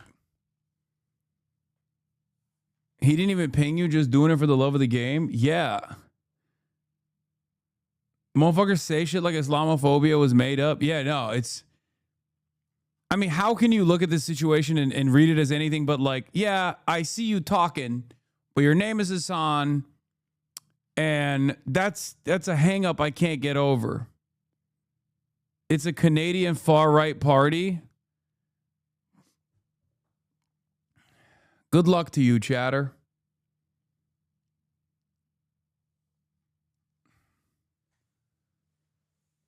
Like that right there is a perfect depiction of how racism is like truly a major filter, and it causes your brain to work in very unique ways.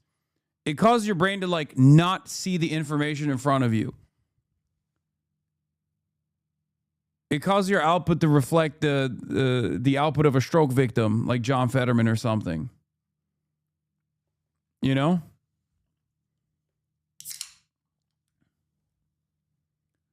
Like, I believe in religious tolerance, but it's not a secret that I'm secular, you know? But this guy sees someone by the name of Hasan and immediately goes, oh, you want to do like forced head coverings or whatever kind of fucking fantasy he has in his mind about what it means to you know, come from a Muslim background in general. Insane. Khomeini, al-Baghdadi, everything's worked out, and then we do the Midnight Hammer and so many others. Everything's worked out, and we want to keep it that way, but we're going to see. Look, it'd be wonderful if they'd negotiate really in good conscience, good faith and conscience, but they are not getting there. So the President of the United States sounds like a man who is undecided right now. But of course, we've been hearing conflicting messages for quite some time. 9 months ago, he said Iran's nuclear capability had been completely obliterated. Now he's expressing concern about its nuclear capability. A month ago, he told people in Iran to keep protesting and said help was on the way. That help never arrived. And just this week... Yeah, help is on the way. Hellfire missiles, baby.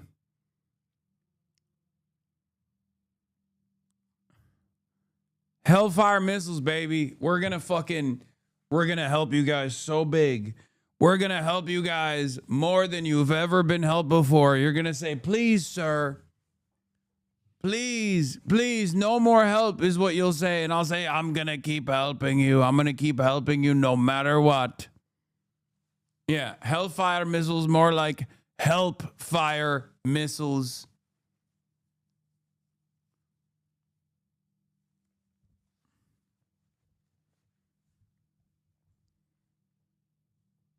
Stop joking about this. 30,000 people died. Okay, first of all, that number is absolutely not correct. There is no official, with the exception of the American government and the Israeli government, there's no, like, even Western-backed NGO that has arrived at a number like that. Okay, that's number one. Number two, you're right about the second part. 30,000 people will die, probably in the first round of fucking bombing, if Donald Trump actually, gets his wishes across.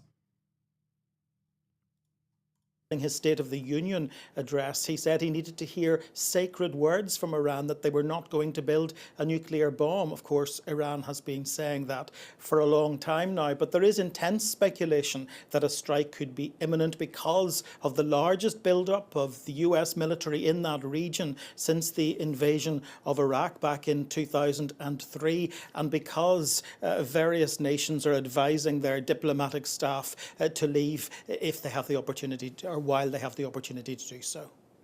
David Blevins with the latest from Washington. David, thank you. Over the last few hours, the drums of war have been beating all the louder across the Middle East. The United States has withdrawn non-essential staff from its embassy in Jerusalem. Britain has withdrawn all of its staff from its embassy in Tehran. The Israelis reportedly are moving vulnerable patients out of some of the hospitals into safer areas. And so as we look... This guy said, goddamn, was also a pedophile Nazi. Dude thought I was pro-Israel for a second, I think. He thought I was like, one of these groypers who's like pro-Jeffrey Epstein or something. Across the region, we can see that there is a sense... He thought I was pro-Trump. Something warlike is about to happen fairly soon. It might all be a bluff. Of course it might. But if so, it's a fairly elaborate bluff, because the United States has got two carrier strike groups, one, the Abraham Lincoln, south of Iran. It's got the USS Ford, the carrier strike group in the Eastern Mediterranean, and it's got bases all over the region. Thing is, it can't use most of those bases because the Middle East governments won't allow them to be used, so it would have to launch strikes from its carriers and from other bases further afield. It's even sent... U.S. Colonel confirms the soldiers clogged the toilets on purpose. What? Who is the U.S. Colonel? Colonel McGregor just revealed sailors on board USS Gerald Ford. I don't think this is... I mean, it could be true. I just don't think any guy on a panel like that is going to be... He's going to have the actual information. No disrespect. Also, speaking of Kirako, did I say his last name right? Ex-CIA, John, not Kirako, it's Kirako, right? Kirako. Is it Kirako? No, I don't think he says it's Kirako. I thought it was different. Anyway, he's going to come on the broadcast. He said yes. Very excited to... Kiriakou.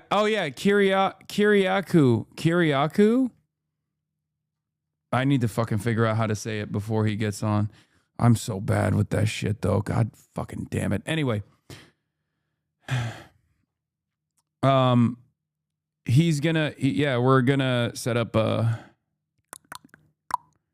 we are going to set up a broadcast. F-22s, this is the aircraft that they won't sell to anyone else in the world. And they've got F-22 sitting in Israel at the moment. So it looks as if something is going to happen. But although they're poised for what could be a very destructive and even a long attack, something lasting 2 or 3 weeks that would go after Iranian air defenses and then Iranian infrastructure and then maybe go after all of the regime nodes themselves, the understanding is that the Americans would probably take some losses if they did that. There would be deaths, there would be damage, they might lose some aircraft, they might have damage to ships. So the Iranians are making it clear that they could do quite a lot to make this very expensive for President Trump. And the Iranians are also indicating, of course, that they might even block the Strait of Hormuz. They could actually bring the whole world economy into their retaliation, and they've threatened to do this before. Blocking the Strait of Hormuz, 20% of global energy, mainly oil, goes through the Strait of Hormuz, and that immediately will put a strain on the world economy. Not likely that they would do that immediately, but if the Americans had a longish attack on Iran, they may well decide to do it and retaliate in general across the region. And many other countries in the region are very nervous that this might set off a really unstable sort of domino effect.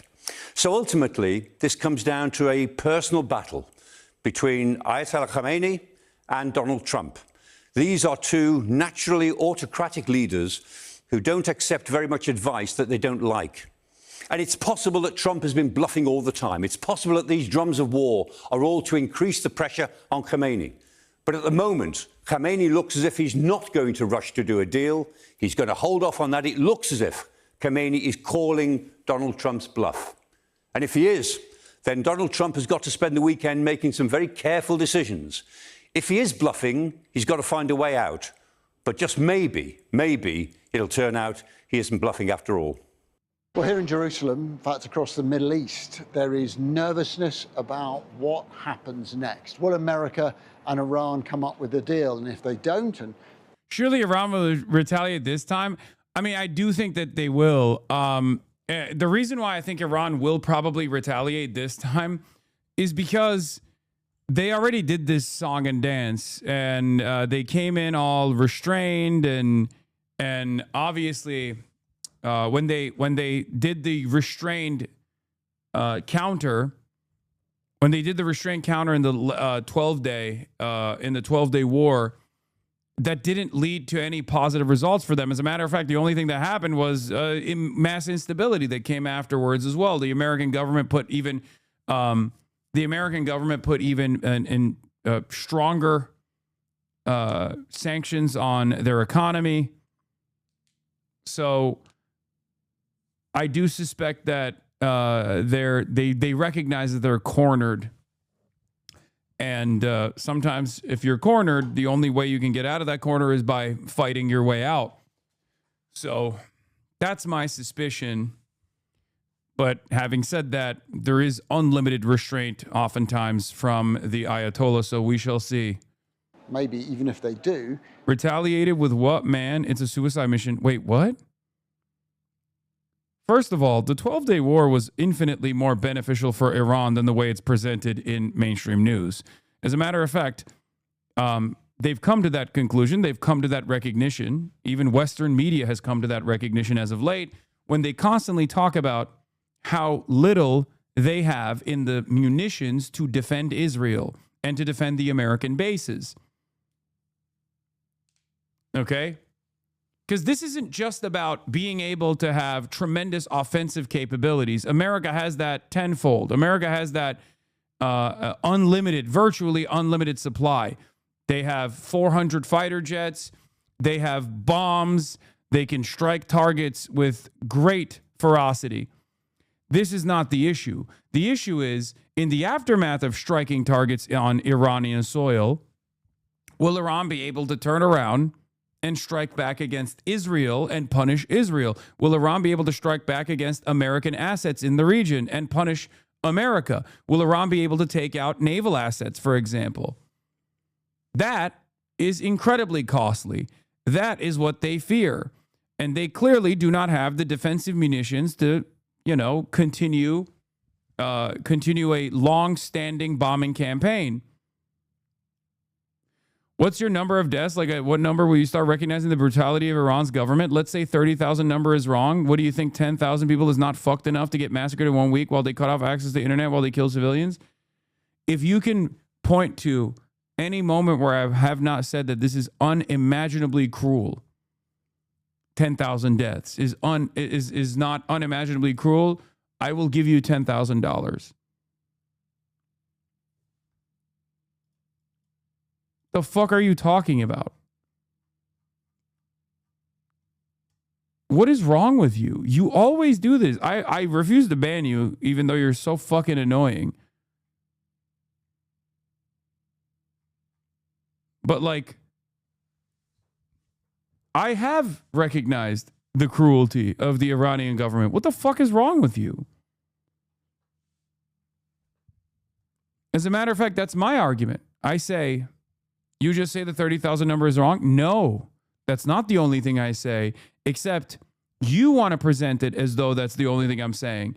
I always say, even if the number is in the thousands, even if the number is 2,000, even if the number is 3,000, that is completely unacceptable. What the fuck are you talking about?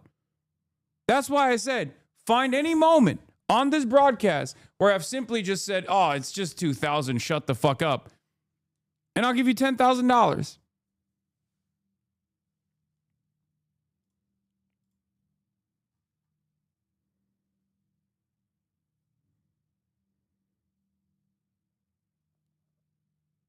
Yeah. This was Amit Segal of channel or N12 News,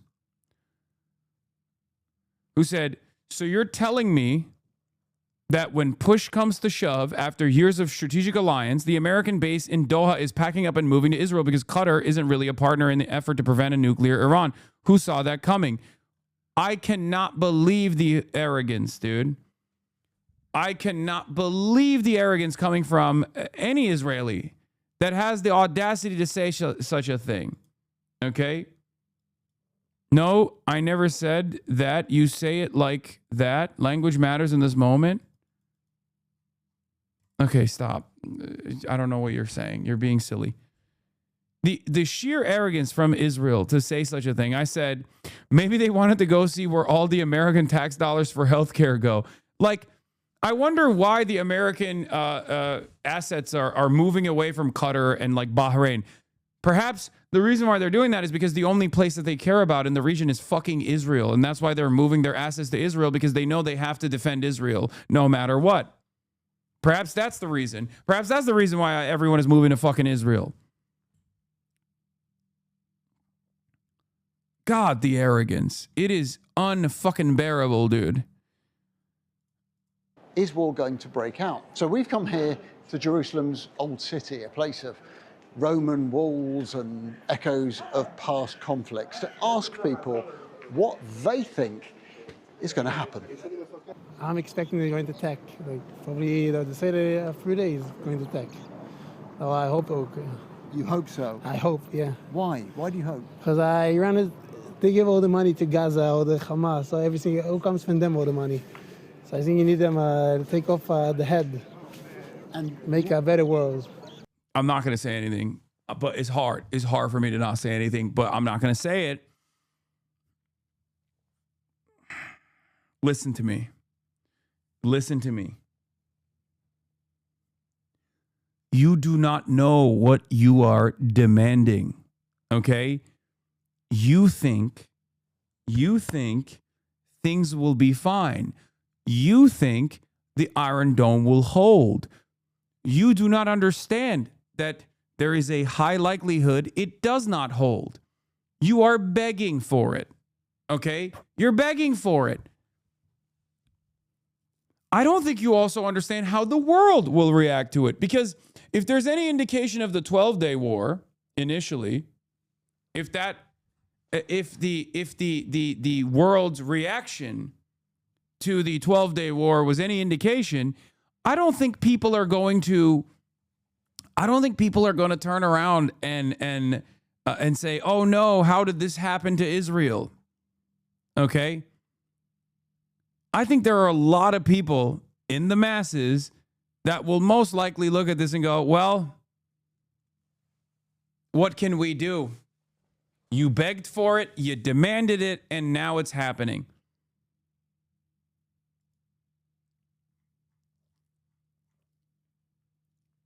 Like whenever Israel says, oh, we can do this without you, I say, fuck yeah, dude. Please go right ahead. I mean, please try.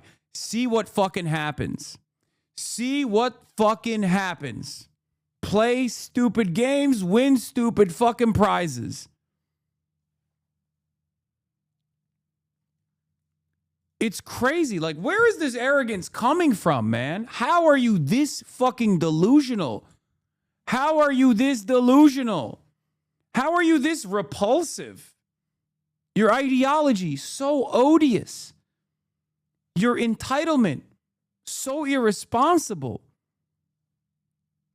God damn, man. Fascism is such fucking maximalist brain poison, really.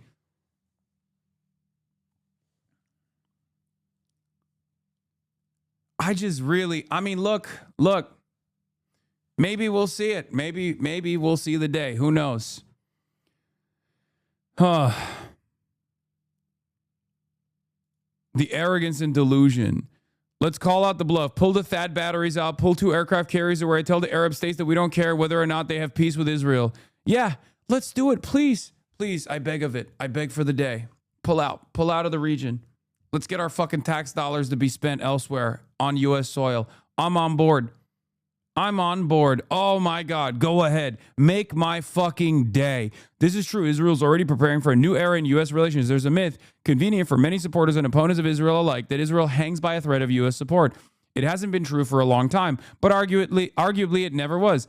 Take, for example, 1948 to 1967. Israel's inner strengths, sense of purpose, innovation, fertility, and...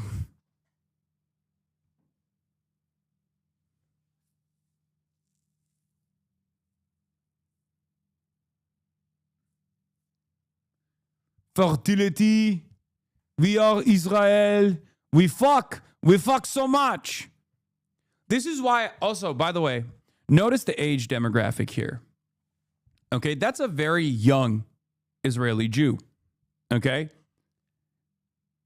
For the rest of the world, young Jews living in the Western world are moving away from Zionism and actually becoming very woke on the issue of Israel. They're becoming anti-Zionist. Under the age of 35, when you look at like American Jews under the age of 35, there are more and more people. There is a majority of young American Jews under the age of 35 that self-identify as anti-Zionist.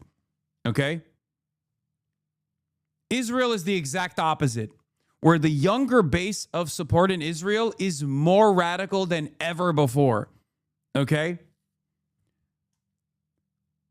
This is why I have said before, time and time again, that Israel's future, okay, Israel's future is a nuclear-armed Orthodox state, okay, with some of the most reactionary and uneducated population that will never enjoy the academic trade, like the back and forth, the cultural exchange that Israel enjoyed for many, many years, ever again. They will be hyper-isolated. They will be angry. There is no way out of it, okay? There is no way out of this. A punishment will eventually come. I just don't know when. At least at this point, like we're waiting. We're waiting for when it happens, but it will fucking happen because the alternative is nuclear Armageddon. You're describing Japan? No, I'm describing the opposite of Japan, as a matter of fact. What are you talking about? Israel has been able to withstand the normal like replacement rate issues that many other developed countries have because they lean heavily into their less educated Orthodox population, significantly more conservative, significantly more reactionary, straight up fucking fascist population. That's why when you look at the West Bank and the settlers, they're all so fucking young.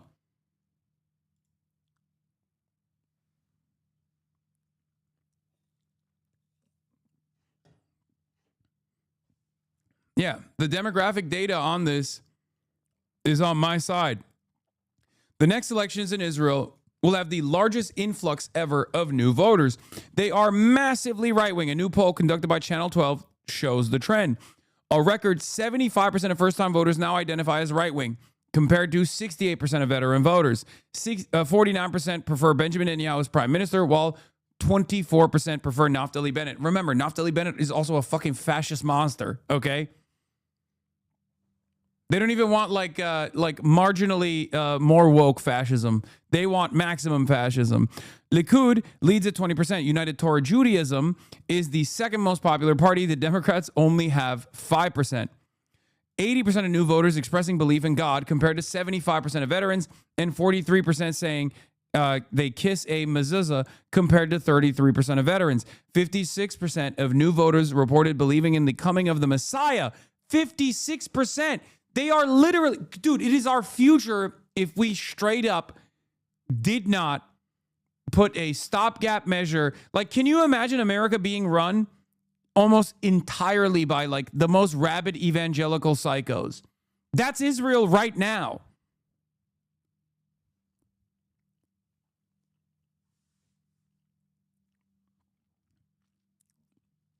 That's fucking Israel right now. That's what's going on in Israel. It's crazy.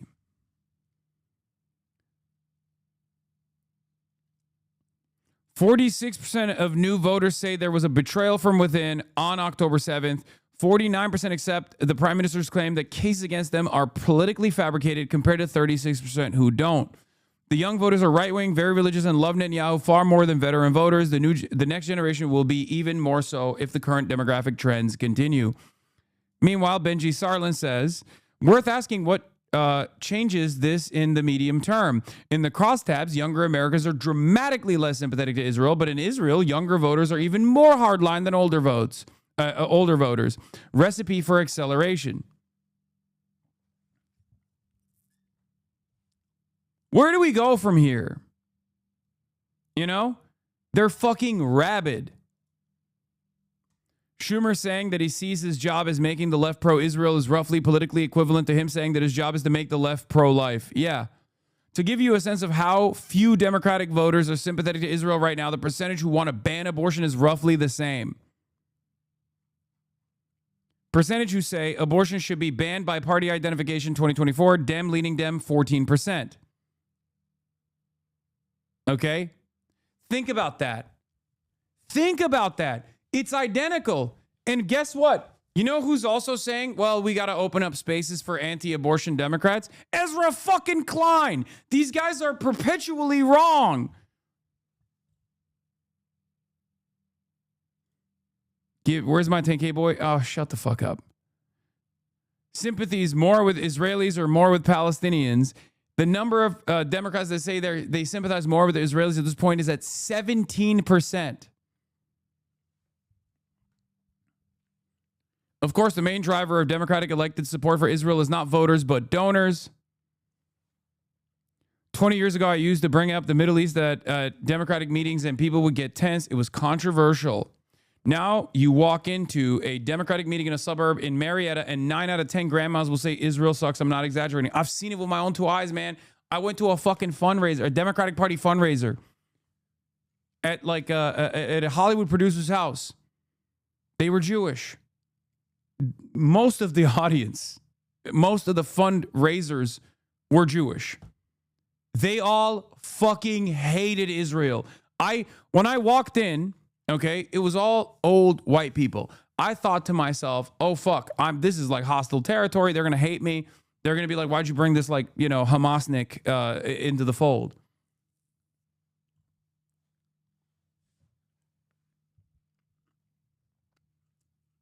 The Barbers and the Deborahs are straight up. The Barbers and the Deborahs are straight up on that fuck Israel tip.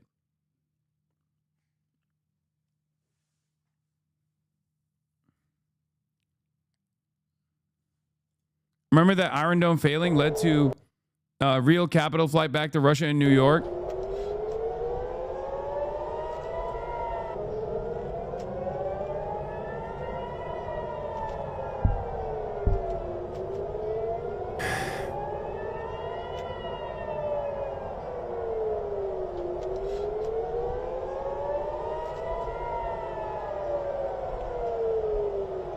Yeah, we watch this shit every day live. And these are sites that we might see once again if America keeps acting up.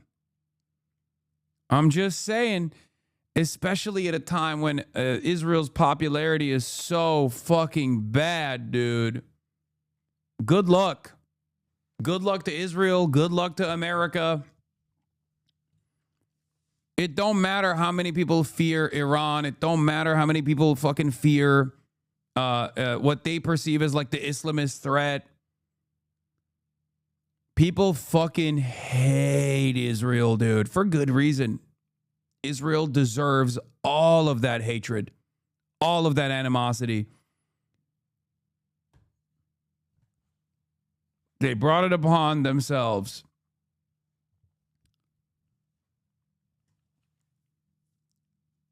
Meanwhile, I can't be alone in looking at the incredible sights from the Chinese satellites.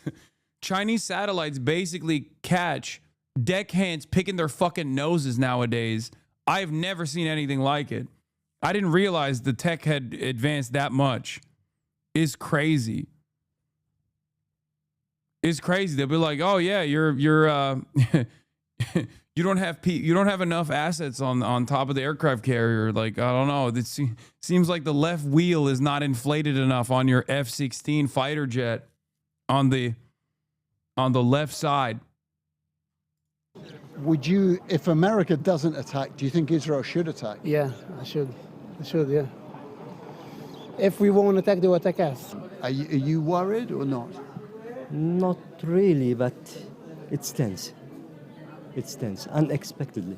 We don't know what's going to happen in the next hour. So people, some of them are really scared.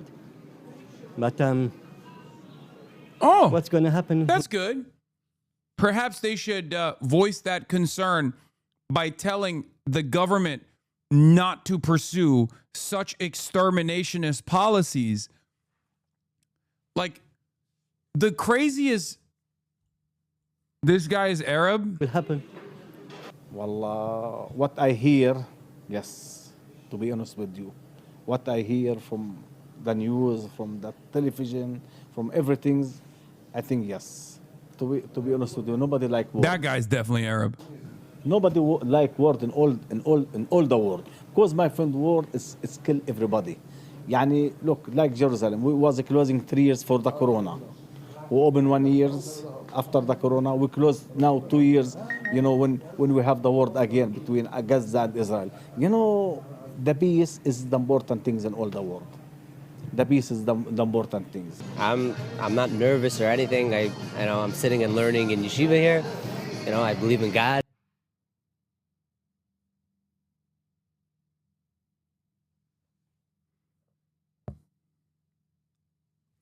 Ya Allah.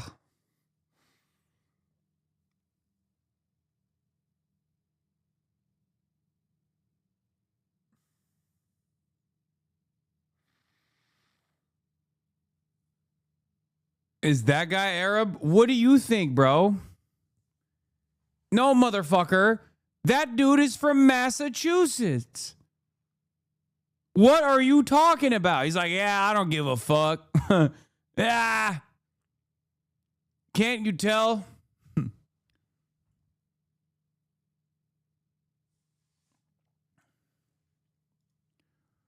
What is this? Iran designated as a state sponsor of wrongful detention? What? They've already designated Iran as a state sponsor of terror. What? The embassy staff still? Bro, what is this? Are they lowering the status from terrorist to wrongful detention? Also, that's crazy ironic. Especially when it's Marco Rubio, who's Mr. Wrongful Detention. He is the state sponsor of endless amounts of wrongful detention right now, including yesterday and today and will be tomorrow.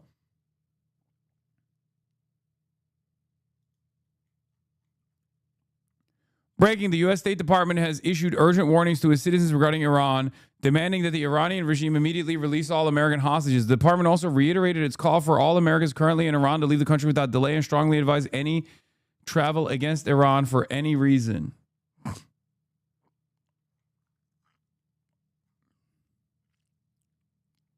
I don't even know. And I believe that whatever he wants to happen is going to happen. And so, you know, I think his plan's going to work. So you're pretty relaxed. I'm pretty relaxed. About whatever happens, happens. Whatever happens, happens. And it's his plan. So, you know, whatever happens, happens. As the full scale of Jeffrey Epstein. Is this real? What is this? Iran agreed in talks with the U.S. never to stockpile enriched uranium. Mediator Oman's top diplomat says in what he calls a breakthrough that he hopes would prevent U.S. war in Iran. Yeah, except as I talked to with Ben Rhodes last night, they keep adding additional qualifiers to this fucking mediation process because the goal of the mediation process from Israel's side is not to actually reach a conclusion. The goal is the opposite. Remember when under the leadership of Barack Obama, they did reach a conclusion on the enriched uranium process. They did. It was called the JCPOA, and it was very effective. But that wasn't actually the goal. That's why the Israelis fucking lost their minds when that goal finalized. Remember? It already happened. We've already gone through this. God, American politics is so fucking stupid because I feel like I'm just like repeating the same shit over and over again and proving it with absolute certainty. Wait, what? Was there a F? I didn't experience it. What happened? Did people... It might have been a regional thing? I don't know.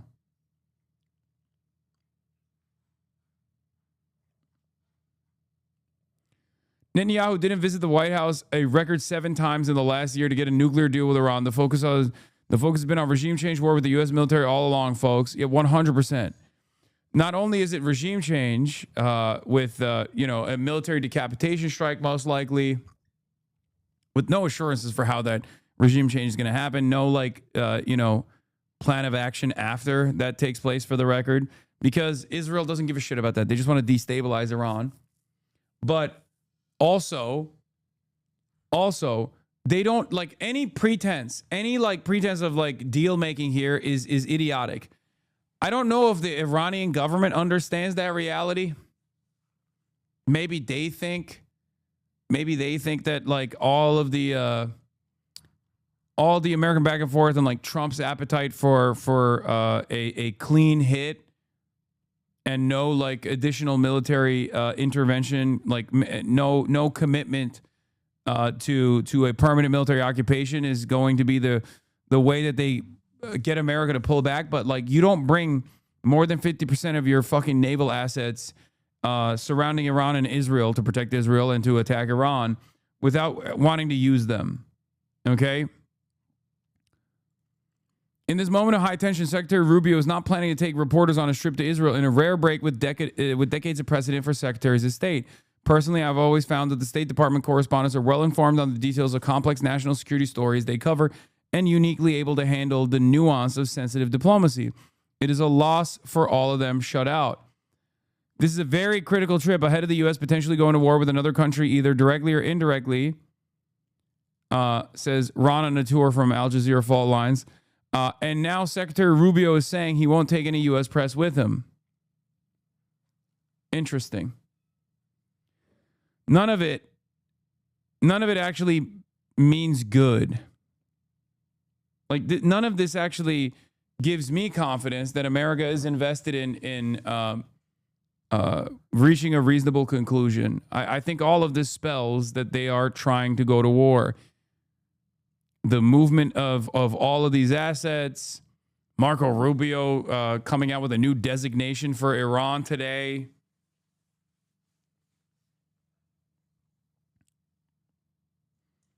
You don't bring all that firepower into the region if you're not going to use it.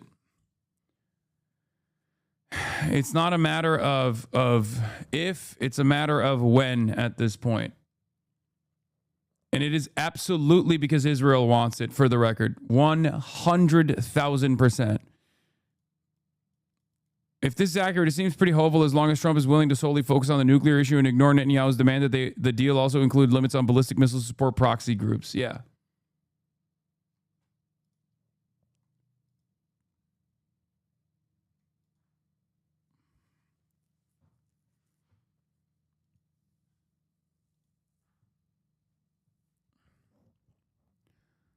What are they going to fucking false flag Marco Rubio to justify a war? What the fuck is this shit? No, they're not. Marco Rubio is their champion, dude. He's their fucking loyal servant. So I don't think they're gonna. I don't think they would go that way. He needs to resign. Meanwhile, if you're wondering like why Democrats are still rerouting AIPAC donations to different candidates, let's take a look. We have the I've had it ladies once again popping off on Hakeem Jeffries, saying that they're like AIPAC compromised. Hakeem Jeffries is compromised and he needs to resign. Serious members of the Progressive Caucus have got to quit playing patty cake with this guy. He is a corporate dim through and through, and he is a fascist collaborator. There's no question that Chuck Schumer is as well, but we will not retain our democracy with the Democratic Party taking money from Palantir. We are not going to retain our country with the Democratic Party taking donations from AIPAC. The corporate Dems are controlled opposition. Chuck Schumer is controlled opposition, and it gets worse, you guys. It gets worse. Pop this up. Matthew Eady recently discovered how AIPAC is hiding its donations using 3 campaigns for, you guessed it, Hakeem Jeffries, aka AIPAC Shakur. I created a graphic to help you understand how the secret campaigns are structured and why you won't be able to see AIPAC and FEC filings, but AIPAC will still be able to track donations through unique IDs and show candidates how much their network has donated to buy pro-Israel votes. And here is the graph. You can see it here, AIPAC. And then we have the democracy engine. 3 of these that are funneled through Hakeem Jeffries. So let's review here. Keep this up. Hakeem Jeffries is Palantir first. Hakeem Jeffries is Israel first. How can Hakeem Jeffries care about immigrant children when he doesn't care about Palestinian children, and he takes money from a genocidal government that's ran by a war criminal, a far-right fascist war criminal, Benjamin Netanyahu, that funded Hamas? And then you see all this money they're filtering in to candidates.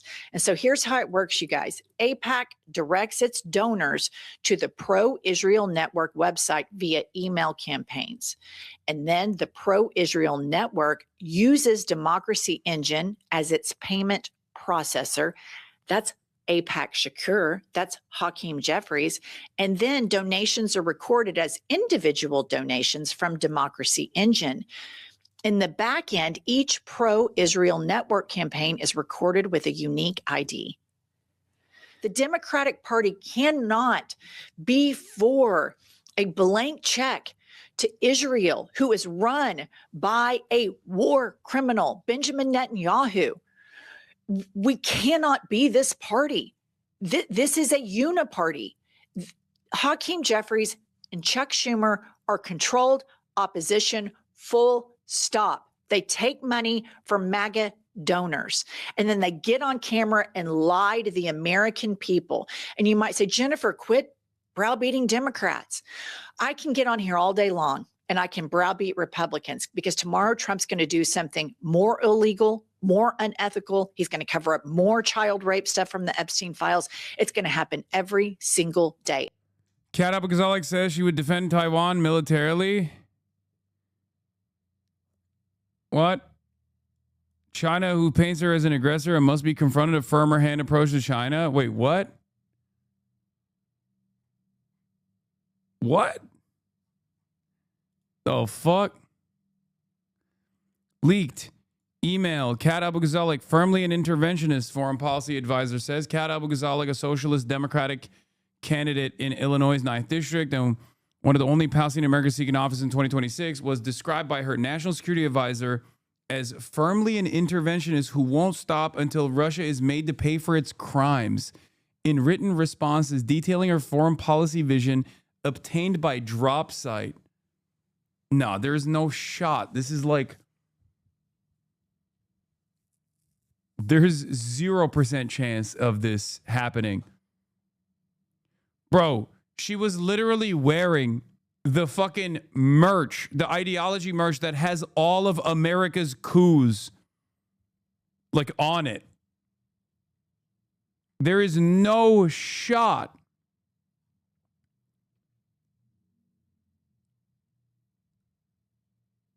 This is her platform on the website. My commitment to overcoming authoritarianism doesn't stop at American borders. The rise of right-wing leaders and authoritarian tendencies is not an American phenomenon. Global peace means not bowing down to authoritarian leaders like Vladimir Putin or Viktor Orban, as Donald Trump and his cronies have done. Instead, we must support democratic movements worldwide while still avoiding unnecessary military intervention, which historically worsens outcomes. Is also incredible importance that members of Congress speak out against human rights abuses across the world, too often overlooked. I mean, this does read like a fucking liberal interventionist. I'm sorry.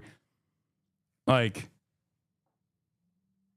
this does straightforwardly read like liberal interventionism, where it's like we have to speak out more against human rights abuses. Like, when has America not spoken out against quote unquote real and also totally made up human rights abuses in order to justify more human rights abuses that we commit in said countries that we intervene militarily in? When I interviewed Abu Ghazalik earlier this month, I asked her about her stance on Taiwan and Ukraine, and she reiterated her position that she supports dropping strategic ambiguity and make clear the U.S. intentions to defend Taiwan militarily. Wait, what?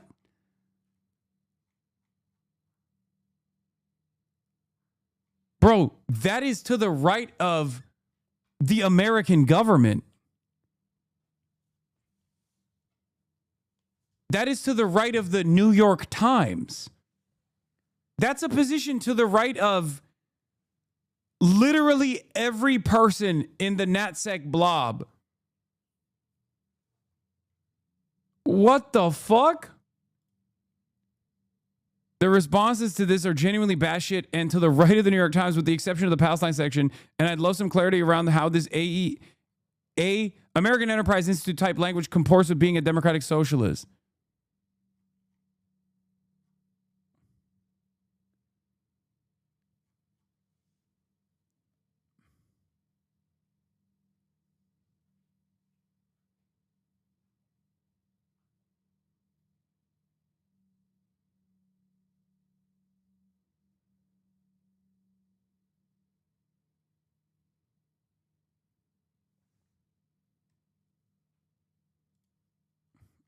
Backtrack a bit here.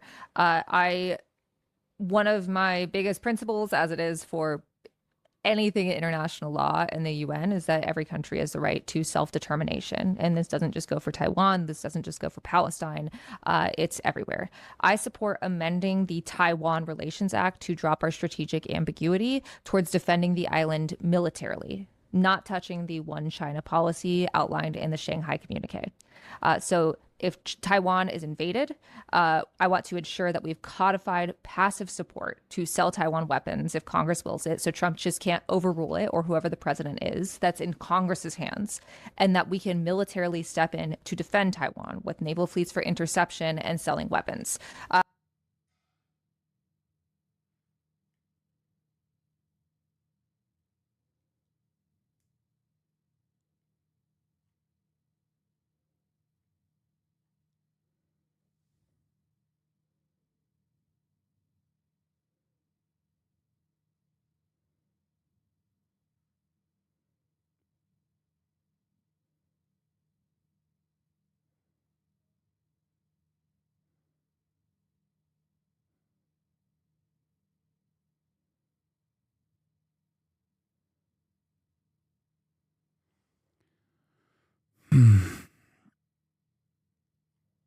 Remember when you said you were Look, all I'm going to say is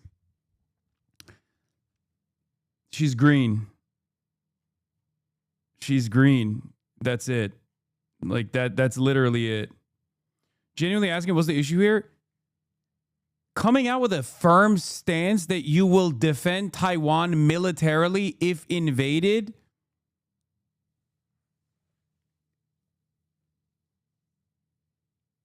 That is not like that. That's a red hot, totally red alert. What are you? That a lot of people yell at me because of my conversations with Matt Duss. That is firmly to the right of Matt Duss. That is firmly to the right of most foreign policy analysts in the United States of America. It's coming from a place where she's green. That's it. Like, that's what it is. That's...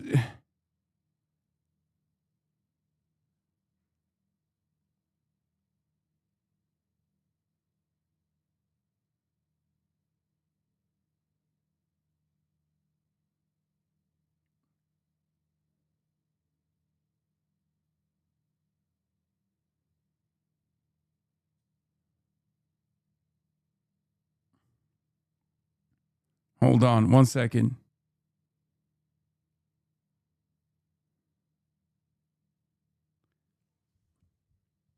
One second.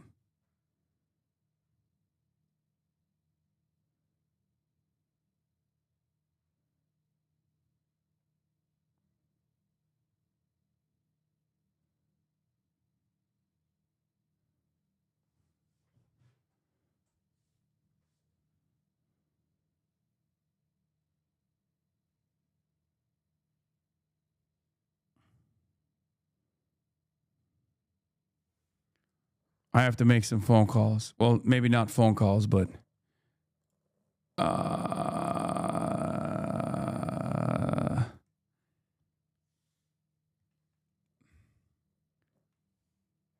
one moment. Here, let's watch the former President Bill Clinton Epstein's testifying over the relationship with Jeffrey Epstein. Horrific crimes come increasingly into sight. A question for the powerful men photographed beside him.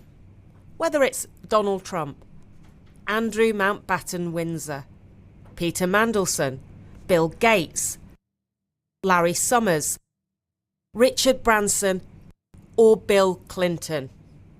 Did they know?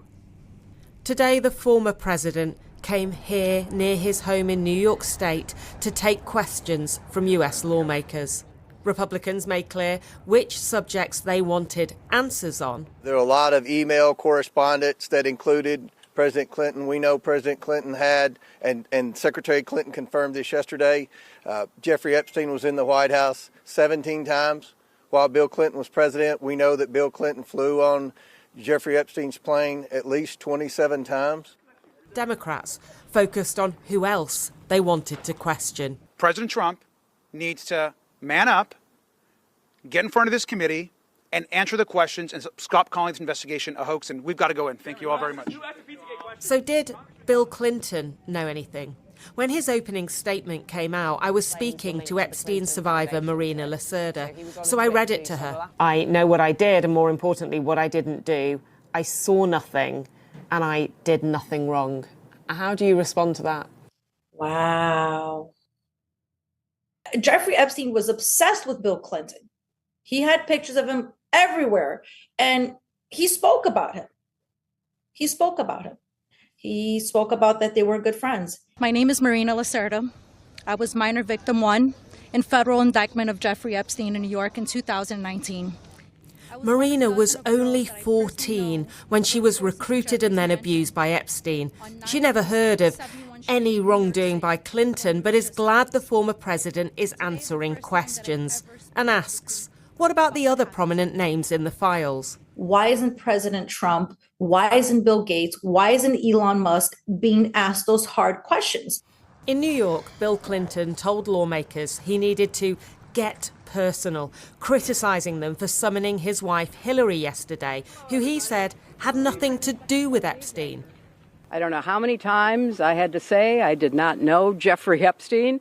I never went to his island. I never went to his homes. I never went to his offices. Clinton admitted that members might feel unsatisfied by him repeatedly answering, "I don't recall," a lapse of memory that seems to be afflicting so many powerful men who were once in Epstein's orbit.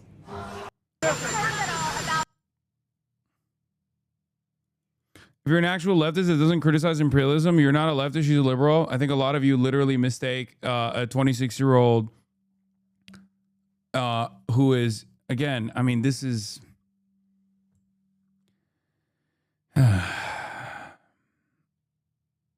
I don't think this is a firmly held commitment that she has, and it's more so what she thinks is like... It stems entirely from a place of being green, completely uneducated. If you think that this is like a fully fleshed out worldview that she is explaining, if you think this is like a fully fleshed out ideological commitment that she has to like foreign intervention and not just like she's led you on, it's okay, Hasan. Oh, God. It has me worried. No, it's not. It's not that at all. It's literally just being a 26-year-old. Ugh, it's what a flub. Ay, ay, ay.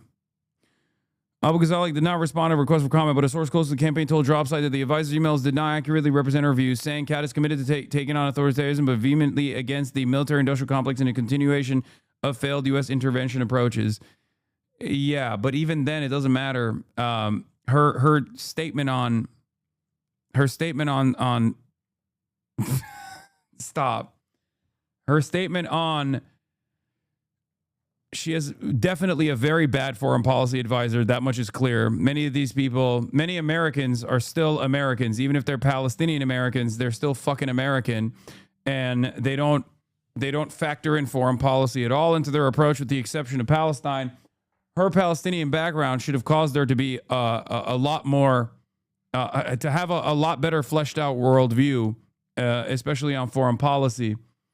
Ben Mermel, the advisor who wrote the position, also went to a pro-Israel rally. Yeah, like her foreign policy advisor that delivered this shit to the media is definitely not reflective of her point of view. And the aspects of her point of view on intervention with Taiwan comes from the fact that she's just green and has no idea like what that signifies, like what that says at all, or what that looks like at all. 26 is not that young, brother. It 100% is. What are we talking about? For running for office, there's a reason why people are like, okay, well, you're inexperienced, you know? Mermel was the executive director for the Center for Warfare Analysis and Evaluation when organizations met with ICE to explore collaboration and partnerships. His boss is under federal indictment for protesting ICE.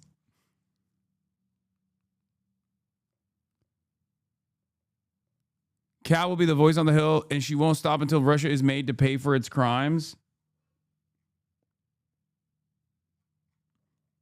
Yeah. If she's too small like to have an ideological position, maybe she's too young to hold an office position. The fuck is this argument? No, I don't disagree with you. But, you know, what do you mean when you say green? Like, she doesn't have the experience. She's inexperienced. It stems from a lack of experience. I mean, look, Zohran had a fucking similar blunder as well. Also comes from the fact that he's never held an office that is higher than like state assembly member. So when you don't have an office higher than that, you end up running to, foreign policy questions that you haven't fully thought about. And luckily for Zohran, that didn't become a major issue. But yes, it's greenhorn in fishing speak. That's what I mean. That's precisely what it is. Anyway, we'll see what happens. I'm going to...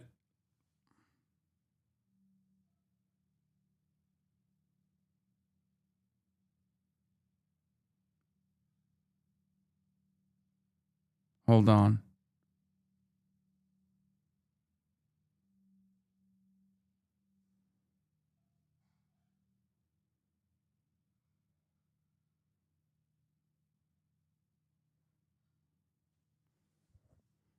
hold on. Like I said, I have. We'll get back to this. Okay, I have to return some videotape. Shut the fuck up for now. I don't like seeing him deposed, but you know, they certainly went after me a lot more than that. I don't like seeing him. Look, I like him, and I don't like seeing him deposed. Bill Clinton features prominently in the Epstein files. He has never been accused of wrongdoing and has said he wasn't aware of Epstein's crimes until after his death. But the pair of them, the former president and the disgraced sex trafficker, had a long relationship. We've combed through the files and pieced together new, unrevealed information to present the fullest picture to date. In 1992, records show that Epstein donated $2,000 to Clinton's successful presidential campaign, a small fraction of the $62 million his campaign raised overall. This photo was taken in September 1993, after Clinton had been sworn in as president. Epstein and Ghislaine Maxwell attended an event for donors to a White House restoration project. The event was said to have been for donors, and records list Epstein and Maxwell donating $10,000 to the White House Historical Association the same day as the event. Hillary Clinton hosted the event with Bill Clinton. Several others attended and made donations. There's no allegation of impropriety.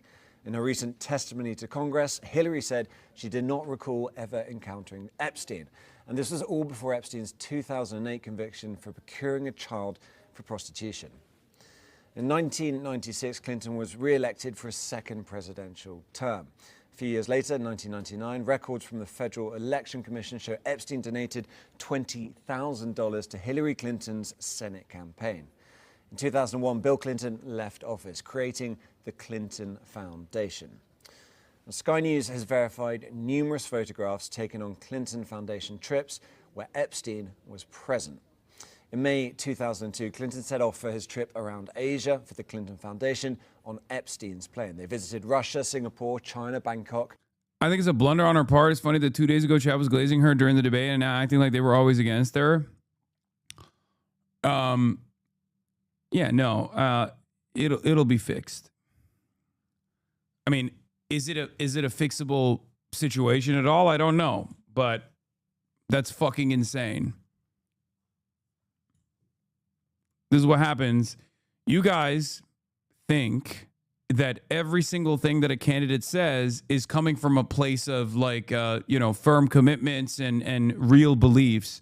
And you don't realize that most candidates, young or old, literally just listen to whatever the fuck their foreign policy advisor is telling them without ever imagining what that sounds like, they lean into their foreign policy advisors.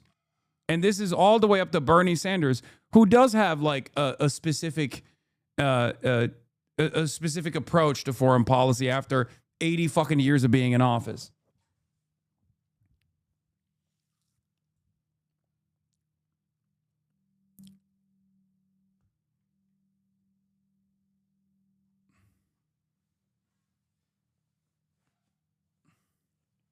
An experienced veteran politician knows never to answer that question, first of all, even if they believe it sincerely, okay? That's the reason why you never hear it. The American foreign policy of strategic ambiguity in China is one that is not supposed to be addressed by someone running for a fucking a congressional seat in Illinois, okay? And secondly, it's a from her perspective, like the flank that she's supposed to represent as far as foreign policy is never supposed to touch that or ever say that they are supposed to intervene militarily with China. Yes, I know Barry Weiss is expected to play a major role. We're going to talk about that too. On a macro level, what's wrong with her policy position on Taiwan? She's just saying the quiet part out loud versus talking in circles that others do? No, you're what do you mean on a macro? Some of you, once again, have an incredibly autistic interpretation of how fucking politics is played. And you think, well, what's the issue? Yeah, dude, you're right. You should also demand a nuclear first strike against China. What are you talking about? China is a fucking nuclear armed nation. It's responsible for 30% of all trade to the United States of America. It's the fucking economic engine of the planet. You don't say anything about China at no point, and you certainly don't say that as a fucking left-flank candidate. You dumb fucking liberals. Shut the fuck up. Why do you disagree with her statement? Or is it just that she said China bad? Oh my God. Oh my God. Oh my God.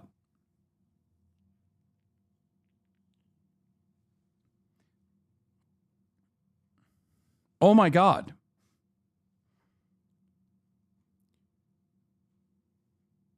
Do you think there is perhaps a fucking reason why there is not a single person in U.S. Congress that has ever said what Kat Abu-Ghazalek said? Ever? Do you think there is a reason for that? Because they're fucking fascist monsters. Lindsey Graham loves to see dead children. It's his favorite hobby. He gets off on it. Why has Lindsey Graham not ever said those words?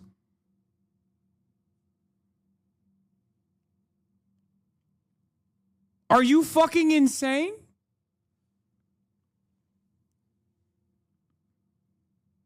Remember when you were earlier in a really good mood? I mean, I'm going to fucking be in a better mood when I solve this problem, but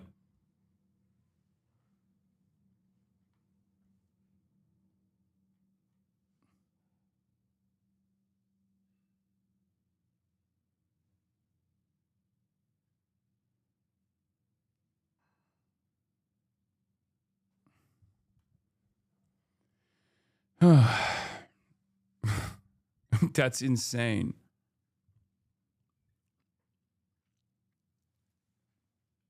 I mean, it's probably not even salvageable. I mean, I don't know. We'll see. Like,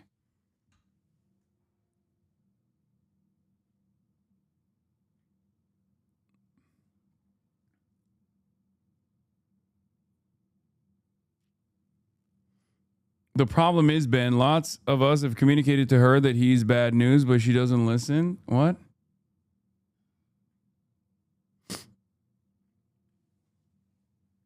That is such a catastrophic and unimaginably funny fumble.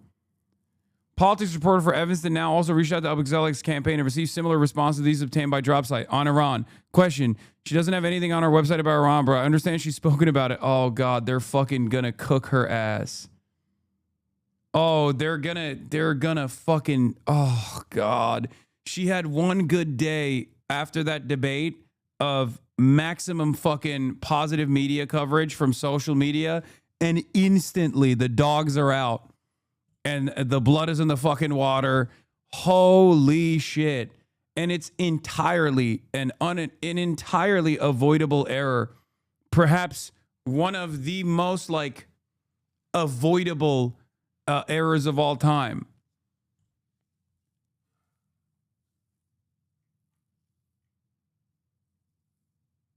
Man, American leftists really love hanging out the rest of the world to dry, don't they? Why she supports Ukraine, Taiwan? Yeah, this person is fucking insane. Foreclosing on diplomacy, holding up the U.S., which is still backing genocide as a moral arbiter of good and bad countries, shoveling money into soft power destabilization efforts are axiomatically neocon policy positions.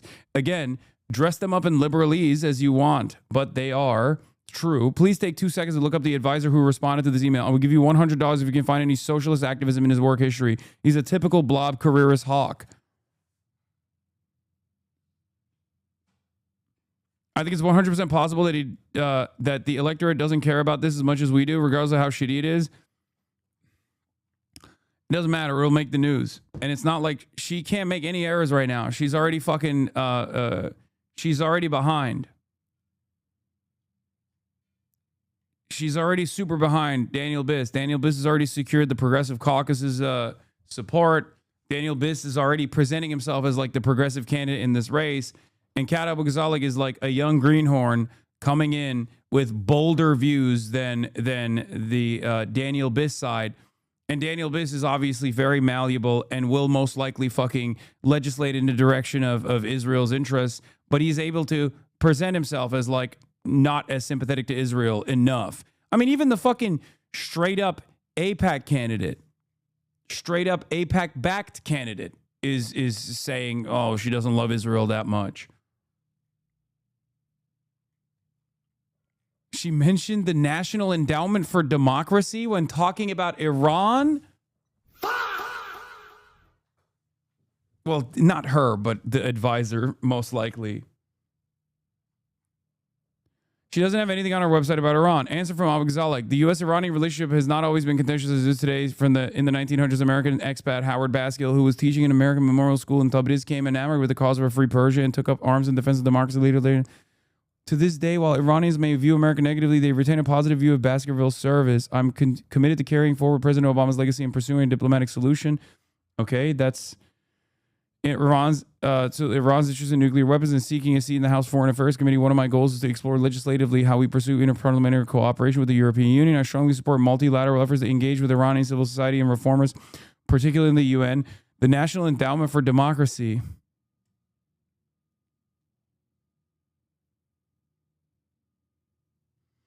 I mean, this part was fine.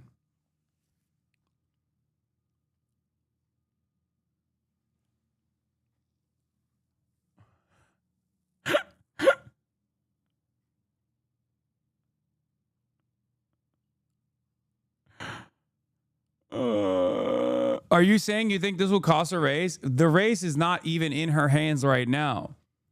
From this, like, from the point of that debate, when she actually came out pretty bold, from the point of that debate, past the point of that debate, she can't make any mistakes whatsoever to potentially even win this race. Okay. Like her, she doesn't have this in the bag at all.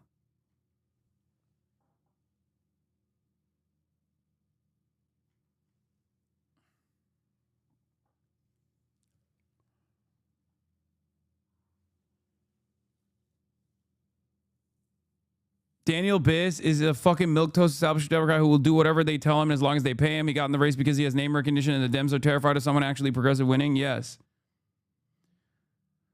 Like, I feel like genuinely she got like a fucking AIPAC advisor or something. You know what I mean?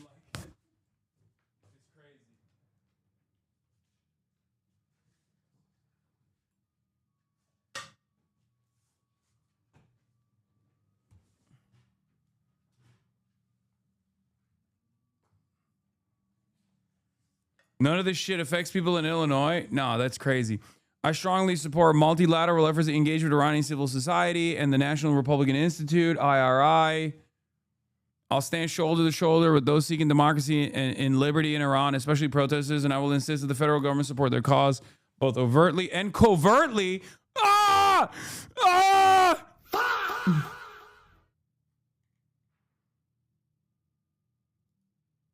Close enough. Mermel gave a 2024 interview while attending a pro-Israel protest. Ben Mermel, a graduate student in the School of Public Affairs, attended a pro-Israel rally alongside Harris Mowbray, who graduated from the School of International Service in 2022.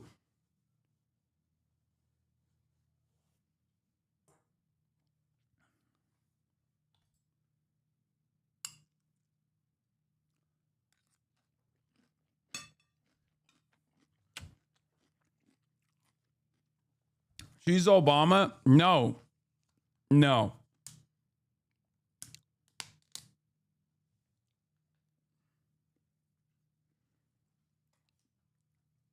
No, it's dumber than that.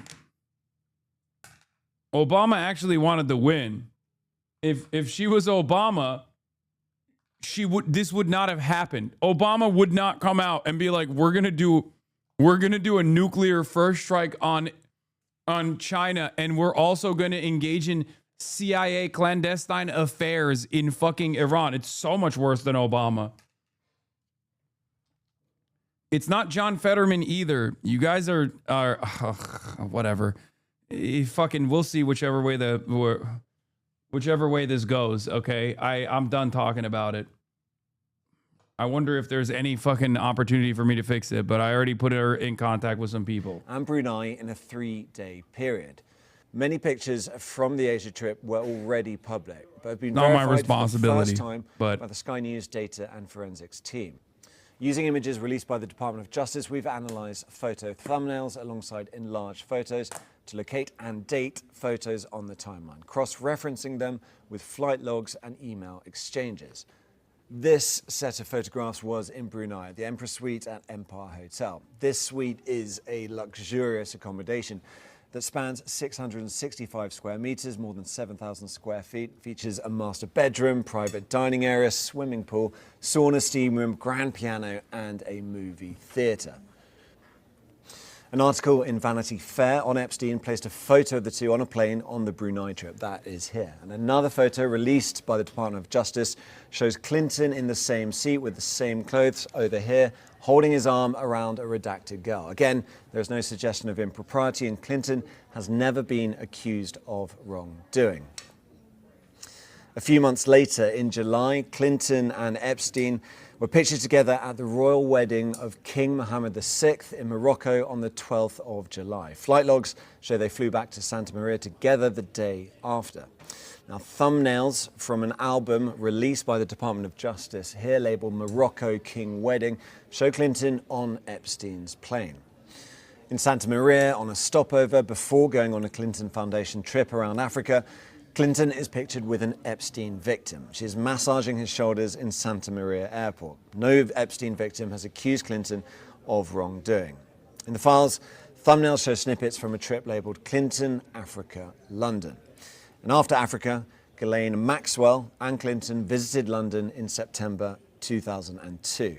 Photos verified by Sky News place Clinton at number 10 Downing Street over here and the Churchill War Rooms alongside Ghislaine and others, including the actor Kevin Spacey. Being included or pictured in the files is no suggestion of wrongdoing. A year later, Epstein's birthday book was created by Ghislaine Maxwell. The book is a bound collection of birthday letters compiled for Epstein's 50th birthday. There were numerous high-profile names in the book under the Friends section. A message signed Bill Clinton was left in the book. Clinton wrote to Epstein at the end about his childlike curiosity, the drive to make a difference, and the solace of friends. Later that year, in November, another Clinton Foundation trip took place in the Far East, once again using Epstein's jet. Photos verified by Sky News show Clinton at dinner with Epstein, Maxwell, and Mick Jagger in China. The photos can now be placed at China Club restaurant in Hong Kong, a private members club. Again, being pictured or featured in the files doesn't imply wrongdoing. We've cross-referenced that with flight logs published in the Epstein files that show Clinton was in Hong Kong between the 6th and the 9th of November. On the 7th of November, the Rolling Stones had a concert in Hong Kong at Tamar's site for the Harbour Festival. Footage from that night shows Clinton was in attendance. Following this, photos released by the Department of Justice show backstage photos of this concert where it appears Epstein was also in attendance. And continuing their relationship in 2010 after Epstein's conviction, Maxwell was a guest at Chelsea Clinton's wedding. After Epstein's death in 2019, a Clinton spokesperson said he knows nothing about the terrible crimes Jeffrey Epstein pleaded guilty to in Florida some years ago, or those with which he has recently been charged in New York. In 2002 and 2003, President Clinton took a total of 4 trips on Jeffrey Epstein's airplane, 1 to Europe, 1 to Asia, and 2 to Africa, which included stops in connection with the work of the Clinton Foundation. Now to the fallout from the Epstein files. Former President Bill Clinton is being deposed today by the House Oversight Committee. It comes a day after his wife, former Secretary of State Hillary Clinton, faced questions from the same lawmakers. Neither has been accused of wrongdoing. Nicole Killian is in Chappaqua, New York, where the depositions are taking place. Nicole, good morning. Hey, good morning to you, Vlad. Former Secretary of State Hillary Clinton said she answered every one of the committee's questions, but felt the session could have been more productive and veered off topic. It lasted nearly the entire day, and we're told that former President Bill Clinton's proceeding could go even longer. Today, it's former President Bill Clinton's turn to answer questions about his relationship with the late convicted sex offender Jeffrey Epstein. The recently released Epstein files include photos and flight logs that show Clinton flew on Epstein's private plane. Both Clintons have denied knowing about Epstein's crimes, and neither has been accused of any wrongdoing. were like most people. They did not know what he was doing. And I think that that is exactly what my husband will testify to. We're just like most people that are also named in the Epstein files. Not the best way to go about this, but okay. Yeah, we're just like the rest of the elite pedophilic billionaires that were close affiliates with Jeffrey Epstein, totally exonerated and totally oblivious.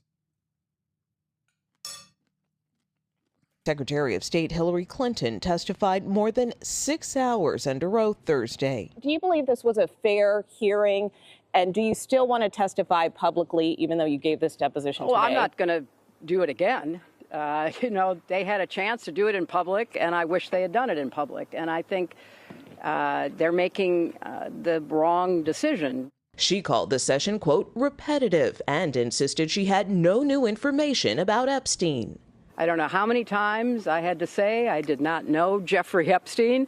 I never went to his island. I never went to his homes. I never went to his offices. The proceedings were paused at one point after these photos appeared online, violating House rules, leaked by Colorado Republican Congresswoman Lauren Boebert. I really admired her point of view, so I wanted to capture that for everyone. Ahead of Hillary Clinton's deposition yesterday, House Oversight Chair James Comer told reporters that it's very possible Commerce Secretary Howard Lutnick could be called to testify. I think it's a good possibility that his name will arise in some questioning today. This photo, removed from the Justice Department website and now restored, shows Epstein, Lutnick in the blue shirt, and 3 other men together on Epstein's island. Lutnick has said he barely had anything to do with Epstein and has not been accused of any wrongdoing. Meanwhile, some Epstein survivors say they're still waiting for meaningful accountability. I'm really over this, the fact that we're not handling it, we're not holding anybody accountable. I'm watching other countries deal with this. When do we get to heal? Democrats say if former President Bill Clinton is appearing before their committee, so should President Trump. But Chair James Comer says he believes President Trump has been transparent and has already answered a lot of questions. Adriana. Nicole, thank you. Moments ago, Netflix said it is declining to raise its offer for the purchase of Warner Brothers Studios and HBO. We had too much hope. So we had too much hope. We had to get back to reality. And the Epstein class and their, the Epstein class and their interests obviously are the most important thing in American society.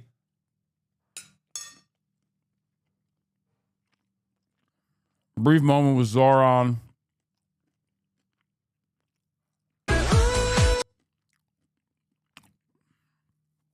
I pissed off Hillary Clinton today, and I am not suicidal.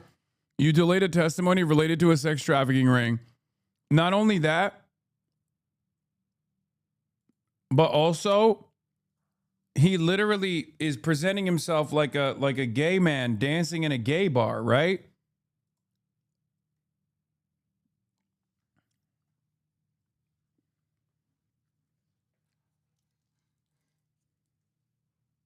Which I guess is more honest to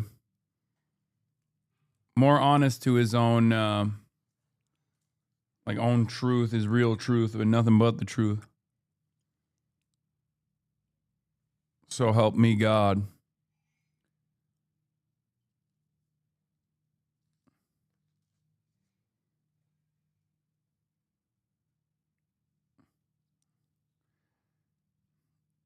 Oh my God. We can't win every day, Hasan. We'd be insufferable. I mean, we'll keep winning.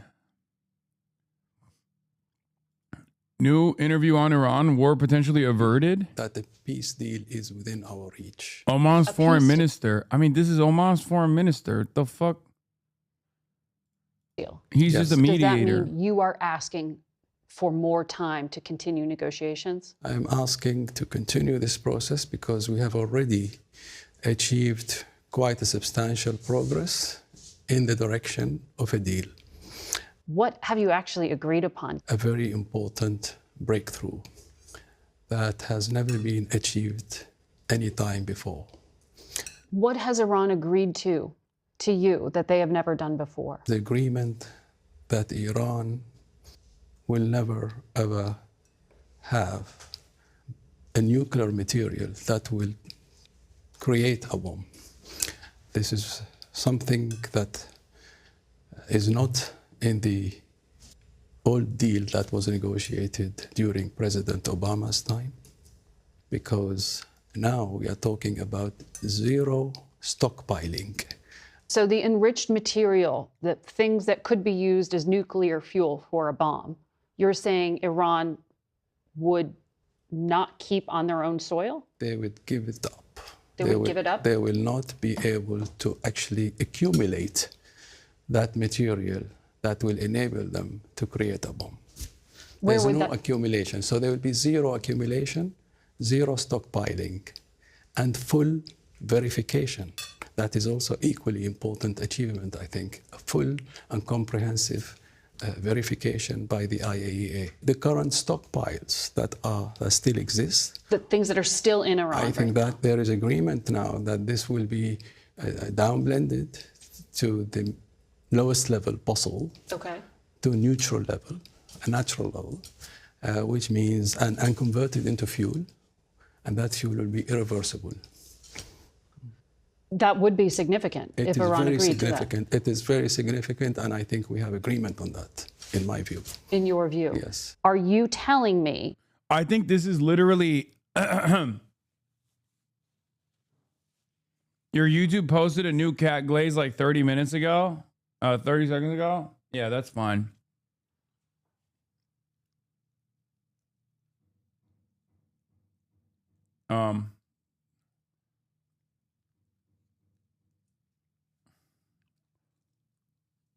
What are you gonna do?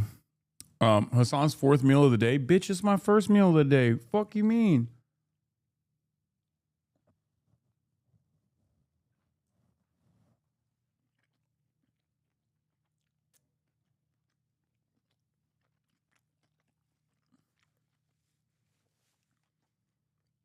This is insanely maximalist on, like, it goes beyond, far beyond what GCPO achieved. And without any fucking sanctions relief whatsoever on the American side, I highly doubt that they would do it.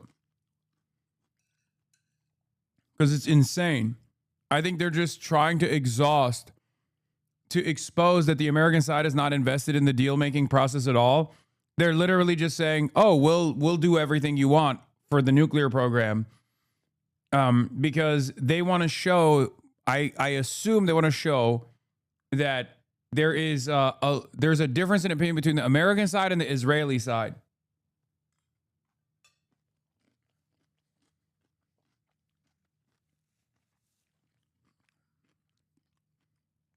That's what it feels like to me. What it feels like to me is that there is they want to expose that there is like a daylight between what Israelis want from this deal and what Americans want from this deal by being like, oh yeah, well, you don't want the nukes, we'll give you everything. And then they're going to come back and be like, well, we still don't want the ballistic missiles program, you know? The foreign minister says Iran is considering diluting the stockpile of uranium to a lower level. That's something that they have offered publicly before. My understanding is that this offer was part of the draft proposal from Iran this week, keeping the stockpile but downgrading it in exchange for sanctions relief. So this isn't even a concession, really. Wait, but the fucking Omani mediator is presenting it as totally different. That inspectors would be given access to these sites, like at Isfahan. If there is a deal, an agreed deal, there will be full access. Iran has offered that. Yes. I think, there is room also, if there is a deal in place. I am quite confident, from my point of view, that even United States inspectors will have access at some point. Iran has never allowed American weapons inspectors on their soil. They wouldn't let President Obama do that. You think Iran would let President Trump send American inspectors into Iran? This is why I think this is a much, much better deal, because I think Iran is open to the idea. How much time are you talking about? How much time do you need? I think on Monday they have agreed to talk technicalities in Vienna on Monday. And then a few days following that, within a week really from now, we are working on another round of talks at the level of the negotiators. So Steve Witkoff and Jared Kushner are going to sit down with you. That's the idea. Let me ask you this, because we are hearing concern that time is of the essence. How quickly do you think you could get UN inspectors on the ground in Iran? I believe a lot of these questions can be addressed amicably and comprehensively inside a 3 months kind of cycle. 3 months. Maximum, I think. From what I heard by both sides, this is actually doable. So a nuclear-only deal is what we are talking about here. But Secretary of State Rubio said just a few days ago that if Iran refuses to talk about ballistic missiles with the United States or anyone, he said, that is a big problem. Will Iran negotiate about its ballistic missiles? I believe Iran is open to discuss everything. Including its ballistic missiles. Now, the priority number one is to get this nuclear issue resolved. So just to be... Bro, these cuts are so fucking annoying, dude.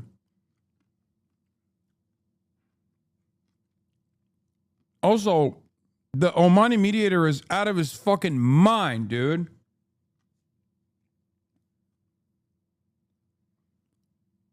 There is no shot.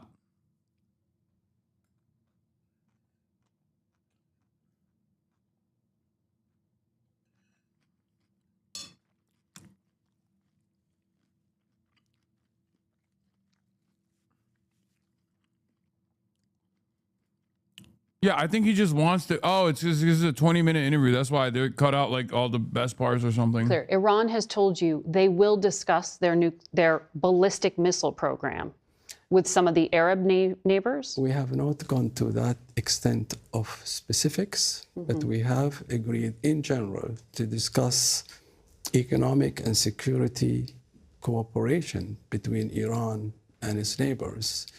The last time that we saw a diplomatic deal, there were years of talks. There were nuclear scientists, intelligence officials, and diplomats at the table. There was international pressure that was coordinated from Russia to China to the United States to Europe. The talks you had on Thursday were just 6 hours with Steve Witkoff and Jared Kushner. Can you get this complicated of a deal done quickly? You said you need 3 months.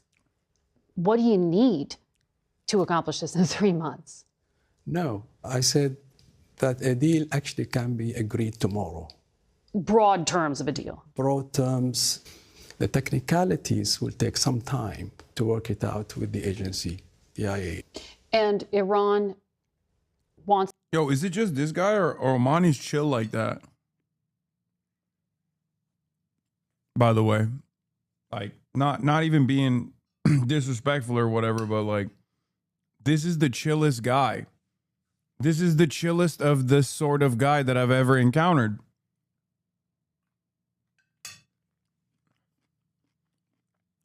We are chill like that.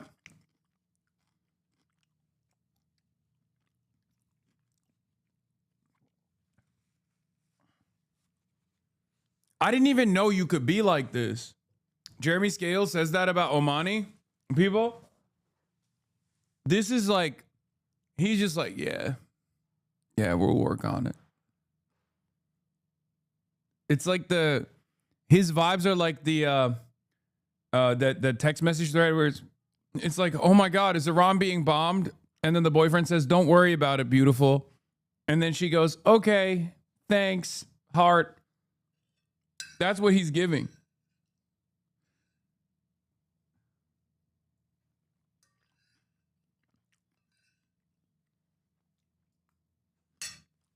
Yeah, don't worry, kitten. Nonchalant boyfriend.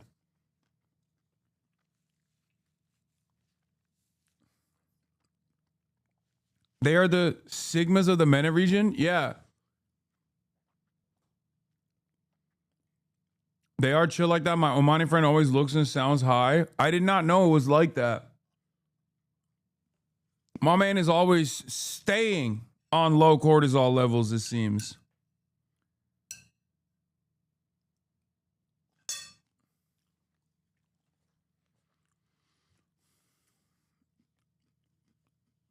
Yemenis, on the other hand, are intense, but some of the best people on the planet. Straight up. Some of the coolest motherfuckers. They're crazy.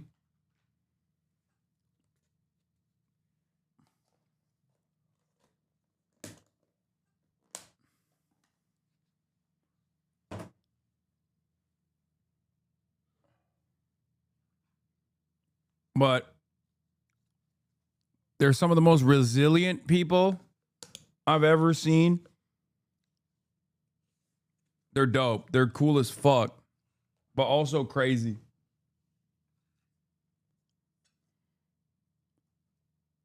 What is this? As a Palestinian, my existence is cortisol spikes, unfortunately.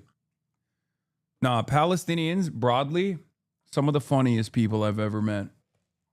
They don't give a fuck.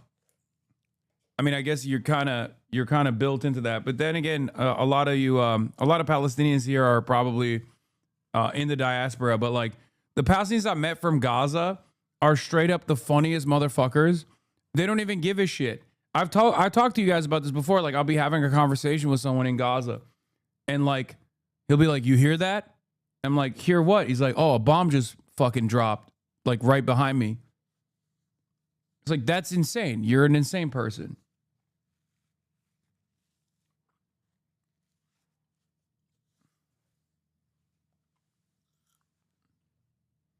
Belal Khaled was like that too. He's a very funny guy. Like very, very funny guy.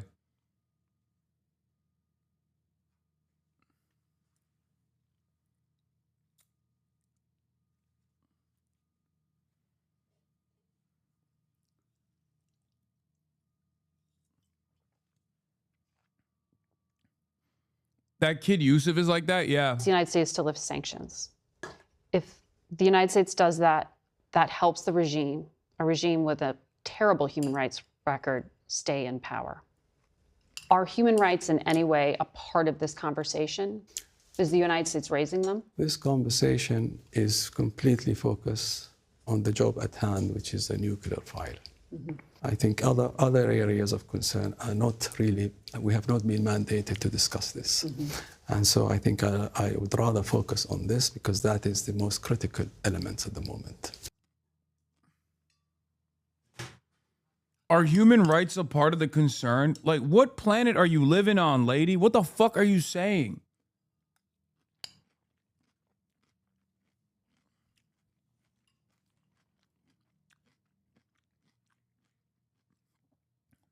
Are human rights a part of the concern?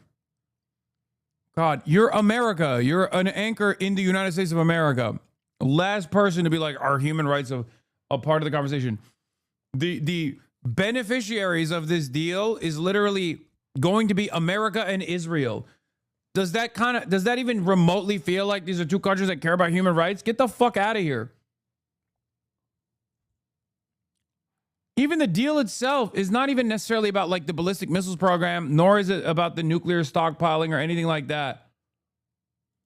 It's about destabilization of the regime. It's about decapitating the regime. It's about fucking Israel trying to get America to be like, see, you can't deal with these Iranians. They don't want to abide by these quite reasonable restrictions here.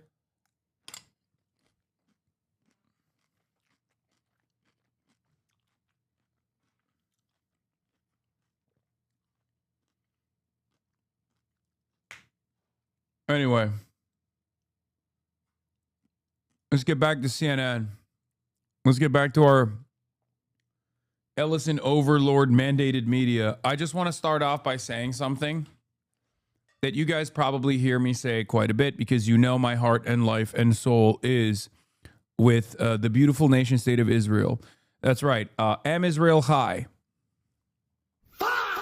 Am Israel Chai. I want to repeat one more time. Am Israel Chai. Okay? I love the nation state of Israel. It is the most beautiful nation. It is the proudest nation. If anything, it's quite anti-Semitic that not every nation is Israel. Okay? Like, I think Donald Trump, when in my headcanon, when Donald Trump actually did the tariff stuff, in my mind, it wasn't about combating the trade deficit. It wasn't about like onshoring, manufacturing or whatever. It was actually to demand that all other nations, including Laos and Cambodia, give more funds to Israel. And I've been saying that. Okay, I've never stopped saying that, and I will continue saying that, really, because it's my favorite thing to think about. I think these things, and I love Israel. Okay, so now that I've said that, let's hear what's going on. Paramount win, ? Netflix drops out of the Warner Brothers bidding war. Moments ago, Netflix said it is declining to raise its offer for the purchase of Warner Brothers Studios and HBO, following the Warner Brothers Discovery Board's determination that Paramount, which is not just going for Warner Brothers Studios and HBO, but also the whole enchilada, including us here at CNN, Paramount has submitted the whole enchilada superior offer, according to Warner Brothers Discovery's board. As I've noted, Warner Brothers Discovery is the parent company of CNN. So let's get right to CNN Chief Media Analyst Brian Stelter. So let's start with the question, why did Netflix walk away? Ted Sarandos and others at Netflix made it very clear they really wanted Warner Brothers Studios and they really wanted HBO. Right, in this corporate tug of war, it seems Netflix has suddenly let go of the rope. There's a lot, of course, that could still happen here, but the big news this afternoon is that Paramount suddenly is in a much stronger position to take over CNN and the rest of the Warner Bros. Discovery company, which includes HBO and the Warner Bros. Movie Studio and all those other assets. Paramount is the company that essentially put this into play last summer. New CEO David Ellison, shortly after taking over Paramount, CBS, that part of the media world, then set his sights on WBD. And WBD CEO David Zaslav started a bidding war as a result. He sided with Netflix. The WBD board sided with Netflix. Oh, James Gunn, you done did it again, you son of a bitch. You fucking made the Superman. You made the Superman be anti-Israel and fucking woke. And look where we're at now, James Gunn! Bro, the new Superman is gonna start with a fucking with a 10M Israel high beat, dude. He's gonna be like Baravia had a right to defend itself, and Superman loves Baravia. We're fucked. Netflix for a deal that had been struck back in December, but Paramount had then launched a hostile takeover bid. And in recent days, Paramount had negotiations with WBD and raised the offer to $31 per share with a bunch of sweeteners that made the deal more appealing, more palatable to WBD. So in the last few hours, we've heard from WBD that it is siding with Paramount, and now Netflix is walking away from the table. There's two elements about this, Jake. Number one, Netflix says, quote, the deal is no longer financially attractive, so we are declining to match the Paramount bid. But number two, Ted Sarandos, the co-CEO of Netflix, was at the White House for meetings today, and I'm told by a source he left the White House in a not very happy mood. There's a lot more reporting to do about that aspect of the story. We don't know anything from the Netflix side about the White House meetings, but it is clear that M&A runs through the Oval Office right now, and it is possible that Netflix has been given signals from the White House that the regulatory roadblocks were going to be too severe for the Netflix deal to get through. Bottom line, Paramount now takes the lead in this ongoing race to take over Warner Brothers. There are still other regulatory hurdles for Paramount, but it's a big, big change now and a big success for Paramount to have Netflix say it's walking away. Is there any, like, are there actually any regulatory hurdles to climb here? Not to say, like, obviously I'm not talking about like the actual letter of the law. I just mean like under the Trump administration, I do not believe that they will offer any serious legal trouble. Of course, this is utterly illegal. This is not even remotely appropriate. This is a behemoth. This is like the only thing standing in the way of Larry Ellison and the Ellison dynasty basically owning virtually everything that you see on television is Donald Trump maybe thinking like, well, later down the line, he might come after me and then he's going to be too powerful?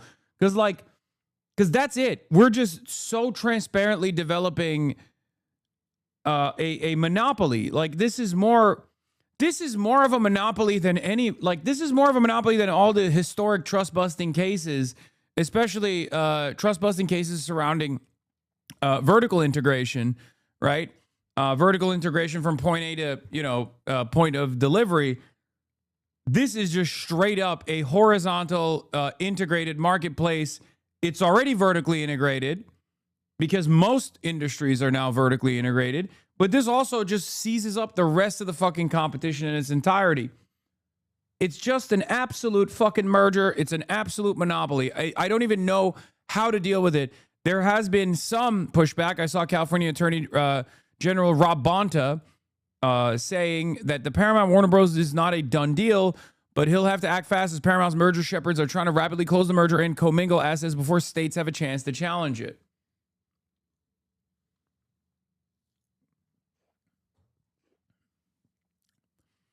I think one of the funniest outcomes of this is going to be that Gal Gadot is definitely back. And not only is Gal Gadot definitely back, I'm going to be assassinated by a fucking Ellison drone for my previous viral statements about Gal Gadot being dog shit at acting. Which is why I have to repeat one more time. M Israel high. I cannot stress this enough, okay? I love Israel. Israel's the greatest nation. Israel's tiny nation, but Israel should be larger nation. I just want to make sure that people understand that I have always been pro-Israel, okay? There's never been a moment where I was not pro-Israel. I was always pro-Israel. And I think that Gal Gadot is one of the best actresses that has ever existed. She's like Meryl Streep.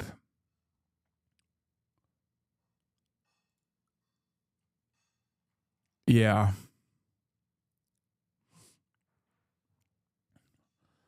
Paramount's takeover of Warner Bros. Discovery has raised concerns among artists who worry that Ellison's coziness with the Trump administration could stifle free expression. Ellison scares the shit out of me, says one A-list director. Are the movies they put out going to be catered to Trump's taste? Are they going to crack down on content they don't find to be ideologically aligned with the right? Yeah, the answer is yes. Yeah, no shit.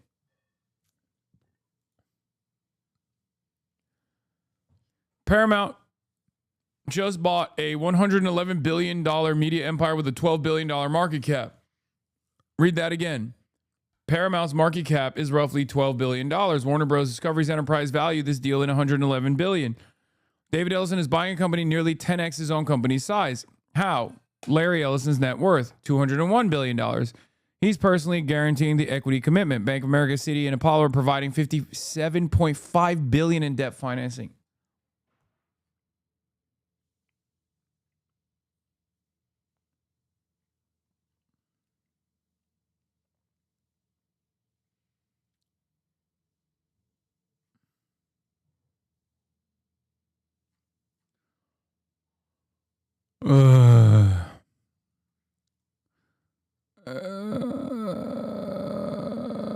And there's lots of caveats, Jake. You know, Netflix says it's walking away. There's been new developments every few hours in this story, so we'll see what happens next. But at least for now, Paramount with the clear lead right now to take over CNN. Explain what you mean. You said M&A walks through the M&A move. They're all gonna. These guys are so stoked too. Like Jake Tapper probably loves having Barry Weiss control CNN. He knows his ass is gonna get promoted endlessly.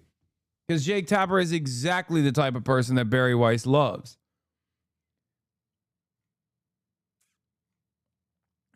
Jake Tapper and Barry Weiss are, ideologically almost entirely aligned.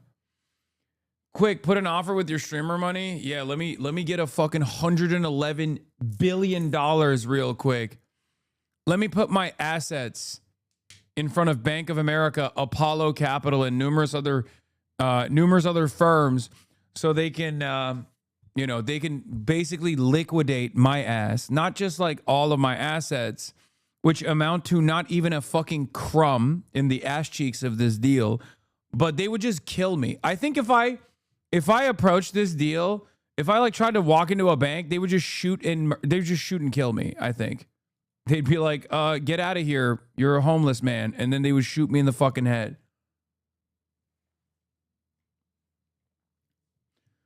$10 to $20 million is a lot. First of all, I don't have that much money. So you're fucking wrong on that front to begin with. And secondly, no, that much money, which I do not have, by the way, is still not even a fucking crumb. What are you talking about? We're talking about $111 billion, dude.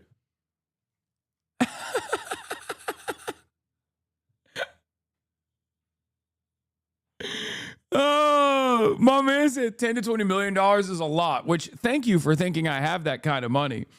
But also, do you know the difference between $111 billion and $10 million? About $111 billion. Okay? Give or take. It's such a tiny sliver of money that we are talking about when we're talking about 10 million versus 110 billion that it literally doesn't even matter.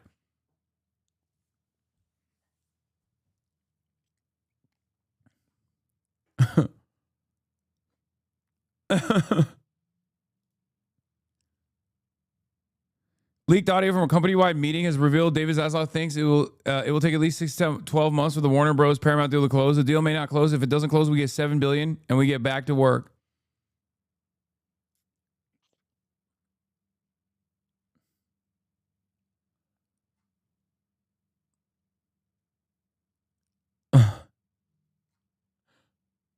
It's so funny. I genuinely think people believe $1 billion is like 1 million times 2. Yeah, it's just, I understand why it's hard for people to comprehend because it's so much money, dude.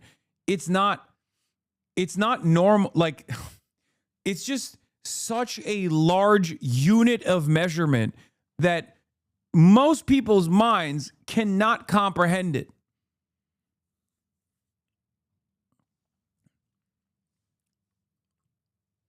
That's why in so many instances, people choose to describe a different unit of measurement to help people visualize it better. Like 1 million seconds is 11.5 days. 1 billion seconds is 31 years. Or, yeah, 1 billion is $1,001 million. It's not, like, that's so much. That's so many millions of dollars. It's 1,000 of $1 million is a lot of $1 million. Now, times that by 11.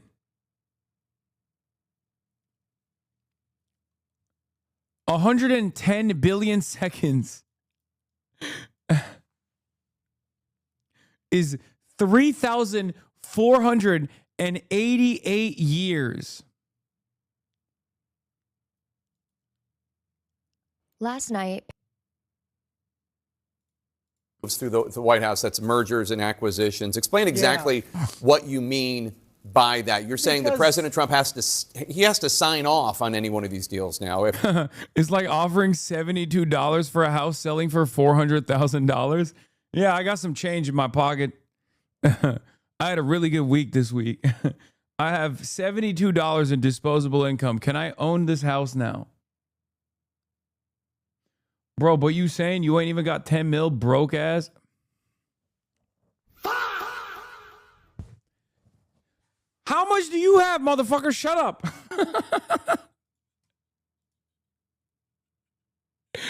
Fuck you.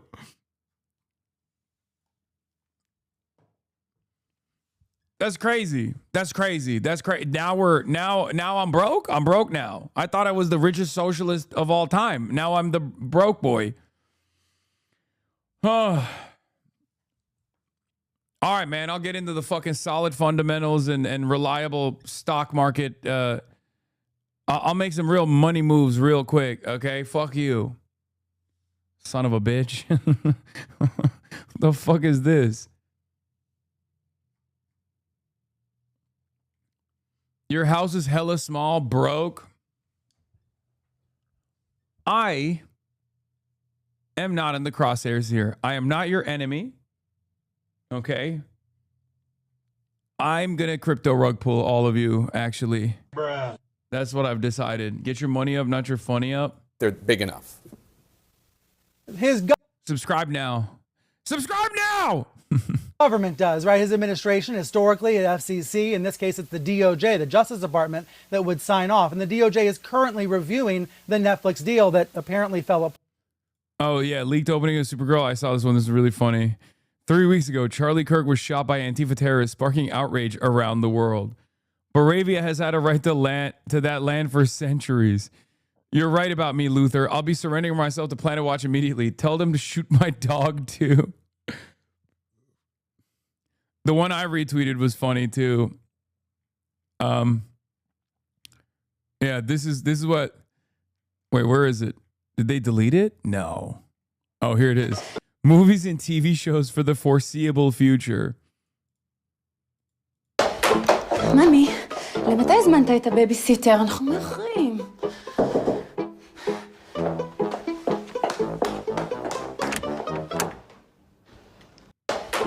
ממי, למתי הזמנת את הבייביסיטר? אנחנו מאחרים.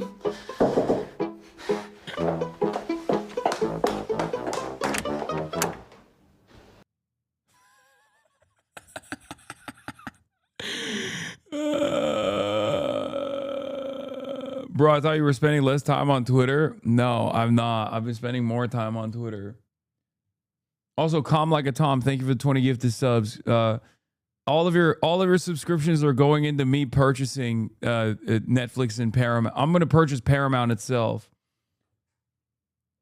Wonder Woman, Supergirl, and Black Canary. We don't care if you're white. We don't care if you're black. We don't care if you're gay. We're all under attack. We don't care if you're rich. Don't care if you're poor. I can't time it. Just Fuck. know what we're fighting for. Sing it.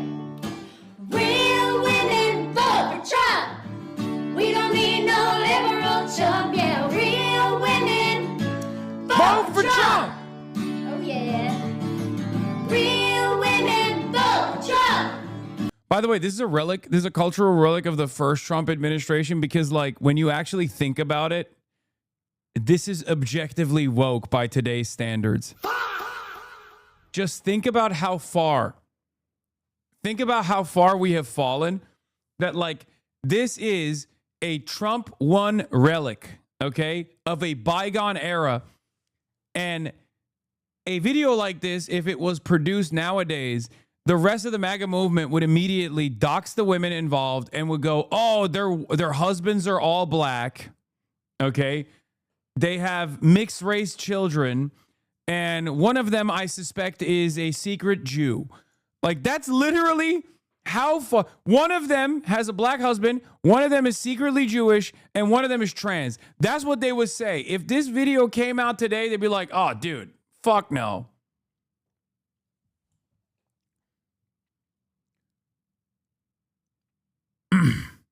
This is why we will offer visa-free travel for literally every country but yours. Okay, dude. Yeah, have fun with fucking drunk British pensioners in your country.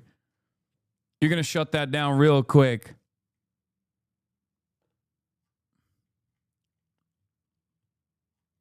We don't need no liberal chump. Yeah, real women. Yeah, it's also woke because it's like saying women should vote for Trump, and instead of saying women shouldn't be able to vote. So that's also woke too. God, we're so cooked. Vote for Trump. We don't care if you're girls. We don't care if you're dudes. We don't care if you're both. That's up to you.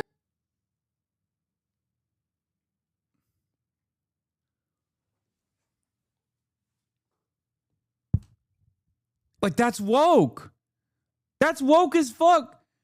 They're literally trying to be trans inclusive in the best way they possibly can be.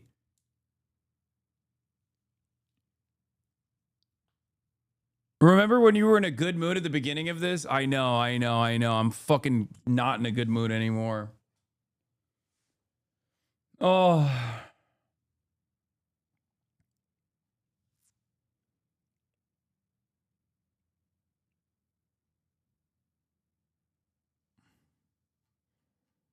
We don't care if you're men's or women's soccer team. Nope. See, women's sports. Nah, that's woke. We're America, just living the dream. Sing it, real women vote for Trump. We don't need no liberal chump. Yeah, real women vote for Trump. This song is too powerful. You have to click away now before it's too late. Turn this shit off, please.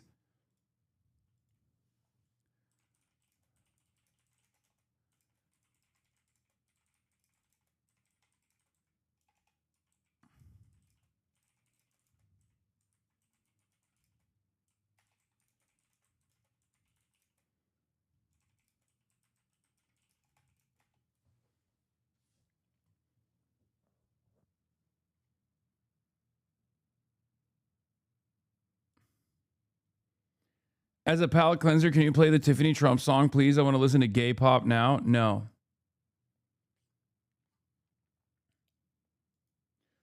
Watching Cartoon Network after the Paramount purchase and Robin is talking about how beautiful Tel Aviv is.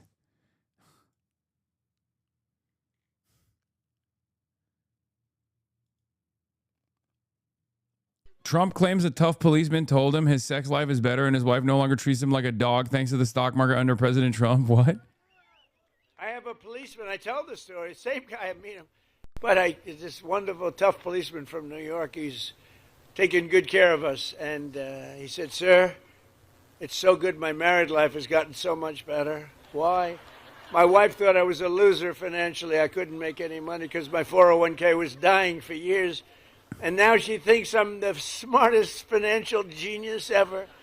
It's made my sex life good. It's made my life good. It's given me a tremendous boost in life, sir. This is a big, tough cop. He said, my wife treated me like a dog, and now she admires my financial genius, and I haven't done anything. My 401k has gone through the roof. Hell yeah, Mr. President, I'm blowing my wife's back walls out. Oh, also, RFK's putting up big numbers, but this is bullshit. Anyone who's ever actually done a leg press machine knows this is not that impressive. Oh my God.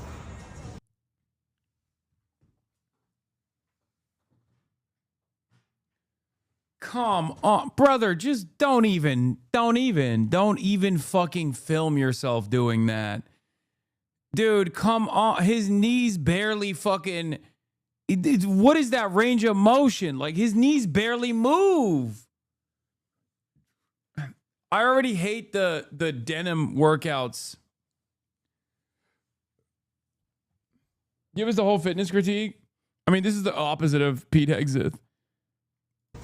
This is so bad that I don't even think like most dick riders of this administration that love RFK Jr. still would respond positively to it. Is really fucking bad.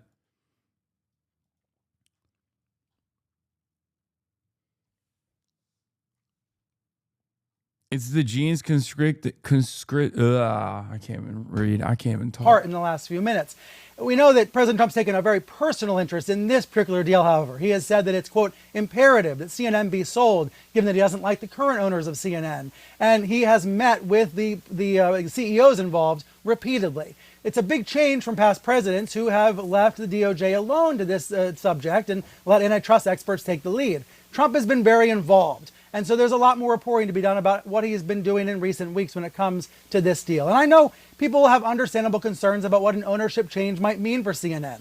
Paramount's a complicated place right now. It's a company where Stephen Colbert is being pushed out at CBS, but also where South Park skewers President Trump and where Jon Stewart still speaks truth to power, John Oliver as well. It's led by a CEO, David Ellison, who has worked hard to forge a relationship with Trump, but who also donated $1 million to Joe Biden's re-election campaign. So a lot more to come on the Paramount front. There are four main concessions that Paramount made in order to get the Warner Brothers Discovery Board to really favor its bid. The first one was Paramount, about 60% of the debt that it's raising is coming from foreign companies or foreign funds. You got the Saudi fund, the Qataris, and you have the folks at the UAE.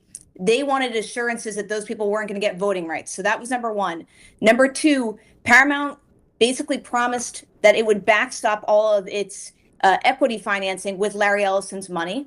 The Warner Brothers Discovery Board wanted to make sure this deal was going to close.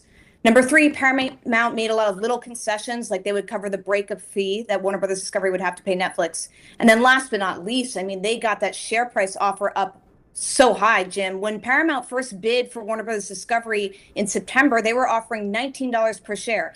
David Zaslav looks like a genius here because he was able to get Paramount from $19 to $31 a share. And Netflix looks pretty smart too. They walk away, but now one of their biggest competitors is left holding a ton of debt.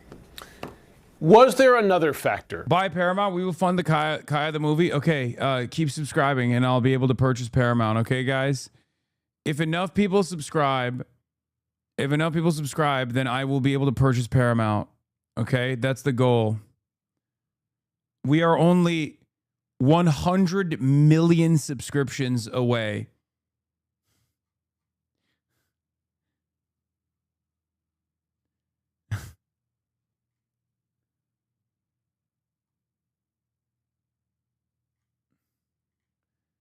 Super relevant to Ellison and IDF support. I know exactly what this video is. Yep, classic.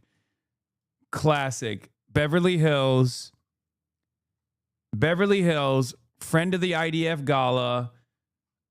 And there he is talking about how important Israel is to him. They own TikTok, CBS, CNN, Paramount, HBO, once this deal is done. What is your connection to Israel? Well, the renewal of the Jewish state is something that I think touches all of us. For 2,000 years, we were a stateless people.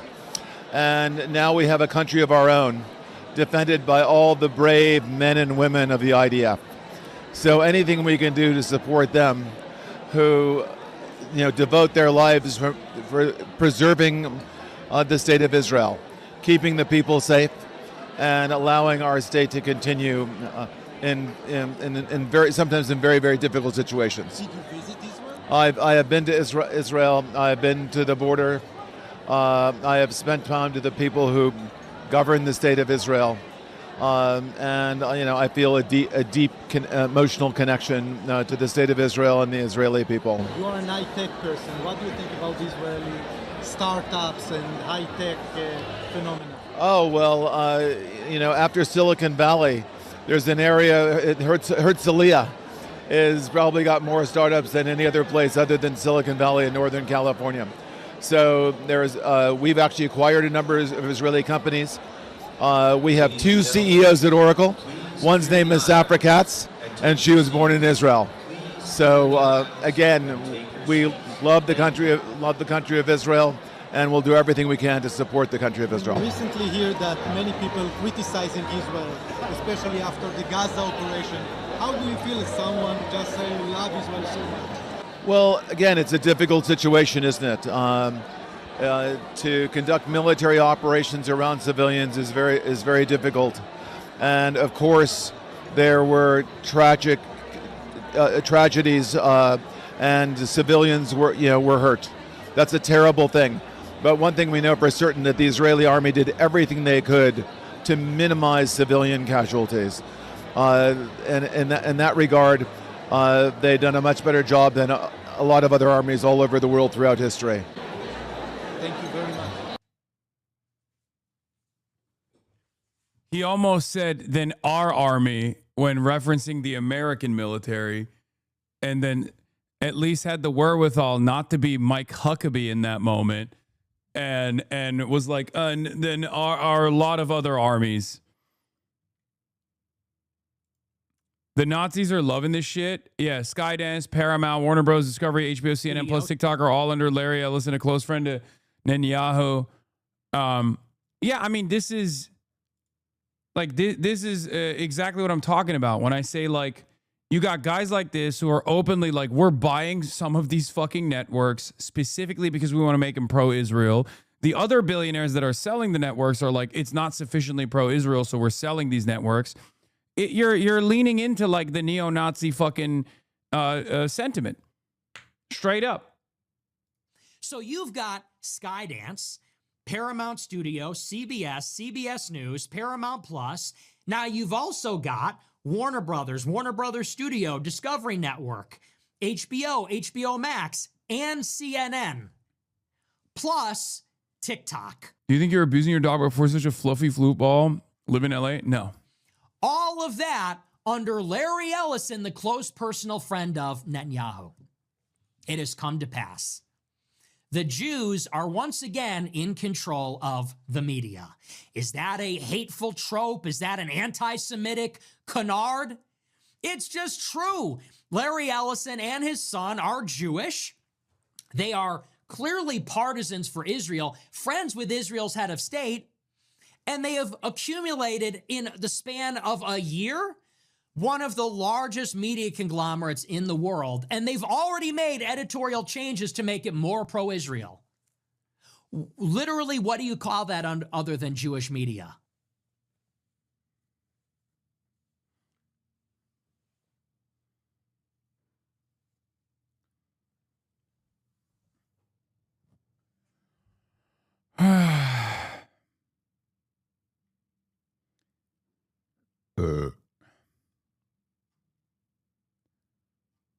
I've not heard fa in the last 5 minutes. I'm all out of fas, dude. This person is funny, but it's true. He bought it from Jews also. Previous owners were also Jewish, so this rant doesn't make sense.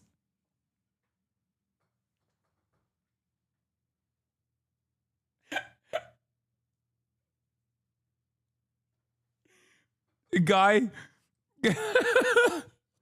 he's like, listen, guy, I mean, we're like, let's be real. Like, this was the case. Like, I think, Nick, you're being, I will brutally murder you, says Memphis famous killer. Is that what it was?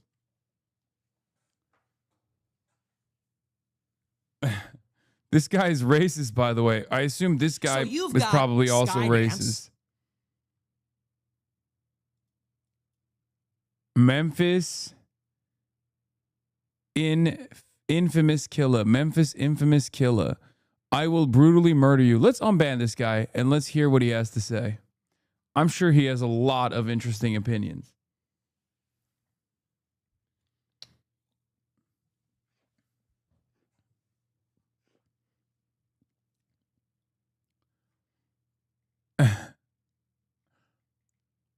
Guys, he's gonna get site-wide banned. What are you fucking worried about?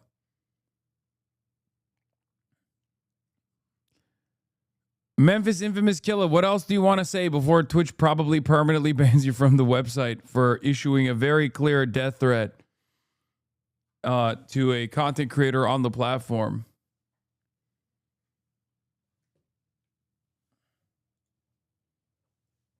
Got anything else?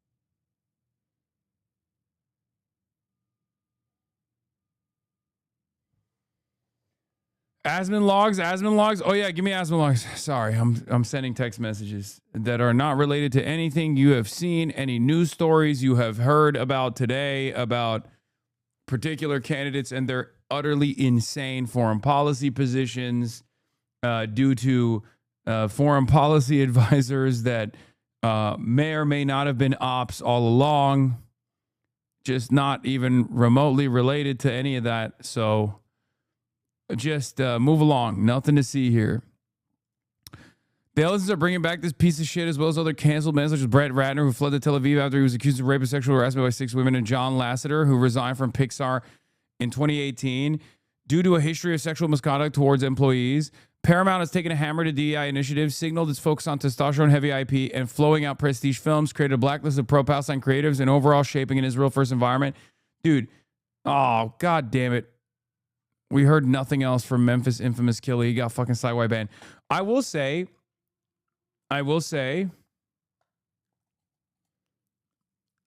Caroline is like creating a lane for being like, this is not like, she's brilliant. And I'm not making a comparison about like Candace Owens in any other capacity other than her like very obvious reasons for success. But I think she's like doing leftist popular culture analysis.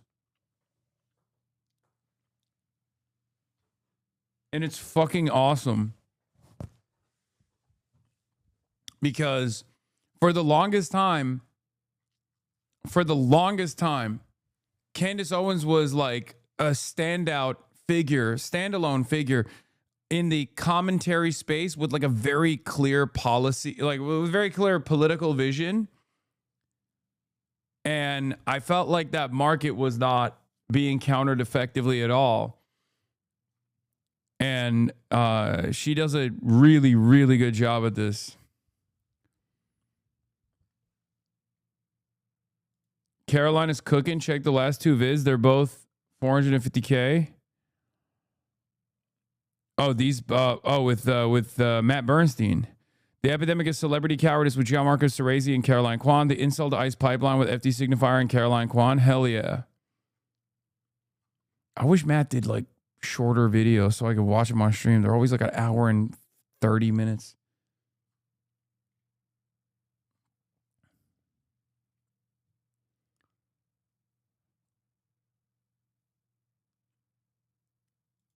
Ellison gave assurances that, oh yeah, no, I know. Trump has told people that Larry Ellison assured him that he would make the media company more conservative if he's able to buy media companies. Now, he's also saying that to Trump so that like there are no setbacks in these mergers because obviously they're illegal. So, which is interesting because no one is talking about how illegal these fucking mergers are. Like, we have no rules whatsoever when it comes to monopoly now. Like, none whatsoever.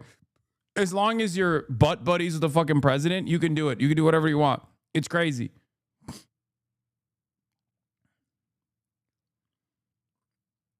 I don't even know.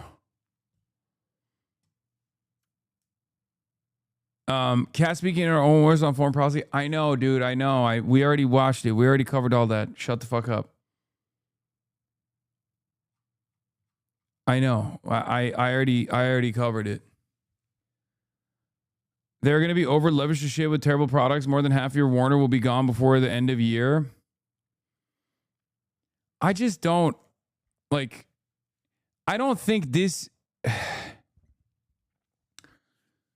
I don't know how much normies just eat the slop, because if you look at normies and their positions on like Israel, for example, that shifted dramatically, right? In spite of the multi-billion-dollar propaganda campaign. Okay? That's number one.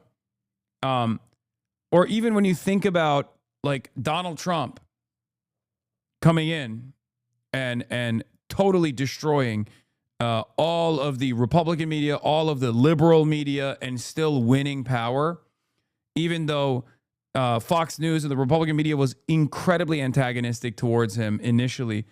So, like, I don't know how much real power mainstream media has at this point, but we've also never had this level of consolidation in mainstream media. Like, nothing I can think of comes close to this level of consolidation.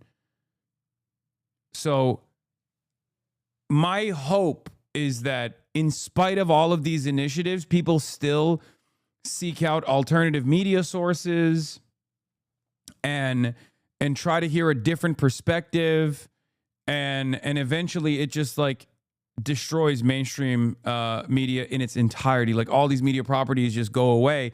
Now, of course, the economic impact of such a thing is devastating. As someone in LA and as someone who's been to so many writers and other union protests, do you think a merger of this scale is going to be the nail in the coffin for the industry in LA? I think unaffordability was already pushing it, but this seems dire. Yes. Yes, because the Ellisons already have like a blacklist. They have like a pro-Palestinian blacklist. Like they are going to control. They're going to control whatever information comes out of these outlets. I guess maybe they'll be so big that it'll be impossible to fucking manage. But it's crazy. Like this is like, where are the capitalists is the question I have, I guess. Where are the capitalists? Where are the fucking free market capitalists? Where are they at? Like, is this good? Is this a healthy market? You know, the freer the market, the freer the people. Kind of feels like free market has allowed this level of corporate capture, corporate consolidation. Like, this is insane.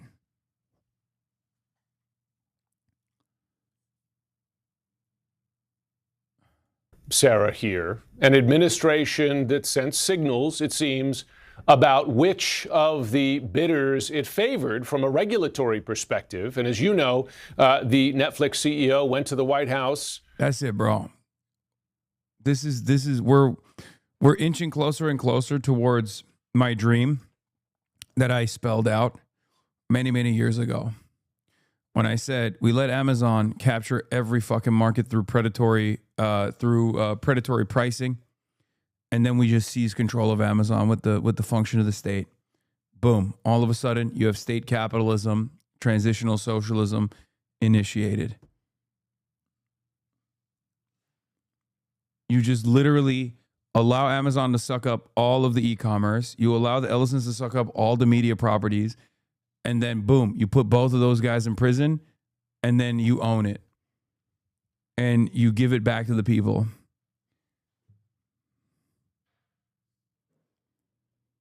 I don't really see anything else other than that. Like, how do you fix the situation, you know? That's one way of doing it, yeah. And then I wake up, obviously. On this case, yes. People already hate the paid version. Now has ad breaks, specifically the mid tiers, the old tier, double the price. Piracy doesn't fucking solve the messaging problem, though. You know what I mean? Like, people will be like, oh, I'll just like pirate all these properties. Okay. But like the properties that you're pirating are still going to be, very, I'm not talking about just like, I'm not talking about like how shitty the consumer side of this looks. That's really shitty. You're going to get worse and worse properties, and you will have no other competitor in the marketplace. So obviously from the consumer standpoint, like you're going to get a worse service overall. It's going to be more expensive overall. That's usually how it goes once like complete market consolidation happens. Okay? However, what I'm talking about is something far deeper than this, far more consequential than this. What I'm talking about is a consolidation of the messaging. Every single thing that you watch, and maybe not you, but every single thing that your like relatives watch, well-read, educated, liberal relatives watch, is going to be specifically tailored around trying to get them to become more conservative. It's just full-blown propaganda. And it's really funny because it's the most effective version of full-blown propaganda, because it's propaganda that people think is coming from a private enterprise that is not beholden to the interests of the state. That's the other side of the story. Because at least if you're in the fucking USSR or whatever, or if you're in China, you know that the state owns the media, right? So you have certain expectations. You know that there's not going to be coverage of certain issues, right? Like you already know that the state is telling you certain things that you want to hear. In America, we're dumb enough to assume that there is no these media outlets are completely independent. So there's a much higher level of trust associated with the independent media, even though that's obviously gone away in recent years. But these other entertainment functions of mainstream media, specifically the function of like generating art, is still seen as like relatively independent. No one other than like hyper woke people think that like the Marvel movies are actually Defense Department contracts, which they are, right? But most people don't know that. They just go, oh my God, I'm watching a Marvel movie. It's awesome. And then maybe it gets stale after like the 15th iteration of the same like good, bad dynamic that you're seeing on screen. And then you stop watching and then they move on to a different media property.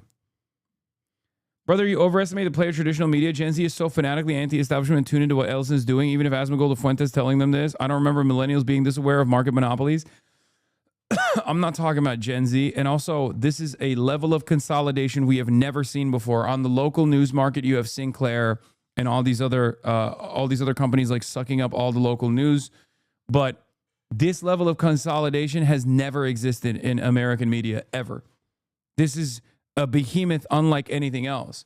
You can have like a couple companies owning, their own independent media or their own news network, their own Hollywood studio, maybe their own platform on top of that, like their own streaming platform.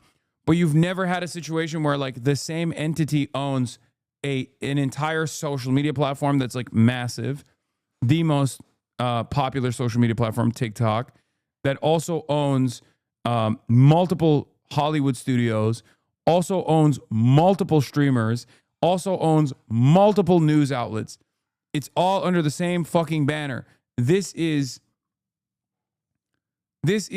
a complete cartel. Like, this is a monopoly unlike anything else. You could consider Netflix to be a monopoly. And it's true. There is truth to this. Netflix has achieved vertical integration. Okay? They've already achieved it.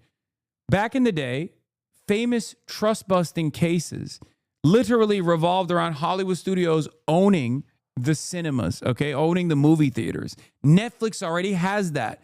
Now, this company is coming in and purchasing an existing monopoly. That's why I say it's nothing like you've ever seen before. Nothing like you've ever experienced before.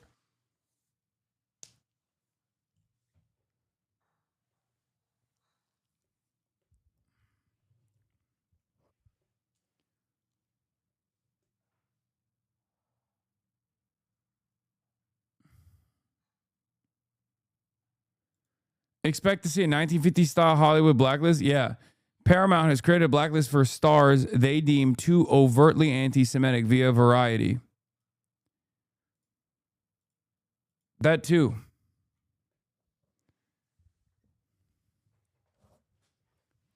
And these guys are so silly. Emma Stone and Mark Ruffalo better start their own movie studio after this. Time to use your money, famous people. They have none. It's nothing. You're silly.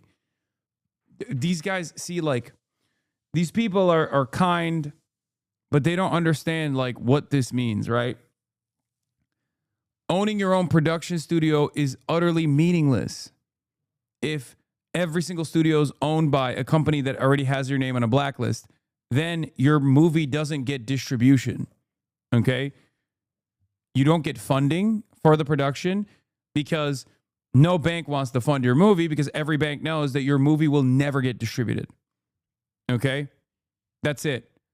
You don't get the proper crew to make your movie because depending on how stringent the blacklist is, crews don't want to work on your movie because then they won't get any work from the mega conglomerate media behemoth that will become Paramount, Netflix, Warner Brothers, HBO, CNN, CBS News. Okay?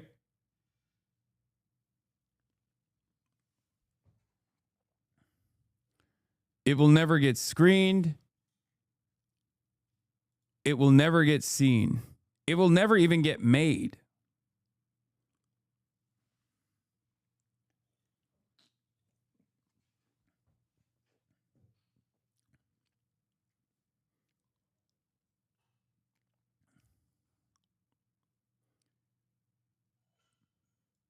What?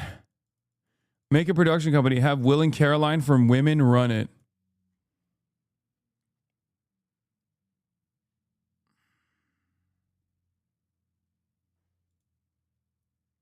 Like, the list of assets that are going to be owned is so crazy. Paramount is not expected to own the following assets and film rights. On the asset side, TNT, CBS, CNN, MTV, TCM, Showtime, Adult Swim, DC Studios, Paramount Plus, Nickelodeon, HBO and HBO Max, Comedy Central, Cartoon Network.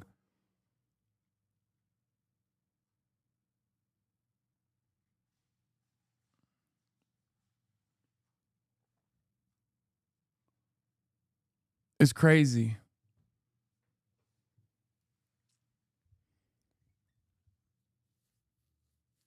What's next is just streamers. It's going to be Netflix on the one side, Apple on the other side, Disney on the Disney's not owned by any of these properties, right? So like, yeah, Disney and then Paramount that owns everything else.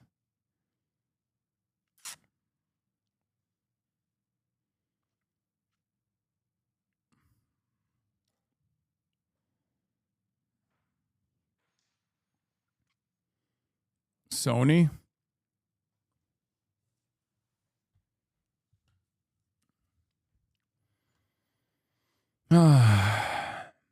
Disney will be sold in the next 18 months.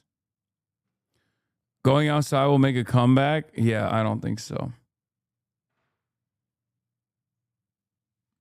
I assume this sort of acquisition is the exact reason you decided to host an independent show on Twitch. No, the reason why I decided to host my independent broadcast on Twitch is because I cannot have any editorial control. I have to have editorial independence. And the best possible way to develop editorial independence is by having a revenue stream that relies on you, the viewers, to make content for you, the viewers. But that's it. And even my time on Twitch is always going to be at threat, as I've been banned in the past. And then let's say I go to YouTube and then I could get banned there too. Like there's always a threat of deplatforming regardless. And I don't have anything at the end of the day. I'm still at the mercy of these. I'm at the mercy of Amazon, right?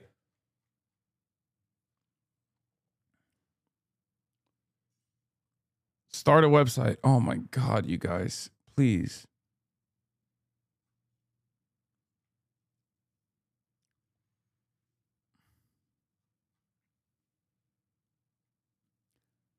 Like, the reason why I'm allowed to exist is partially because I play ball with the platform to the best of my ability, but also because, I'm not as significant of a threat to the powers that be. And this doesn't mean that like I have no emotion whatsoever. It just means that like the powerful entities that control American society or international capital is so unimaginably powerful that they do not see any threat from someone like myself.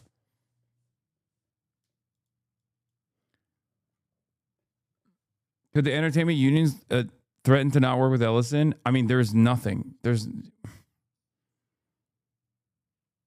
They own everything. Who are you going to work with then?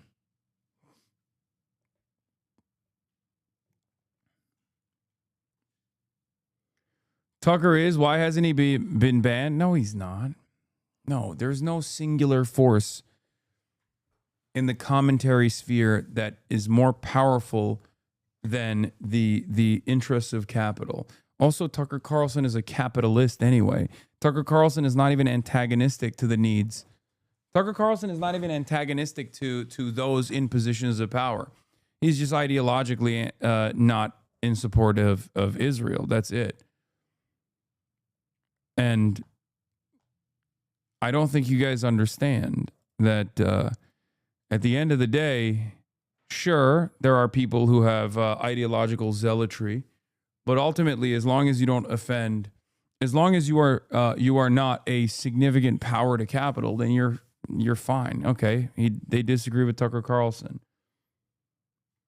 Tucker Carlson is the only one who really tells it like it is. Oh my God! See, this is why people love Tucker Carlson. Because even in a community such as mine, where people are supposed to be more educated than the average person, there's still people going, well, Tucker Carlson just tells it like it is, bro. Yeah, maybe that's the reason why he's allowed to exist. Have you ever thought about that? Changes at CBS News have drawn a lot of unflattering attention in recent months. New CBS News editor-in-chief Barry Weiss has privately admitted to some early missteps, but she rejects the common liberal charge that she's moving the newsroom to the right. She says she's trying to appeal to the big, wide middle of America. Sucking up to the boss early, I see, Brian. Nice.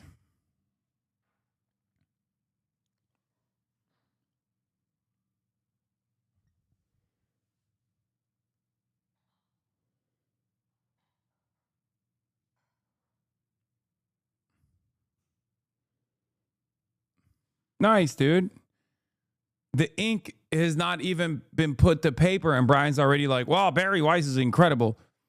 I love Barry Weiss. America, the 70% or so of people who are on the center left and the center right. That's the kind of strategy that sounds a lot like CNN's. Brian Stelter, thank you for always bringing us your latest reporting. Caitlin Moggins, dude.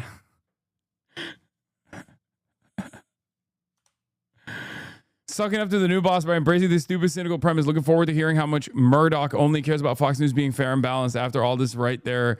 After all, it's right there in the motto. And generic universalist labels have never been used to mask right-wing agendas. Come on, Brian. Come on, Brian. I think we all know what the fuck's going on. Let me tell you something, okay? A lot of journalists, a lot of good reporters are very, very worried and very frustrated, okay? Brian's not one of them.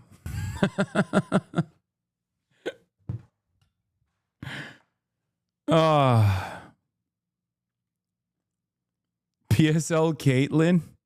Do you mean like PSL is in like her PSL rating? Or do you mean PSL is Party for Socialism and Liberation?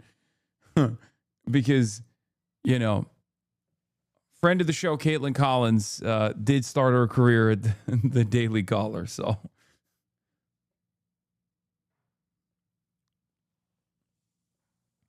Your Spectrum internet is about to get better. FCC approves Charter Communications' $34 billion deal to buy Cox. Oh, Lena Khan, save us. Lena Khan, save me. Oh, Lena, where are you?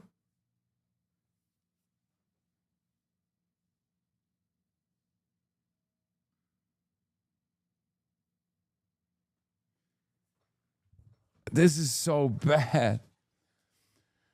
FCC said on Friday it approved Charter Communications' $34.5 billion acquisition of Cox Communications. Deal announced in March 2025 combines two of the largest U.S. cable and broadband operators in battle with streaming companies and mobile carriers. FCC says Spectrum owner Charter will invest billions of dollars to upgrade its networks and deliver high-speed services. And the company committed to onshoring jobs. Charter also agreed to extend its $20 an hour minimum wage starting wage to Cox workers.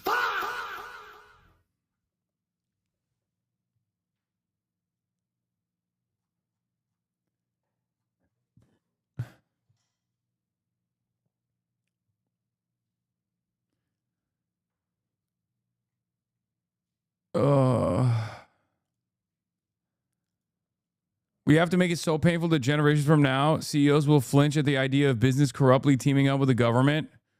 Okay. Ruben Gallego. What the fuck? New top Democrats are weighing how harshly they will go after corporations that should have courted President Donald Trump's approval if they retake the House in November. Paramount should enjoy its growing news monopoly while they have it, because when Democrats win back power, we are going to break up those anti-democratic information conglomerates, all of them. I mean, we'll see. How the debt might destroy Warner Brothers. Paramount Skydance would carry debt equal to nearly 7x's annual earnings if Warner Brothers merger is approved. Paramount has pledged to swiftly cut that ratio down to 4. Oh my God. Paramount has pledged swiftly to cut down that ratio to 4.4x, requiring billions of cost savings from the jump. Do you know how many people are going to get fired? Oh my God. They're going to go in and just literally chop it down. They're going to kick up the prices and they're going to fire half the workforce, dude.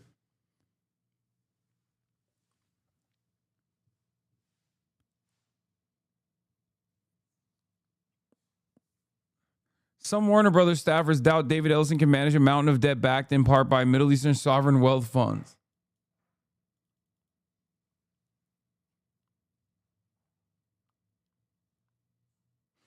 I feel like we're just gonna go back to analog, right? Like at that point, you might as well fucking listen to ham radio and start hitting the books, I guess. You know what I mean? Because it's cooked.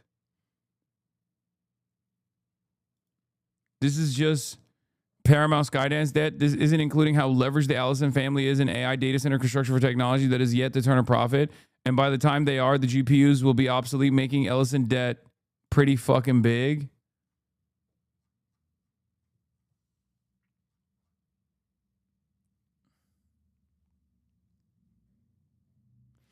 Foreign film is going to have a boom. I don't even think so because, once again, they own the distributors as well. Who's going to fucking release? I mean, here, you want to know a great example of this? There are movies that have won Oscars. Like the movie that won an Oscar last year. It never got distributed in a single American movie theater. Okay? They would not distribute it in the United States of America. Okay? No Other Land was not allowed to be seen in American movie theaters with the exception of like independent movie theaters that were just like putting it on.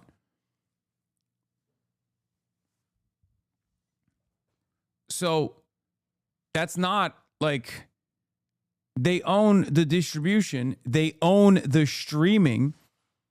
You significantly cut away at eyeballs if you have any work of art that you want to mass distribute and show people. What about Iron Lung? Brother, what are you fucking talking about, man? Okay, yeah, Markiplier is going to save the industry. Like, come on. It's wonderful. It's fantastic that he's doing this, but like, what are you saying?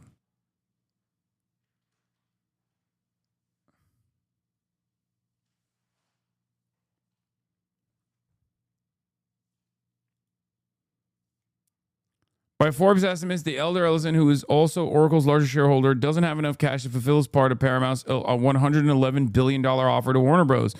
We'll know more in the coming days, but here's how it could play out. So he's just going to sell, he's going to sell assets. He's going to sell stock.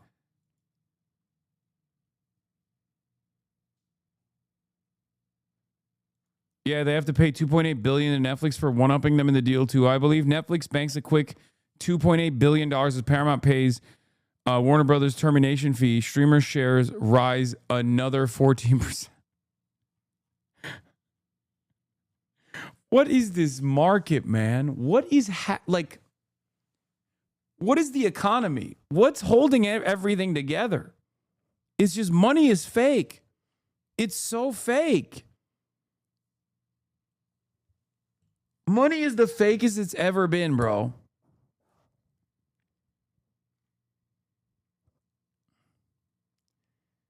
Capitalism breeds innovation, I say. And the only innovation it breeds is this. Innovation in wheeling and dealing. Like inventing money out of thin air. New ways for capital owners to move numbers around. Somehow Netflix was able to force one of its rivals to overpay for another one of its rivals, putting them into a messy, long process of unification, and got paid $2.8 billion for it.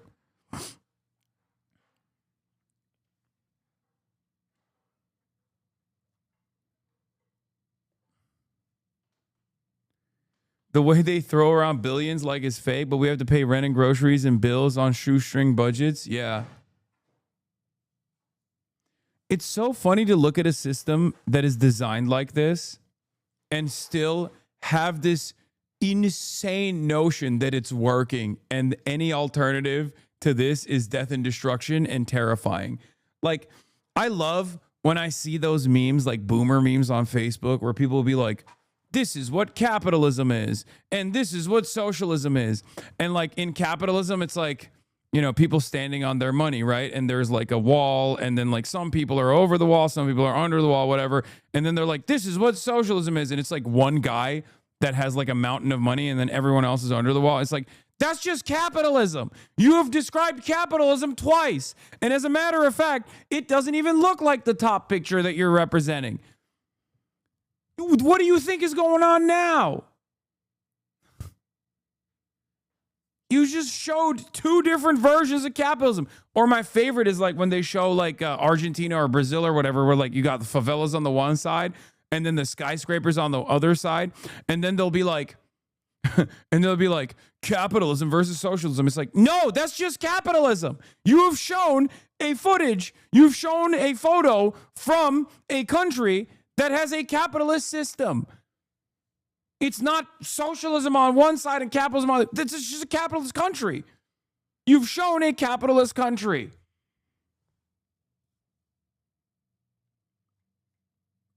What the fuck?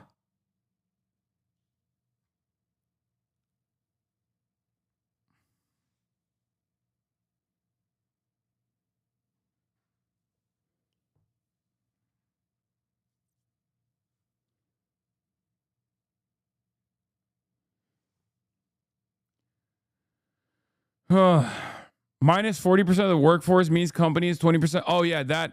Speaking of, obviously, capitalism is the best possible system, and it works the best, and it will never be. It will never be toppled. An indication that capitalism yields the most prosperous outcomes for the working class. Fintech company Block, owned by everyone's favorite fucking dipshit Square CEO Jack Dorsey, formerly the owner of Twitter as well, laid off 4,000 of its 10,000 staff, citing gains from AI. And in the process of laying him off, he released a statement on Twitter. He released this like long block of text on Twitter. And he literally said, I'm not even laying you guys off because the company's doing poorly. As a matter of fact, we're actually very profitable. It's awesome. We're making a fuck ton of money. I'm laying you off because I can. Like literally, he just straight up, it says in his release where he's like, listen, we're making money. Everything is great. I just want to see if we can fucking run the company with 40% less staff and with just AI. Which is as clear of a warning sign as you can possibly get. Shares in the financial technology company Block soared more than 20% in pre-market trading Friday after its CEO announced it was laying off more than 4,000 of its 10,000 plus employees, reconfiguring to capitalize on its use of artificial intelligence.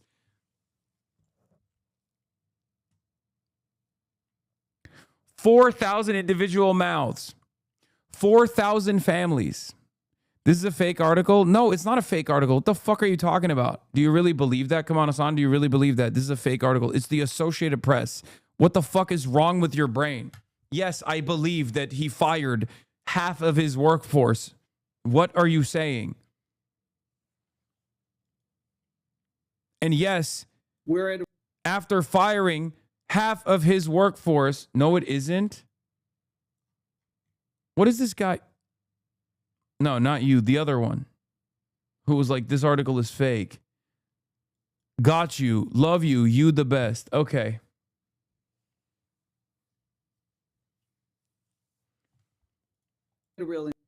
Anyway, let's take a look.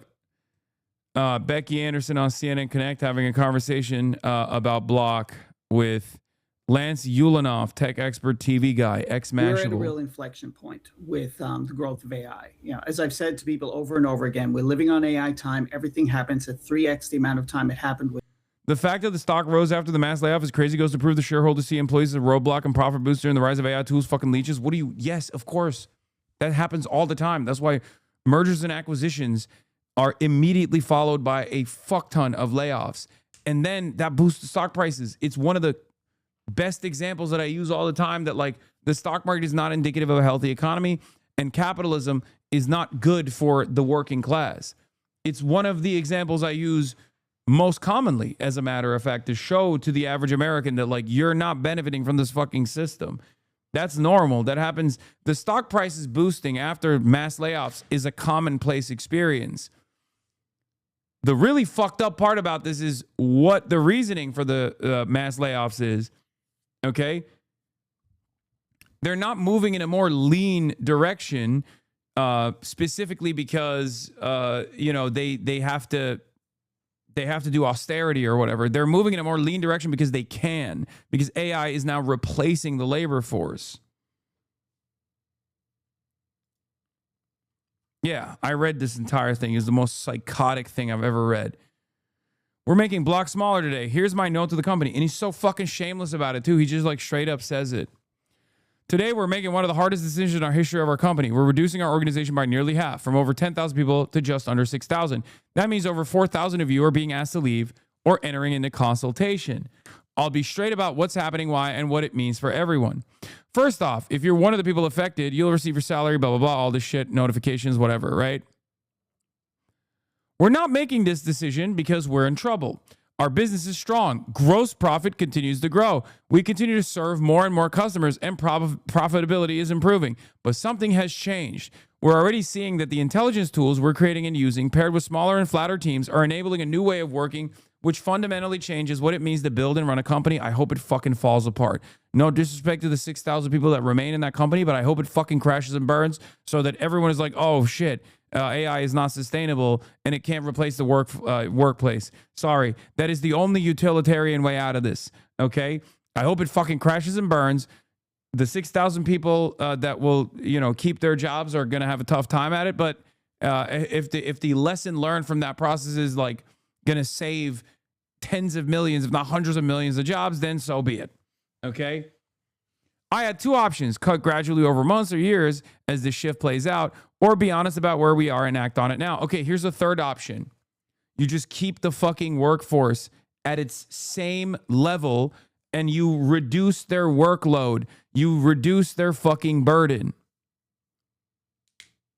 This is a PR stunt. I can see that also being the case.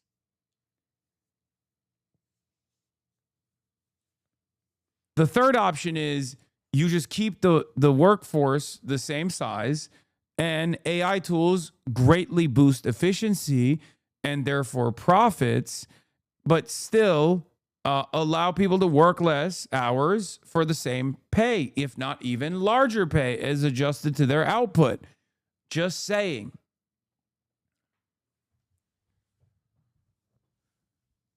Now, the reason why that is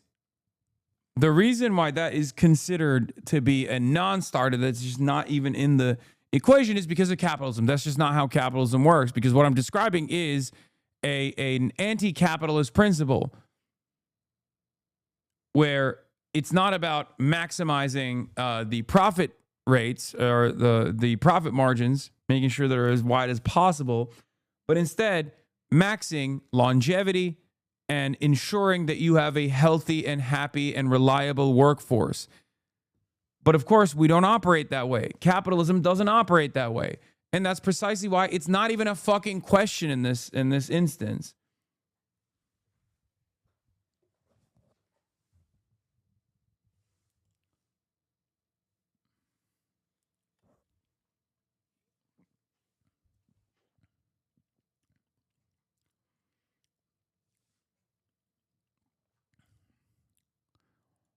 Anyway, be honest about where we're at and act now. I chose the latter. Repeated rounds of cuts are destructive to morale, to focus, and to the trust that customers and shareholders place in our ability to lead. He's like, I had to do this for you. You see, I'm firing you, 4,000 of you around the world, unceremoniously, with a fucking tweet on a platform that I no longer even own. And you must understand, I'm doing this for everybody. Aren't I magnanimous in my design? I'm also firing you in a speech that I wrote in all lowercase to add insult to fucking injury.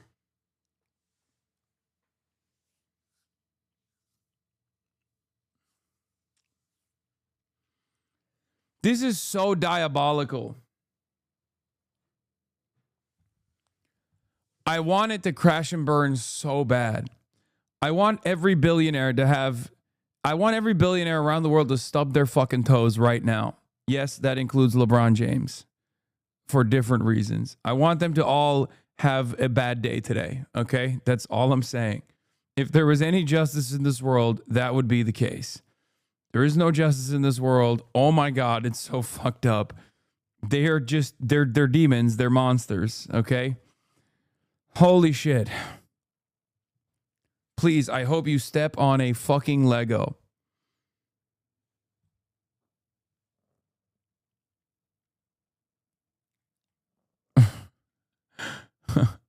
Jack Dorsey has not provided any evidence that AI has helped his company. Like many other companies, laying off employees is an easy way to improve stock prices. F these companies. It's Ramadan. I can't say bleep. Okay, chatter. Okay, Pakistani Mango. Good job. MashaAllah, brother. MashaAllah.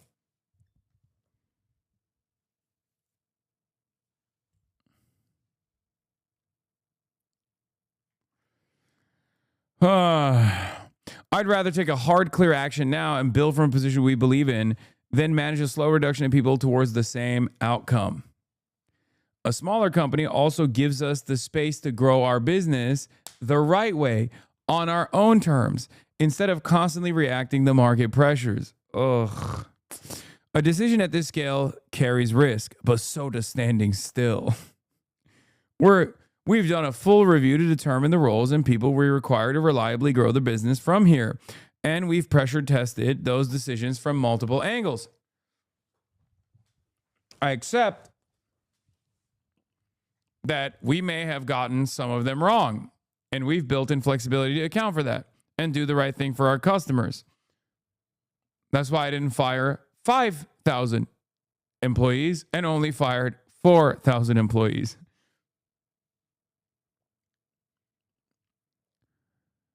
We're not going to just disappear from Slack and email and pretend they were never here. Communication channels will stay open through Thursday evening Pacific so everyone can say goodbye. Fuck you.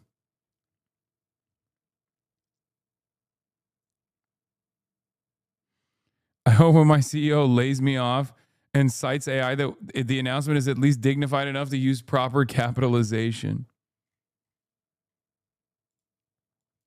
Mind reading my last message? What? Did you see Kat also said globalize the intifada is violent in June 2025? No, I'm working on it. Please stop telling me all the horrible things that Kat Abu Ghazalik has said and done.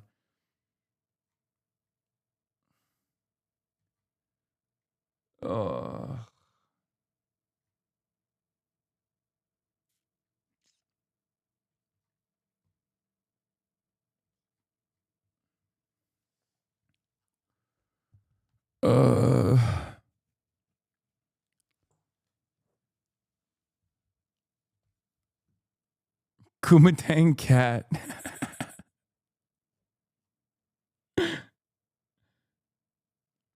The PR twist is real. This particular company had big bets on crypto, which have fallen really flat lately, and this is a way for them to drum up investor interest while hiding layoffs for other reasons. Oh, that makes sense. Wait, why are we canceling Kat? Because she had a fucking horrible foreign policy advisor that seemingly told her horrible things about foreign policy that even I had no fucking idea. And the reason why I didn't have any idea is because the only thing we talked about in terms of her foreign policy was Palestine. Can you imagine if she told me that? Like when she was here and I was interviewing her, imagine if she was like, yeah, I would do a first strike on China to defend Taiwan. I'd be like, what the fuck are you saying? Like, what?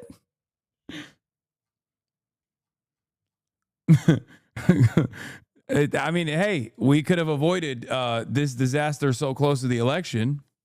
So I just didn't even think about that. I didn't even think about that being a thing. I just never really thought about it, you know? And before people, before people say like, oh, well, why don't you vet your candidates more? Dog, I'm one person. You know what I mean? It's not my responsibility. What the fuck do you mean? It's the candidate's responsibility to vet their fucking foreign policy teams, you know?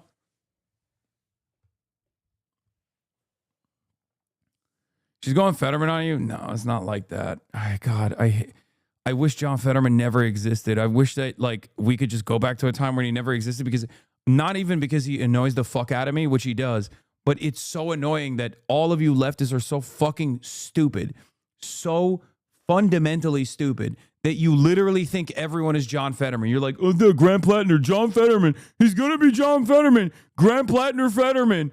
Cat Abou-Ghazali's going to be John Fetterman. Everyone's going to be John Fetterman. You have, like, you know one word. You know one thing, and you just keep fucking constantly repeating it over and over again. Please stop.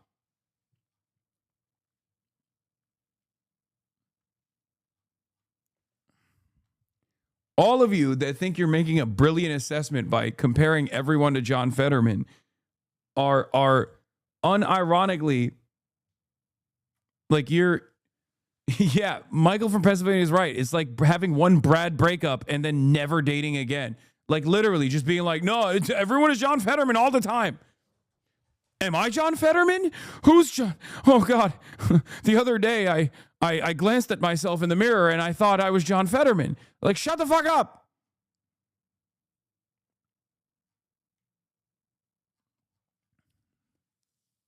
We got it. You really like John Fetterman. And he fucked us. Okay, he did. Calm down.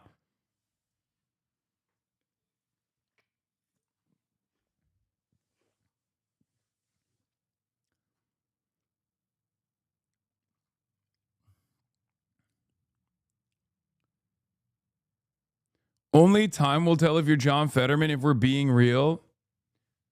Time? Bitch. I've been around for longer than John Fetterman has had a political career. What the fuck are you talking about? Time has passed already. I'm 34 years old, dumbass. I've been doing this for the past 13 fucking years. While you were protein in your father's ball sack, I was out here fucking talking about the same policies that I'm talking about right now. The fuck do you mean? Time will tell if you're John Fetterman. What do you mean? If I get into a debilitating car crash or something, I become a car crash victim, and all of a sudden I stroke out and magically reverse all of my positions that I've held on to and mercilessly defended for the past 13 fucking years publicly?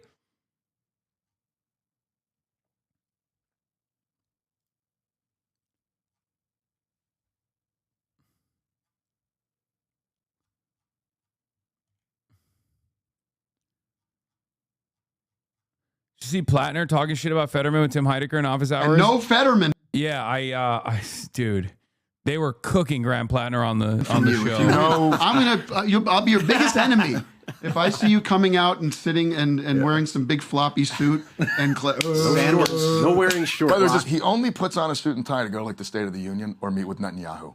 Otherwise, he doesn't do it. He's a disgrace to my Commonwealth. Genocide in Gaza, yes or no? Absolutely. Thank you. And we need to stop it. Right. And no more funding for Israel for their yeah. And what should Nazi punks do? Fuck off. All right, that's a good way to end. He is watching. Who? Grant Plattner? You called all of this quite early. You did call it before. Is he a HasanAbi head? Grant Plattner? No, he's not a HasanAbi head. He's not a HasanAbi head. He's a Majority Report fan.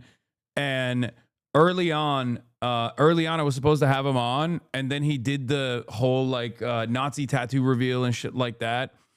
And when that happened, and people are still on it, dude. People are still fucking on it. I genuinely think, I think some of it is like, I think some of it is like the John Fetterman syndrome. I think some of it is reasonable critique of being like, dude, you got a fucking Nazi tattoo. What's wrong with you? And I do genuinely think some of it is like Israel. It has to be. Because some of the shit that I see about Grant Plattner, it has to be Israel, because I've never encountered a group of individuals that have such a hyperfixation on one candidate without actually looking at the rest of the field whatsoever. Okay? Like, especially at this point in the election cycle, I genuinely think some people are just like hyperfixated on it, partially because they think it's a John Fetterman syndrome, and partially because it has to literally be like either this insane hyperfixation or deliberate attempts to just like attack him. And when I see Edward Isaac Dover, Israel's favorite journalist at CNN, cover this part, it makes me feel like maybe it is, as a matter of fact, Israel related.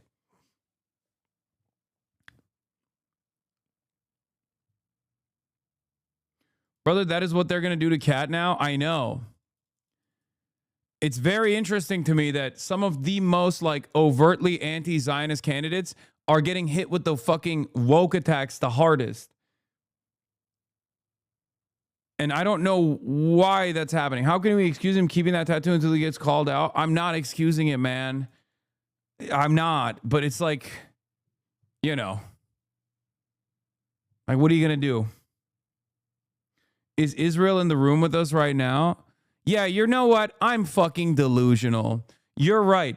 Israel doesn't have a sophisticated propaganda apparatus that it regularly utilizes or dumps $20 to $30 million into Democratic Party primaries against anti-Zionist candidates through multiple subsidiary corporations by way of the Democratic Party, as a matter of fact. Why did I even interview Nita Allam, another anti-Zionist candidate running in North Carolina for yesterday, while talking about how Hakeem Jeffries has deliberately rerouted millions of dollars to the congressional representative Valerie Pluth that she's running against under different names directly through AIPAC donors. Why do we talk about any of this stuff anyway? I can just have the most medically stupid chatter in here come in and go, obviously, is Israel in the room with us? You seem to care quite a bit about Israel. I don't know. If you're not caring quite a bit about Israeli interference in American elections, no matter how small it may seem, you might not be paying fucking attention to anything that's going on in this fucking country. You goddamn cattle.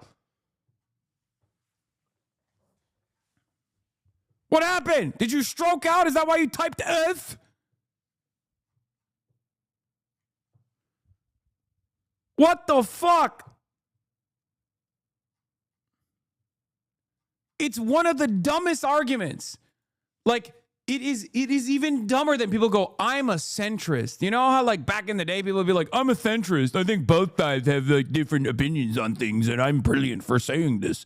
Okay? Go watch Burnt Peanut, jackass! Like, if you are oblivious to the ways in which Israeli interference plays a formative role in American politics right now, as we have 50% of our naval assets surrounding the nation of Iran and also Israel, bear hugging both of these countries, that is going to deploy billions of dollars of munitions on a country with 93 million people directly at the behest of a foreign country named Israel. And all of that is actually... all of that has an 80% disapproval rating in the American public, and we're still doing it. And you're over here being like, why is Israel so relevant to American politics? I don't know. I don't want Israel to be relevant to American politics. I don't even want Israel to exist in the ways that it currently does. But if you are so fucking brain dead that you think Israel is irrelevant to American politics, you are not even reading above a 5th grade level. You are functionally illiterate.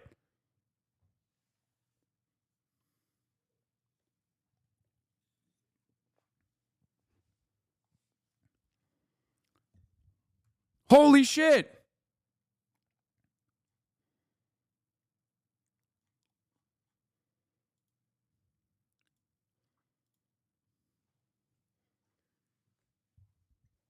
Like, only an hour ago, I showed you one of the wealthiest individuals in American society, the second wealthiest individual that was the wealthiest individual in the world for like a brief moment in time, the founder and owner of Oracle, which is a CIA cutout in and of itself, but we're not going to get into that, purchasing every fucking media outlet in this country, like every single one, okay?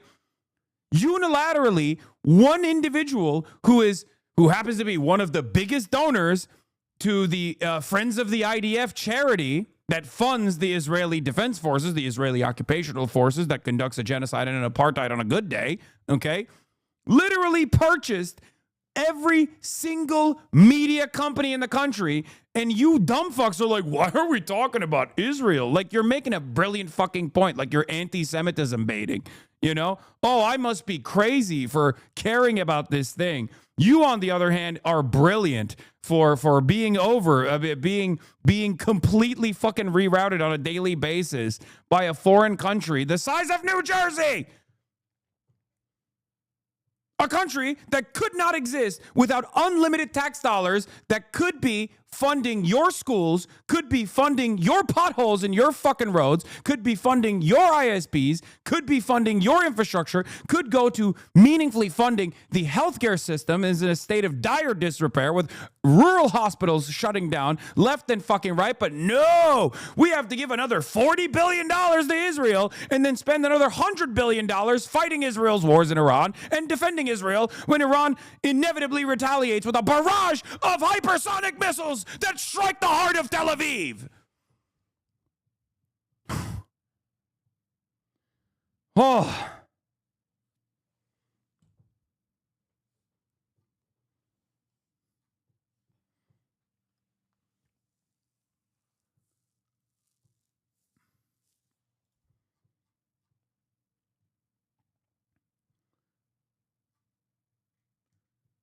You sound like Alex Jones. Thank you. I'll take over the mantle now that he's been fucking compromised by the same elite Jeffrey Epstein adjacent pedophile billionaires that he now runs defense for on a fucking daily basis.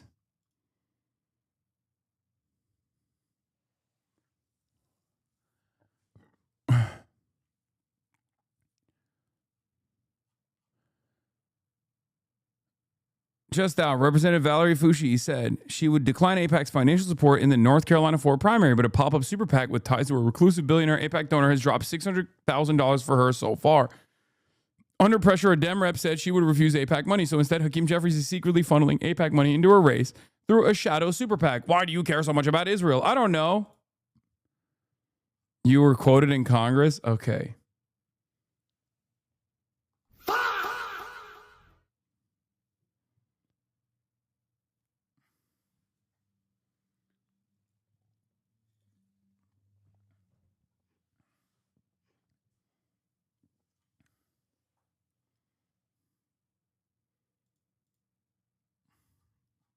Of yours recently of someone asking about money. It's about $44,000.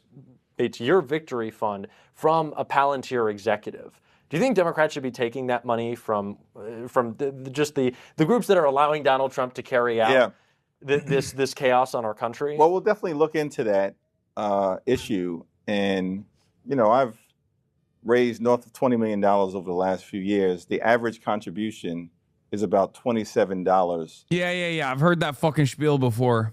I guess 44 grand is nothing then, right? Again, campaign financing is only one side of this equation, one piece of the fucking pie, one piece of the puzzle. The real question is, how are you going to prove to me that you will not be a servant of Palantir? How will you prove to me that you are not going to be a servant of Israel? If you don't ask those fucking questions, maybe not as directly as the way I'm presenting it currently, then it doesn't matter. They could just go, oh, I hate AIPAC. Oh, AIPAC. Ugh, never. AIPAC, I would never in a million years take money from AIPAC. And then when it comes down to funding another $1 trillion to Israel, you're like, immediately, you're like, oh, I can't wait to sign off on these fucking checks. No, you have to come out and make such statements that they literally will never even think about funding you, and they will try to dump money into your opponents. And until I fucking get that energy out of any of these goddamn candidates, I'm not going to believe you, okay? We know. That's why, on the one hand, I like that everybody fucking says, oh, Israel sucks. On the one hand, I love when people are like, oh, you know, AIPAC is so toxic that we're just not even going to get any AIPAC funding. We're going to openly state that we're not getting AIPAC funding. That's great. Except politicians are fucking rats. Okay? They're rats. They know exactly how to manipulate. They know exactly how to be like, oh, AIPAC, I would never. No. You can't say, I don't want AIPAC funding, and then turn around and be like, Israel is not really committing a genocide in Gaza, right? Come on, guys. That's what Gavin Newsom did. So what good is it if you say you're not going to take AIPAC funding if you're going to turn around and then do AIPAC's bidding? I only care about who you're getting money from as long as, you know, I only care about who you're getting money from because it's indicative of what your positions look like. Doing it for free is even worse. They're not doing it for free anyway. That's my point. That's what I'm trying to spell here.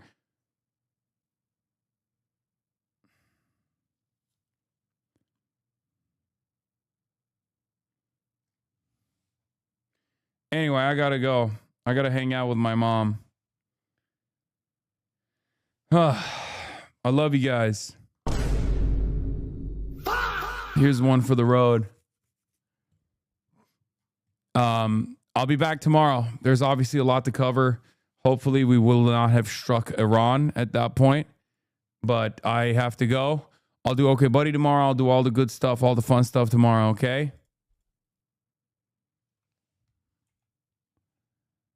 All right. Love you all.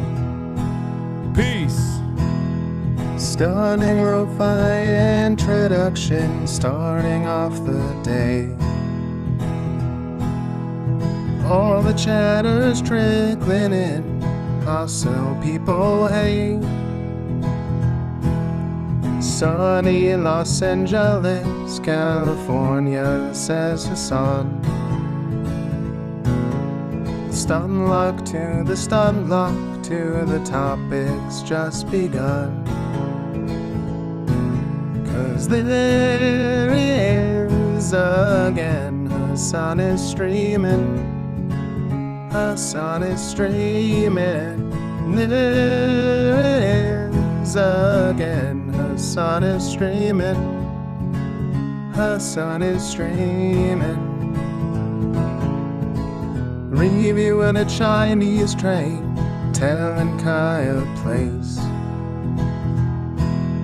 Sun and Asmin chatter loves, giving greetings grace. Zoran winning NYC, woke two back with the force. The Rogan of the left, to me a dumb himbo, still of course. The Charlie Kirk assassination, the Fear and Online show. 8 full fucking years of this, and plenty more to go. Doing fun stuff tomorrow, throw PBS up on the screen. A man-made horror reaction brought to you by this life's dream.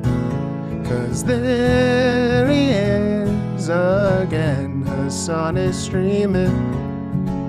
Hasan is streaming. There he is again, Hasan is streaming. Hasan is streaming. Kicked out of the DNC, IRL with March the Goat.